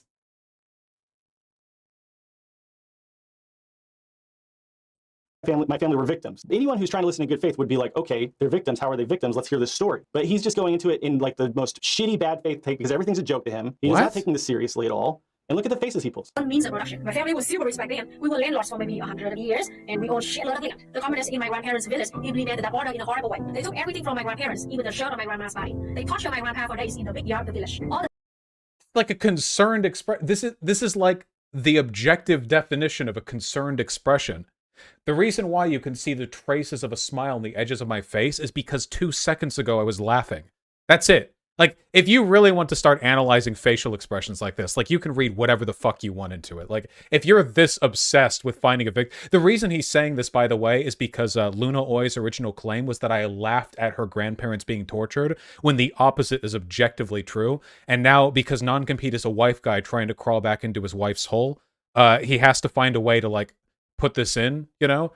So he can't say that I laughed at it because it's clearly not true. So he has to be like, well, in his face there were secretly expressions that conveyed his dislike. Oh, by the way, also very ableist of him. The peasants who worked for my grandparents took the chance to get revenge too. It was a very traumatizing. Look, with the more time passes, the smile at the corner of my lips fades. You can actually see it happen, sped up. Look, I had a laugh just 2 seconds ago, and then it very clearly falls from my face. All the peasants who worked for my grandparents took the chance to get revenge too. It was a very traumatizing memory for both of my grandparents. So in 1956, Ho Chi Minh realized what he did wrong, and Look at that very smug expression. Yeah, you can read whatever you want into it. he made any fix it. What she's saying is Ho Chi Minh did not order this to happen. The people, the peasants on the ground in her village, took the opportunity to torture her grandfather and take revenge. And then as soon as Ho Chi Minh heard about it, he put a stop to it. That's what she's saying. This is how Vosh reacts to this story. In our National Assembly in the same year, he cried and apologized to the whole nation. My family understood that his original order was not that brutal. His original order was not that brutal. The order was to seize the land only. He didn't foresee... I'm sorry, is Ho Chi Minh like brain dead? Hey, peasantry, seize the land.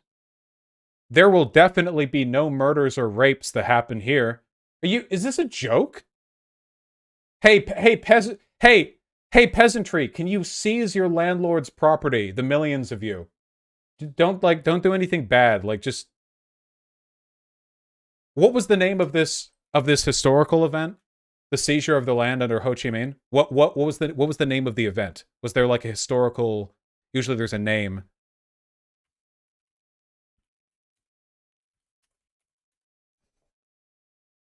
Land reform in Vietnam. Began in the political turmoil following World War II, in which a civil war pitted the communist Viet Minh against the French colonists and their supporters, a group which included Luna Oi's parents, apparently, or grandparents, sorry. Landlords, land reform program, the Viet Minh. Communists were given a strong base of support among the 80% of the Vietnamese people who lived in rural areas. Land reform was accomplished from 1954 to 1956 by confiscating and redistributing land owned by landlords to poor and landless peasants. This program resulted in executions of landlords and reactionaries, estimating most reliably 13,500 killed, and resistance, including rioting in the countryside. The North Vietnamese government apologized for the excesses and attempted to rectify errors. This is them taking the blame. Wait, I don't understand why non-compete is doing a racism here by removing the agency of a POC king, Ho Chi Minh. If they apologized for their excesses and attempted to rectify their errors, they're taking responsibility for it. Yeah, no shit. If you enable the seizure of land, it's going to lead to a fuck ton of murder and rape. Yeah, like the fact that Luna Oi's grandparents survived is I mean, like probably a decent chance that they wouldn't have. They probably knew people who were killed. Like, Jesus, what did I do here? What was going to happen. This was a failure that Ho Chi Minh made, by the way, and that's okay. his point. The failure was he did not foresee it, and he did not have enough control and oversight in the implementation, and that's what he apologized for. And this is a deeply personal story for Luna's family, and that apology was very important for Luna's family. You made jokes in a video. You didn't even take into account the entire history of my wife's family. This is very serious. You're very upset. Very rude of you, my wife. By the way, Luna's grandfather never fled after this. He stayed in that village. His big mansion was partitioned up. The land was partitioned up, and he lived in like what used to be a warehouse until the day he died. A little tiny shack, basically. And he was content. He stayed and he helped try to rebuild after the revolution, even though he was tortured, even though he was attacked, even though his land was seized, and Luna and I both think, rightfully so, it is true that he... Wait, I'm sorry, is this really the language here? Hold on, wait, is this actually the North Vietnamese Politburo's directive issued on May 4th? Holy shit! The previously issued directive of the Central Committee on Mass Mobilization has explained clearly our mass mobilization policy. This discusses tactical directions for the campaign that you comrades can rely on while you carry out the policy of the party and the government. The punishment of reactionary and evil landlords. In this campaign, we must execute a number of reactionary or evil landlords. Wait, is this real? Journal of Vietnamese Studies? Is this the... Wait! Did we not anticipate what this might lead to? This can't be real. Wait, hold on. This can't be real.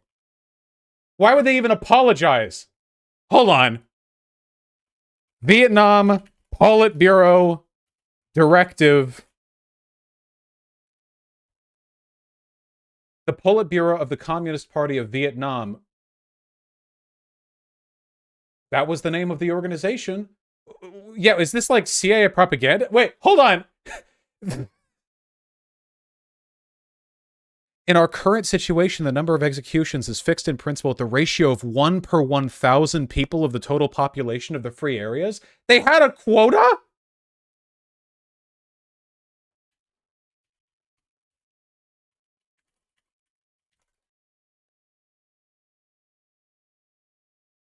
What the fuck? Yeah, this is what's coming up. Wait, is this really real?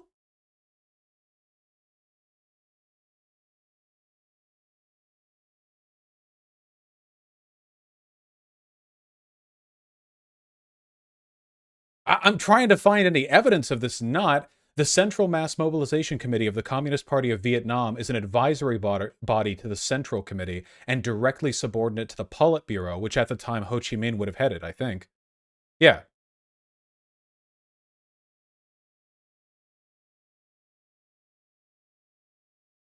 Human lives are an important matter. It is not that we do not want to execute those who deserve execution, but the number of executions should not be too many. If so, it would make it difficult for people to agree with us. Jesus Christ!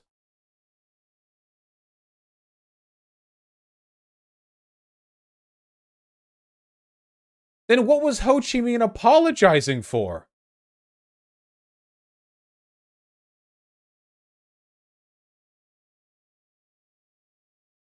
I don't think this is faked. They went over quota? That must have been it. They went over quota. What was the population of Vietnam at the time? If they killed 13,500 and they 1 in 1,000. Hold on. Vietnam population, which is 1950. Rough estimate. No, it was 28 million back then. They wouldn't have even met the quota. They should have killed more people? What is happening here? They were under quota. Maybe that's what Ho Chi Minh apologized for. He's like, I'm sorry, guys. I said 1 in 1,000. We couldn't make it happen. What the fuck? What the fuck? Hold on. Demographics of Vietnam. Yeah, about 28 million back then. Okay, all right. Okay. Let's just move on.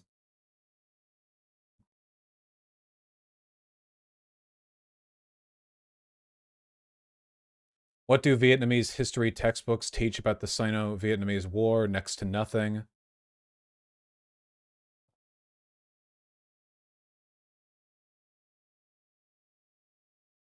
This is a lot to take in, man. If you're curious what the textbook has to say, let me translate. The struggle to defend our northern border. China is our close, dear neighbor. In our revolutionary struggle, the two people were closely united and generously supported each other. However, in 1978, China carried out several actions that damaged the good, intimate relationship between the two people, such as skirmishing our border, cutting off aid, withdrawing experts.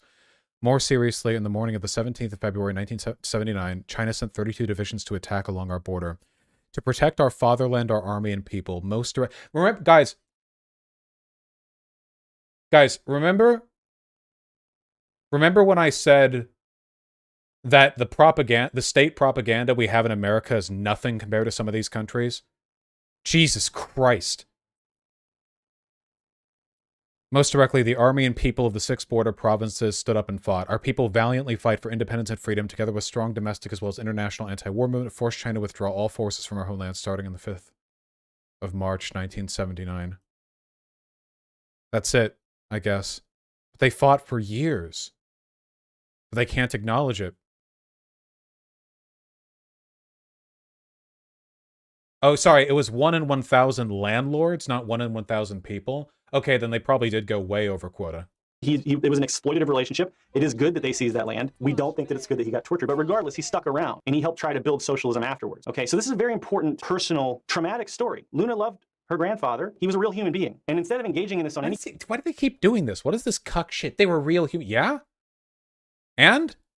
kind of human level, this is Vosh's reaction. Wanted to take the land of rich people and give it to poor people, so everybody could have equal divisions of it. He did a YouTuber Vosh. He's so focused on his chat. I'm going to let this play now because I'm going to let this play. So disgusting to me.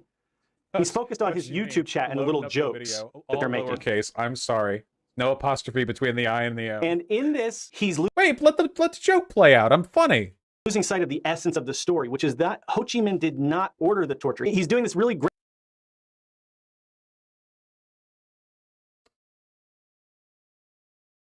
Well, they did order the mass execution. I guess if you tell a bunch of peasants to kill, like, a few landlords, you're not technically telling them to torture them? Okay.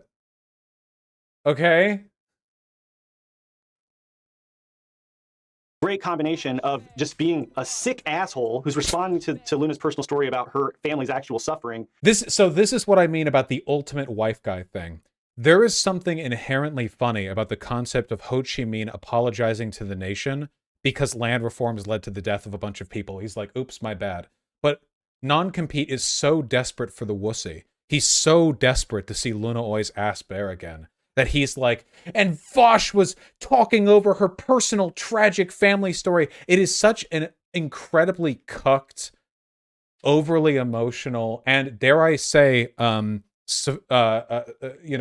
sophistry, like behavior. It's ridiculous. It is really funny. The Viet pussy do be hitting different. Yeah, the Viet cussy, right? The Viet Cong, right? If we're going with Ho Chi Minh thought here, it is insane. It is unimaginable. Yeah, I don't know. Like, originally, when people called non-compete a sex pat, I thought that was really uncharitable, but my willingness to engage in charitability is being depleted rapidly. Unlike the contents of non-compete's balls as he goes multiple months without any sex. And, like, I don't know, man. His politics really just do seem to be, like, dogged, just completely uncritical, brainless defense of Luna Oi's nationalism. I feel honestly like making fun of non-compete here. Like I feel like I'm just making fun of like a shell or like a paper, you know, like company. You know what I mean? Like one of those like fake companies they make sometimes to absorb lawsuits. Like I think this guy will just defend anything Luna Oi says or does. So yeah, but Luna Oi will never talk to me.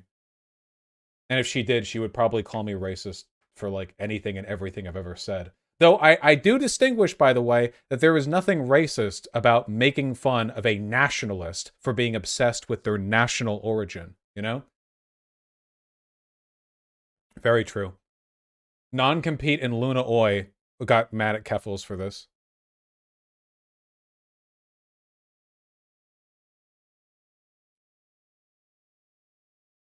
With like memes and jokes, but he's also distorting the essence of what actually happened. What essence? Because again, what is Ho he Chi Minh talking about? did not order the tortures, and what he was apologizing. Just ordered the killings. Like that is where he's at right now. You know.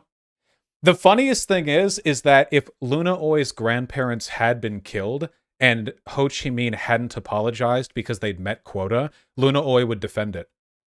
You guys know that, right? There's a 100% chance of that being the case. If Luna Oi's grandparents had actually been killed in the land seizures, she would be like, you know, my counter-revolutionary, like, landlord grandparents were evil and, you know, killing them was unnecessary. Like, the only reason they care about this is because they happened not to die and because Ho Chi Minh admitted fault. If Ho Chi Minh hadn't admitted fault, they wouldn't acknowledge fault. And if it hadn't happened at all, like, yeah, there's nothing here. For was simply not foreseeing that would happen and not having more control. But now the whole chat's talking, oh, sorry about the torture, Logan politology, deep side before speech, right? They're not focused on what's actually being said, and so they get a distorted understanding of what Luna's saying. No wonder he couldn't effectively explain why the Holocaust was bad. Yeah, did Ho Chi Minh ever write anything on why the Holocaust was bad? Because if not, I'm sorry, what is the Communist Party's Vietnam's official position on the Holocaust? If they don't have one, then it wouldn't surprise me that they don't know why it's bad. Now Vosh laughs hysterically for a very long time. I'm a funny guy. I didn't want to have to make this public ad. Yeah. No, this public address is demonetized, guys. He doesn't understand what happened. Monetize this. He doesn't care. He doesn't care about the truth. He doesn't care about the essence. As a sophist, the Politburo has have we removed ads from this public ad? Yeah, the fact that we now know about the murder quota does make this quite a bit funnier. As a rhetorical trickster, he's just looking for little points that he can attack rhetorically, deflect, did he distort, just misinform. He's calling me Jewish. I think he is. This guy, he thinks the Nazis had a point. Yeah, I don't know. So what he asked about this whole video. This is his reaction to the story of a Vietnamese woman talking about the torture of her grandfather. Well, no, it's about Ho Chi Minh doing a gamer YouTuber apology, but, you know. Fuck. Okay. But he didn't predict that the local communists and local peasants would take everything and even torture those rich people. Maybe he should have factored in the material conditions. Unironically, though. This is Vosh. I'm going to end it here. That's true. Again, he runs away when he has no response. Wait, believing that literally though, believing that the peasantry wouldn't inflict additional violence against their landlords during a land reform after like hundreds of years of oppression is literally not taking material conditions into account. That's a joke, but it's true. It's just funny that it's true, you know? Damn, if only I'd been around back then, I could have taught Ho Chi Minh some shit, you know? This is a line in the sand for me, and Vosh crossed it, okay? This is disgusting. This is what Vosh thinks of people who actually lived through these experiences. For Luna, this is all not a hypothetical. Vietnam is the place she was born in. She has videos about growing up under the U.S. embargoes. Literally, it's just nationalism. It's just my wife's my country. What? Stop it. You know? God. Growing up under imperialism. Oh man. My country, Vietnam, she has mass executions. Nazi Germany get mass executions. My country, she get oppressive government. Nazi Germany, she get oppressive government. Vietnam gets Ho Chi Minh gamer apology. Nazi Germany, Hitler dead in bunker. Very nice.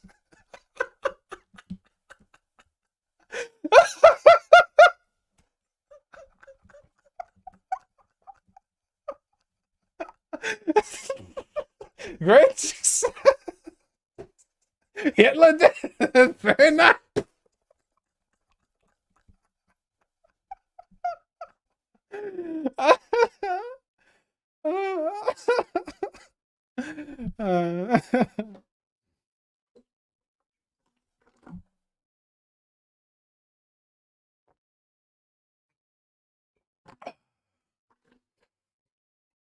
Fuck, man.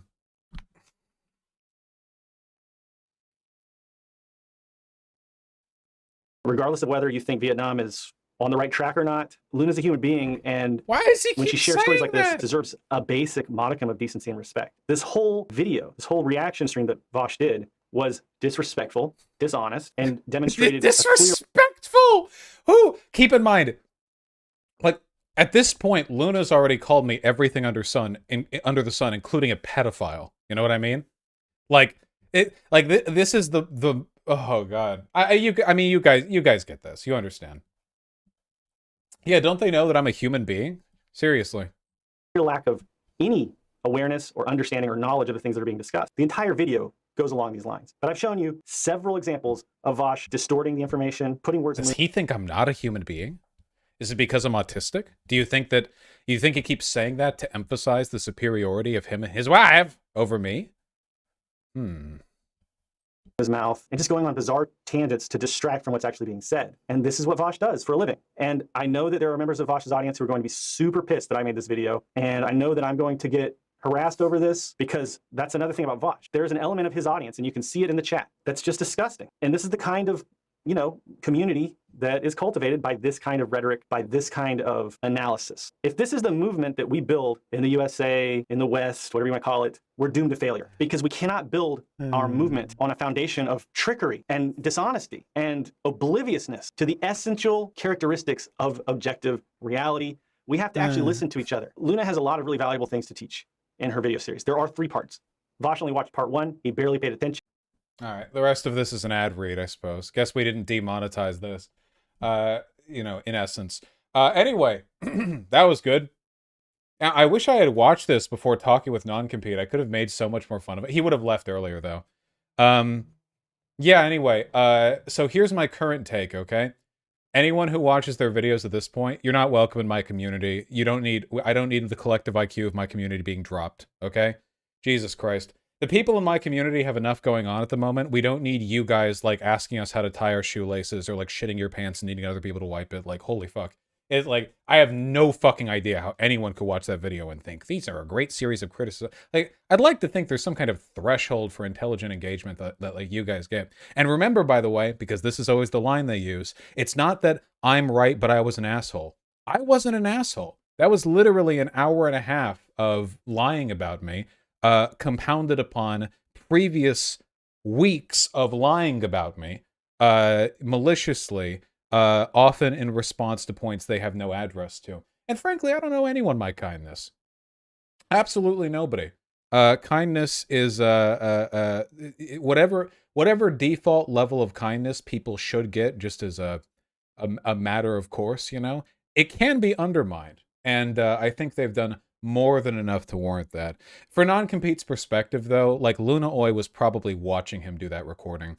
In the Cope stream, which I guess we're going to look at tomorrow or whatever, as soon as non-compete stopped talking with me on stream, immediately like Luna Oi like stepped right in. Like I think she was there the whole debate, and she was probably there the whole time too. It wouldn't surprise me if non-compete, and this isn't a joke, this isn't a bit, I'm not doing this for like meme points or whatever. It wouldn't surprise me if non-compete was in an abusive relationship. I don't know if there's some kind of economic imbalance to take advantage of here, if it's purely like an emotional abuse thing, but like non-compete is point for point demonstrating like every symptom of having a hyper-controlling abusive partner that I've ever seen, framed through online content creation. I mean, if you were to look at online content creation, like what signs could manifest through that medium, you know? Non-compete, listen up, okay? I don't know about your wife, but I hope you're doing okay, all right? Because I know I'm not really arguing with you, right? I'm arguing with your, like, imposed expectations from Lunoy. So, yeah. Yeah, so good luck with that. Yeah. Yeah, blink twice if you need help situation. Holy fuck. Yeah, I don't know. Now I feel bad. Yeah, well, yeah, I mean, obviously that doesn't absolve him of his behavior like either way, but you know, if we want to talk about like who has a tendency towards kindness, I'd say the fact that after all the shit that non-compete has said about me, the fact that I would be willing to forgive him if he moved away from that relationship and like apologized speaks to greater character on my part than any of the fucks who smear me 24/7 have ever demonstrated. Luna Oi, however, is gonna have to do some wild shit. Luna would have to well, maybe she could start by becoming a socialist. I don't know.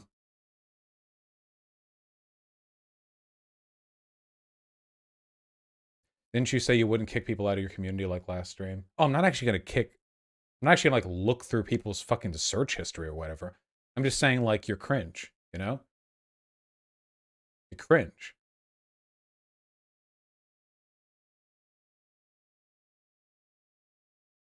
Like, yeah, I don't know.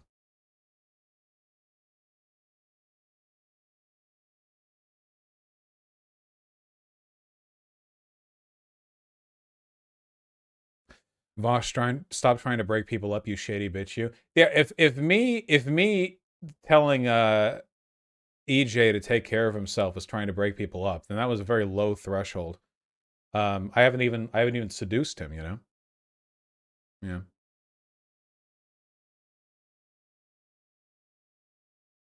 I was so shocked that the directive was so direct regarding the landlord killings. I think that usually my big issue is research. If there's somebody who is wrong as often as Luna Oi is, it's probably reasonable to assume they're wrong in like 40 other ways that I haven't even picked up on, you know? If anything, comprehensiveness is the issue. Like, it's really like, you guys know how when you are, like when I bring a fascist on, remember the porn Nazi? When I argued with the porn Nazi, every time he opened his mouth and said something, it, like, if I were to comprehensively explain how he was wrong, I'd have to write a book. Like, every time he said a thing, like, I would have to write an entire treatise on, like, epistemic thought, like, epistemology to begin with, you know, history, like, physics. Like, I would have, like, everything he said was so wrong that you'd have to run through everything to get to it. Yeah. Luna Oi is, like, basically the same, like, deal, right? It's just, hard to run into. Yeah, 4-dimensionally wrong. Here's a treat off for you guys for a bit. There you go.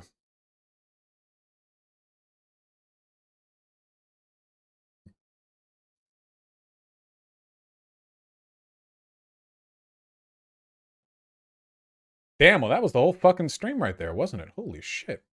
All right, let's do the quick Reddit roundup. What have we got? What do we got here? Reddit roundup.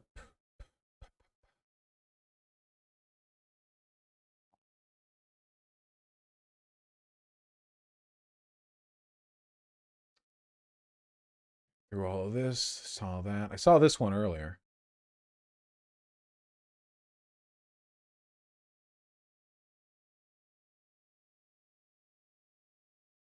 Nice. Hey, here we go. Okay, this is infrared. I have not seen this. Infrared defends Vosh from tanky allegations of anti-Semitism. Interesting. Slavoj Žižek made the literal exact same point as Vosh. Žižek said that even if you granted the Nazis all of their factual claims about like their proportion of Jewish people who were in banking, even if you granted them all of that, that's not important because that does not justify the pathology of anti-Semitism. Jesus Christ. I don't have a way of intellectually reconciling him saying something so correct, so I guess we'll just move on. Credit where credit's due. I wonder if it's just because he also really dislikes Luna Oi. Because they've beefed before. And it might just be like a you know, enemy of my enemy situation, but well, he's correct here because I'm correct. You know. Oh, speaking of, damn, people got so mad over this. Holy shit.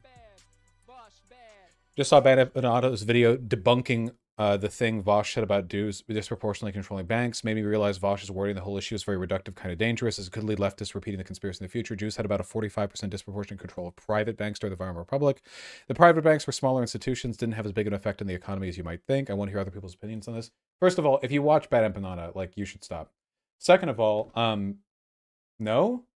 I don't get this. I don't understand. I did a whole video on this. Like, if you're having a conversation with a leftist and the leftist and you're like it's two lefties talking and you're like so like how do you challenge racism? Like what do you say to say that racism is wrong? And the other person is like, well, racism is wrong because black people don't commit a disproportionate amount of crime. And you're like, they do though, so does that mean you think it's okay? And then they're like, you think black people commit a disproportionate amount of crime? That's racist propaganda. And then they leave. Like, yeah, I don't care. Level of correctness wasn't relevant. It's true, guys. There are historical reasons why Jews had a lot of control of the banking system. It just doesn't matter. I've said this before. If you're arguing with an anti-Semite, okay, challenge them on the fundamentals. Don't argue with them over here. I've done this before. If you're like, hey, the Jews didn't control a disproportionate amount of banking, you know what they're going to do? They're going to link you an 800-page document of every single fucking person who ever had any Jewish ancestry, ever controlling any financial institution, the entirety of Europe, okay? Don't do that. Like, it's a waste of time. Be like, I don't care. Why is that a problem? And they're going to go like, well, it's a problem because of their in-group bias. And then you get to say, what evidence is there in-group bias? And then they're going to cite something of a 4,000-year-old text, and you get to go, okay, you can find in-group preferentiality in Christian texts and in Muslim texts, and also in every country's founding documents. And just, what does that mean? Like, prove it. Like, how does it influence anything? And they're like, well, 4,000 years ago, there's this one passage that says that the Goyim are worse or whatever. And you're like, okay, well, fucking Christians say with their whole chest Jews are worse all the time. And Christians control the majority of institutions in America. So, like, what about the Christian question, right? It's like argue with them on the fundamentals like that. Because if you're literally going to get in a point-for-point argument on every single Jew who ever controlled every single bank, then, like, what a fucking waste of time. You guys get what I mean, right? You've seen me do this with debates. I try to ignore the irrelevant, like, you know, historical ascriptions and get right to the moral core of the thing.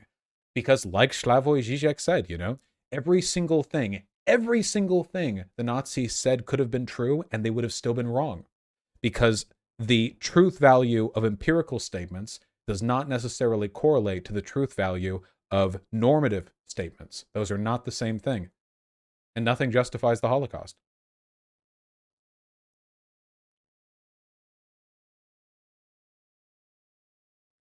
Might be careful how often you use the phrase controlling banks. I just said disproportionate control of banks, which is an objectively correct usage of the phrase by any standard of any of those words. And he couldn't contend with it. That's why he left.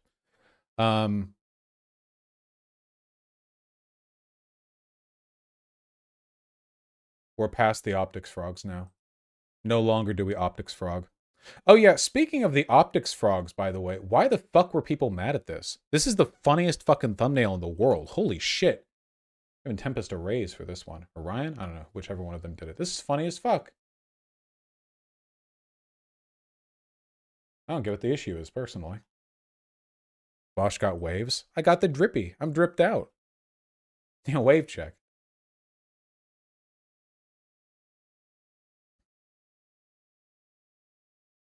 and implies the black barber is bad. I mean, whatever. Like, okay, like, never doing that again? Like, okay. Like, maybe there's a funny story contained in the video to watch. Like, I don't know.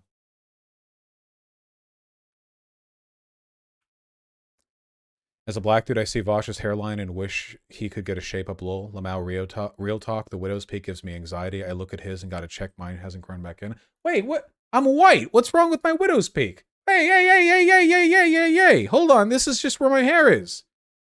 Jesus.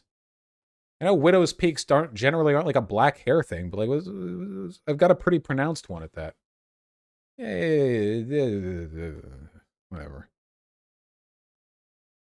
I think the reason widow's peaks aren't considered as attractive to a lot of black people is because black people tend not to get them. So if something that looks like a widow's peak appears, it's kind of like you're balding, right? Like the hair is receding more around here. Whereas like some people, like a real widow's peak is legitimately just your hair grows there, right? Seriously though, the never doing that again is bad optics for a guy that's already being accused of being racist. We need worse optics, okay? We need to go further. We need to go harder. The next titles will just be racial slurs. We can't. I've tried so hard to like keep things in line for the rest of the online left, and it doesn't fucking work. There's no point. What else do we got? Hold on. What I said, Lamau. Yeah, well. Fucking Joker arc now. Oh yeah, Mildred was malding earlier. You'd think Vosh would have learned his lesson the first time he had a huge piss baby meltdown about me. This guy, whose alleged benefit to the left is that he's so tough and abrasive, not like the rest of us big soft boys. But if you criticize him at all, wah, everyone is bullying me. This is like what the Nazis do, wah. This is in response to a bit in my video where I say that I get death threats from people on the left and the Nazis alike, by the way. It's very, very charitable reading. What's it going to be this time, you think? Last time he claimed I was faking being non-binary for clout. This was made up, by the way. This is just a lie. This didn't happen. Where's that bit? What's that TV show where the guy who played Riker in The Next Generation just keeps saying that was a lie?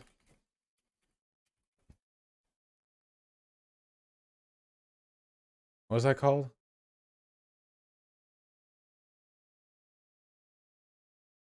Fact or fiction? Fact or fiction? Lie. Here we go. It's false. No way. Not this time. We created it. Not this time. No, not this time. It's totally made up. Pure fiction. It's fiction. It's fiction. Just me next to every Thought Slime tweet. Every time. Then made a joke about how much easier it'd be to organize on the left if he were able to get rid of trans people. I remember that joke. It was much funnier when I told it. Here's the proof. We saw that earlier this stream, Posadas John. All jokes are funnier when I tell them. These humorless fucks wouldn't know a good joke if it hit them in the ass. This is the energy we're carrying into 2022, okay? We still have so much work to do for making the left safe for autistic people. In what world is it okay to accuse a neurodivergent queer person of having a piss baby meltdown? Disappointing, but hopefully Mildred comes around and realizes the harm they're causing eventually. This is the energy we need. They waste my time, we'll waste theirs. It's also true. Nothing there is actually a lie, you know. I don't need to lie. Mildred needs to lie. I don't need to lie. Where did that tweet go, by the way?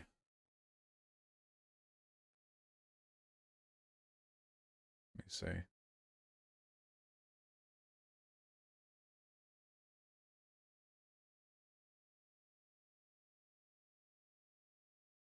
There we go.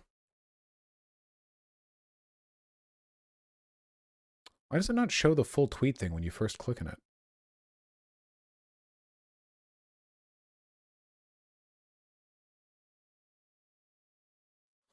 What the fuck does this say?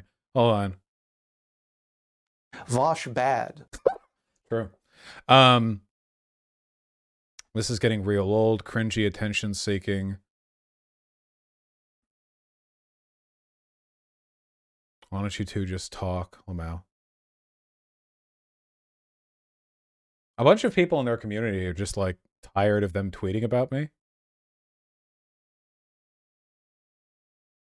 One thing I do appreciate about being the archduke of Twitter villainy to a lot of these people is that when I tweet antagonistic shit, none of them give me shit for it in the comments. You know what I mean? PF believes you unironically dogpilled us. This is not a joke. What? Oh, dogpiling. Those are different things, you know. I realized a word in my last tweet poorly. Thought Simon Luna criticizing Vosh, not bullying him, and yet here's Vosh talking about being bullied when he himself publicly condones the dogpiling abuse from his audience. What?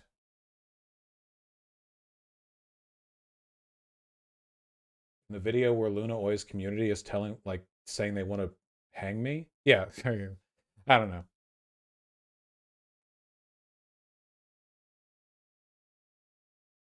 Oh, she misspelled it? Oh, gotcha. I see. This is your fault for having an optics arc. Listen, okay? I'm not saying that you should harass these guys. I'm just saying that they're psychotic abusers who have no moral compass, and you should tell them when they're wrong, which is all the time. That's it. That's not a harassment. If anything, it's a corrective mechanism. I appreciate being criticized and being told when I'm incorrect about something. Is that harassment to you guys? This wouldn't even be a question if it was about harassment that I get from the far right.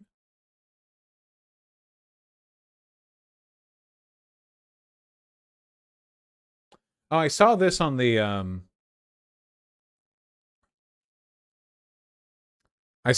dank left, by the way. This actually ended up being a pro-Voosh thread, I think. I do like being so notorious that people in random leftist subreddits are posting memes with the assumption that everyone's just familiar with whatever I'm doing at the moment. But in the comments, they actually end up like agreeing with me, which is pretty cool. Let me see if I can find that actually. Fuck, my hands are cold. Crazy how you didn't actually say that too. Yeah. Like many criticisms of me, it was a little bit dishonest, to be honest with you. But you know, sometimes that happens. Often that happens. Oh wait, did they delete the thread? Wait, did they actually delete that? Where the mod's like, wait, this got too pro-Vosh. All leftist subreddits are against me. They're mod teams. They're looking to get the Viet Kussy, just like non-competers. I think they did. No.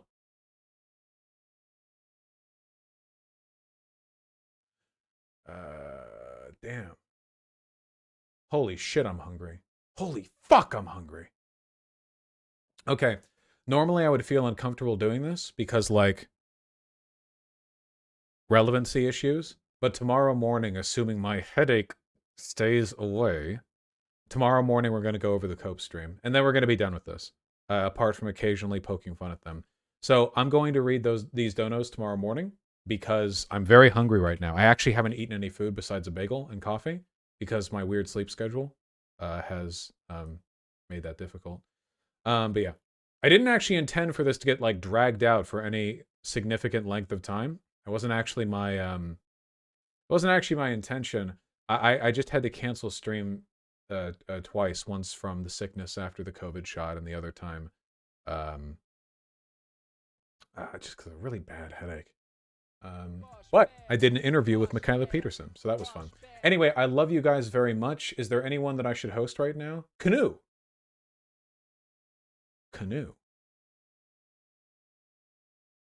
Oh, you found the post? Ah, you found it. I see. Yeah, I think it's been.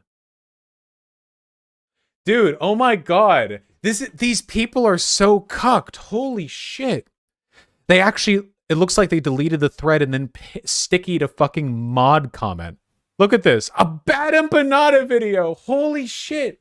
They're all tankies, dude. It's like the same 20 people moderate all of the all of the fucking... Oh, by the way, I guarantee you, this guy right here, Comrade Peach Freezer, is a goy. All right? Not just a goy, the goyest goyim to ever goy. Okay? This person right here calls yarmulkes Jew hats, and one time passed by a synagogue and did a little hand clasp bow to a rabbi he saw walking out of it, who just looked at him confused. Okay?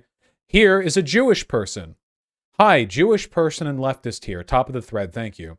So elephant in the room time, you're hamstringing yourself a little bit. Why are so many Jewish people in finance, education, and skilled labor? Because for hundreds of years, we were not allowed to own property, so we couldn't be farmers, right? And then the whole thread right here, along with the comments responding to it, is talking about how acknowledging the economic and social circumstances that led to Jewish overrepresentation in certain industries is not anti-Semitism. And that real anti-Semitism is understanding why these things happen so you can fight back against conspiracy theories pertaining to the subject. But then anti-Semitic Jew hater Comrade Peach Freezer 1312, a 14-year-old with the smartest name ever memed into existence, spoke over the Jewish person here and instead decided to put a Nazi-sympathizing Argentinian sexpat at the top of the thread and to delete the thing off the main post anyway because they dislike me.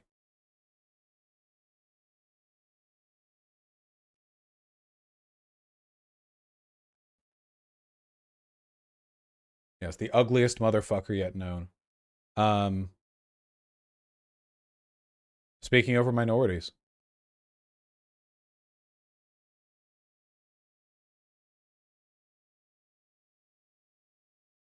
I know that was a bit overdone, but you guys can understand how ridiculous it is, right? You get what I mean, right? Like, it never would have been locked if the top comment had not been in my favor.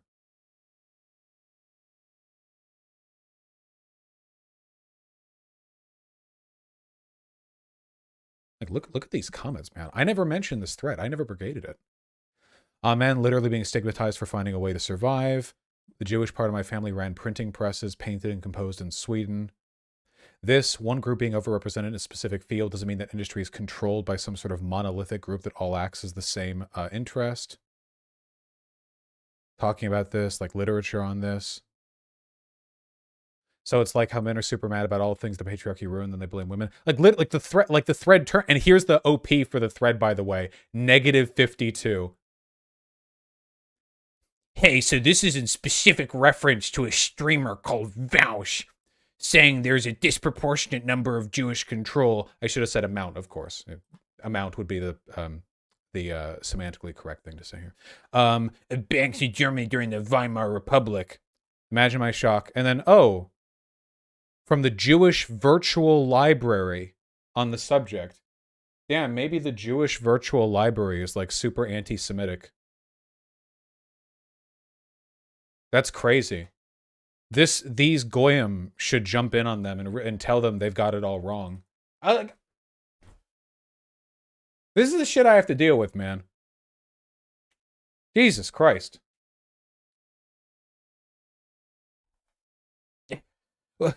Well, link with a bit of context. I don't like Nazis, like WALSH. It's like a joke. Thread only got locked after things started to turn more towards my side. I only saw this after the fact, you know.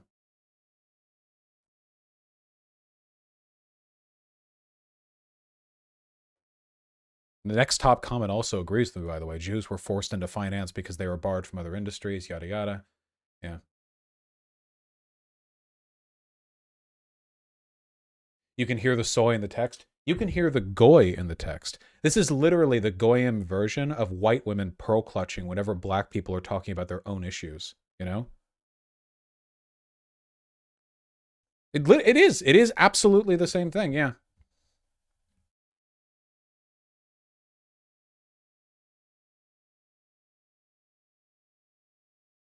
Fuck, I kind of want to make this a segment just out of spite. Oh shit, should I? I guess it is possible, albeit unlikely, that that either the OP of the thread or that mod are Jews. In which case, calling them goyim would be optically bad. On the other hand, there aren't that many Jews in the world, and they do reek goy, so the odds are in my favor.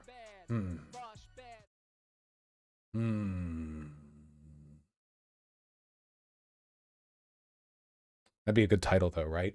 Anti-Semitism and leftist thread. Anti-Semitism and our dank left. Oh, God. Yeah, we will. Yep. Yeah, I say yes.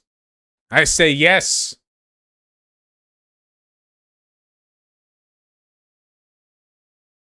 I do. Maybe I'm a little bit more blasé about this stuff because I grew up around a lot of Jewish people. I think that if there's anything that I really appreciate... Oh, it's too late for that, Tempest. It's too late. That was all it. You know, whatever. Demonetized. If there's anything that I really... that I noticed or I felt like... I feel like Jews are really good at introspection. When growing up around a lot of Jewish people, like, I got introduced to so much, like, self-referential comedy that was simultaneously, like, self-depreciating, but also, like, really enlightening about a lot of historical stuff, you know? I feel like there's a lot of self-awareness. I don't know. I never grew up in, like, a super Jewish, or sorry, in a super Christian or, like, a super Muslim community, so I guess I don't have, like, a strong framework of comparison or whatever. But I feel like there was a unique ability to sort of play off of history and circumstance to make jokes about and to refer to things that I would normally consider the domain of sociology. Does that make any sense? I don't know. Maybe it's just a product of long-standing oppression, like self-awareness as a defense mechanism, or maybe it's like just a product of like having a cultural predisposition towards comedy in America, which means that you're going to self-reference more often. But I don't know. Yeah, it's just interesting. I don't notice much general introspection from evangelical Christians, I'll say that much. But there were a couple of rabbi who I knew and would occasionally talk to back when I was younger. And rabbi, by the way, guys, Orthodox Judaism is social conservatism. It's bad. It's like evangelical Christianity. I'm not defending any of this. There were Orthodox Jews and Orthodox rabbi. Yeah, with any socially conservative element of religion. I'm not defending any of that. However, I don't know, man. I talked to some Orthodox rabbi, and in addition to being, I think, generally quite funny people, I also think there's just kind of a disposition towards intelligence. I don't know how much of this is like a cultural thing, man, but Jews really value being educated, like just as a rule. You know what I mean? Maybe it just sort of descends from that being like a method of escaping social prejudice, or of them like taking advantage of certain economic strata to avoid like the potential worst consequences of being persecuted and of being poor or whatever. I don't know, but like rabbis read all the time. You know what I mean? Like constantly. And you can see them argue too. I think that's the thing that I liked. Rabbis argue with each other constantly. They engage with and analyze the Torah, and they argue about interpretation like debate pros. I find that very attractive.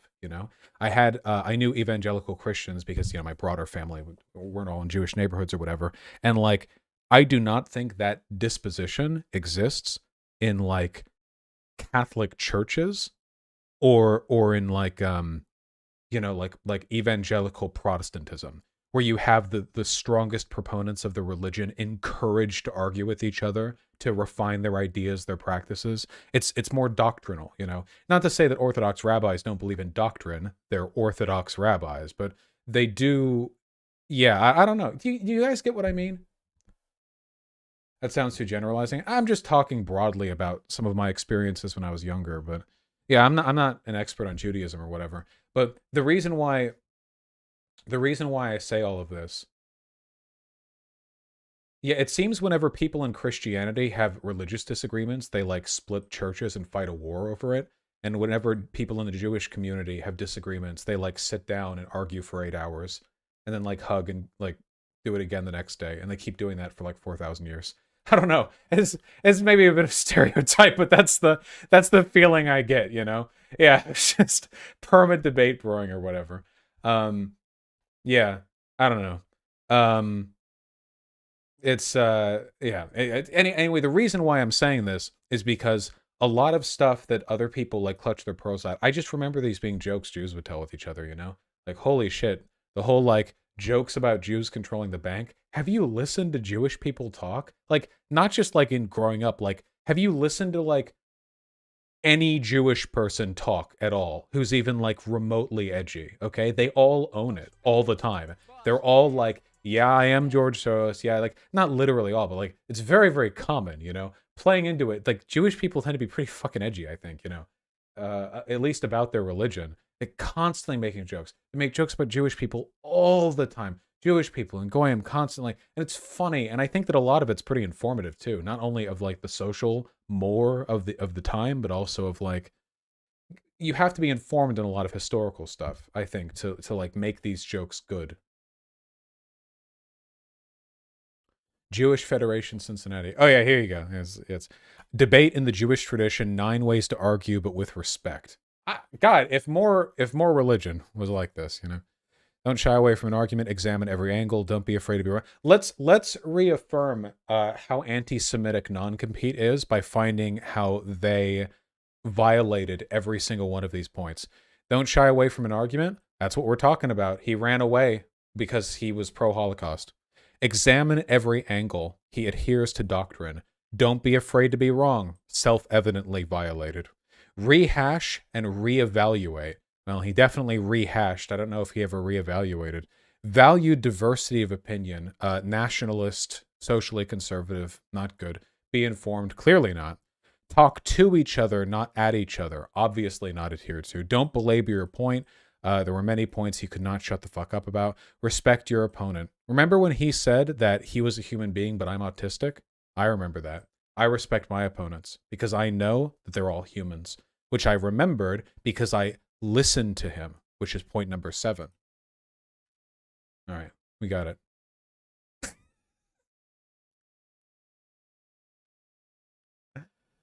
All right. This has been a remarkable departure. I love you all very much.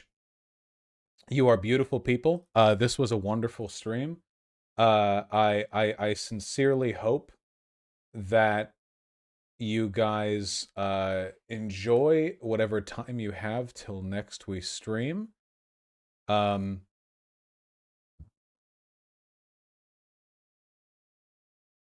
was linked this. Vosh is a dumb liberal who wraps himself as leftism, but his audience forgives this because he dunks on fascists in live streams. It only goes to prove how easy those people are to impress. I know toddlers that could dunk on most self-proclaimed fascists. Here, I'll give you a cheat code.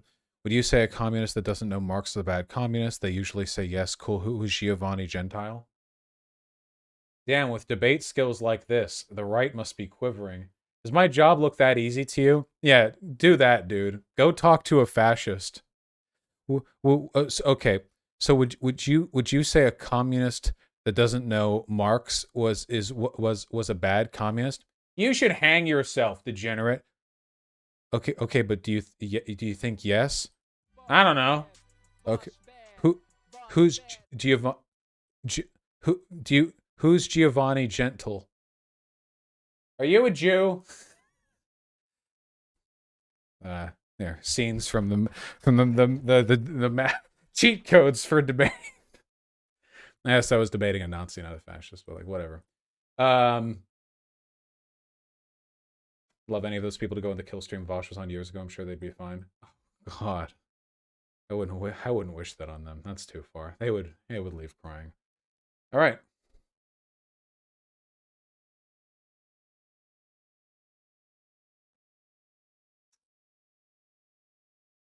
And Vosh, that was the guy who posted the top comment saying, "Hi, Jewish person and leftist here." Wait, really? Comrade Geek Master Flash? Was that the person?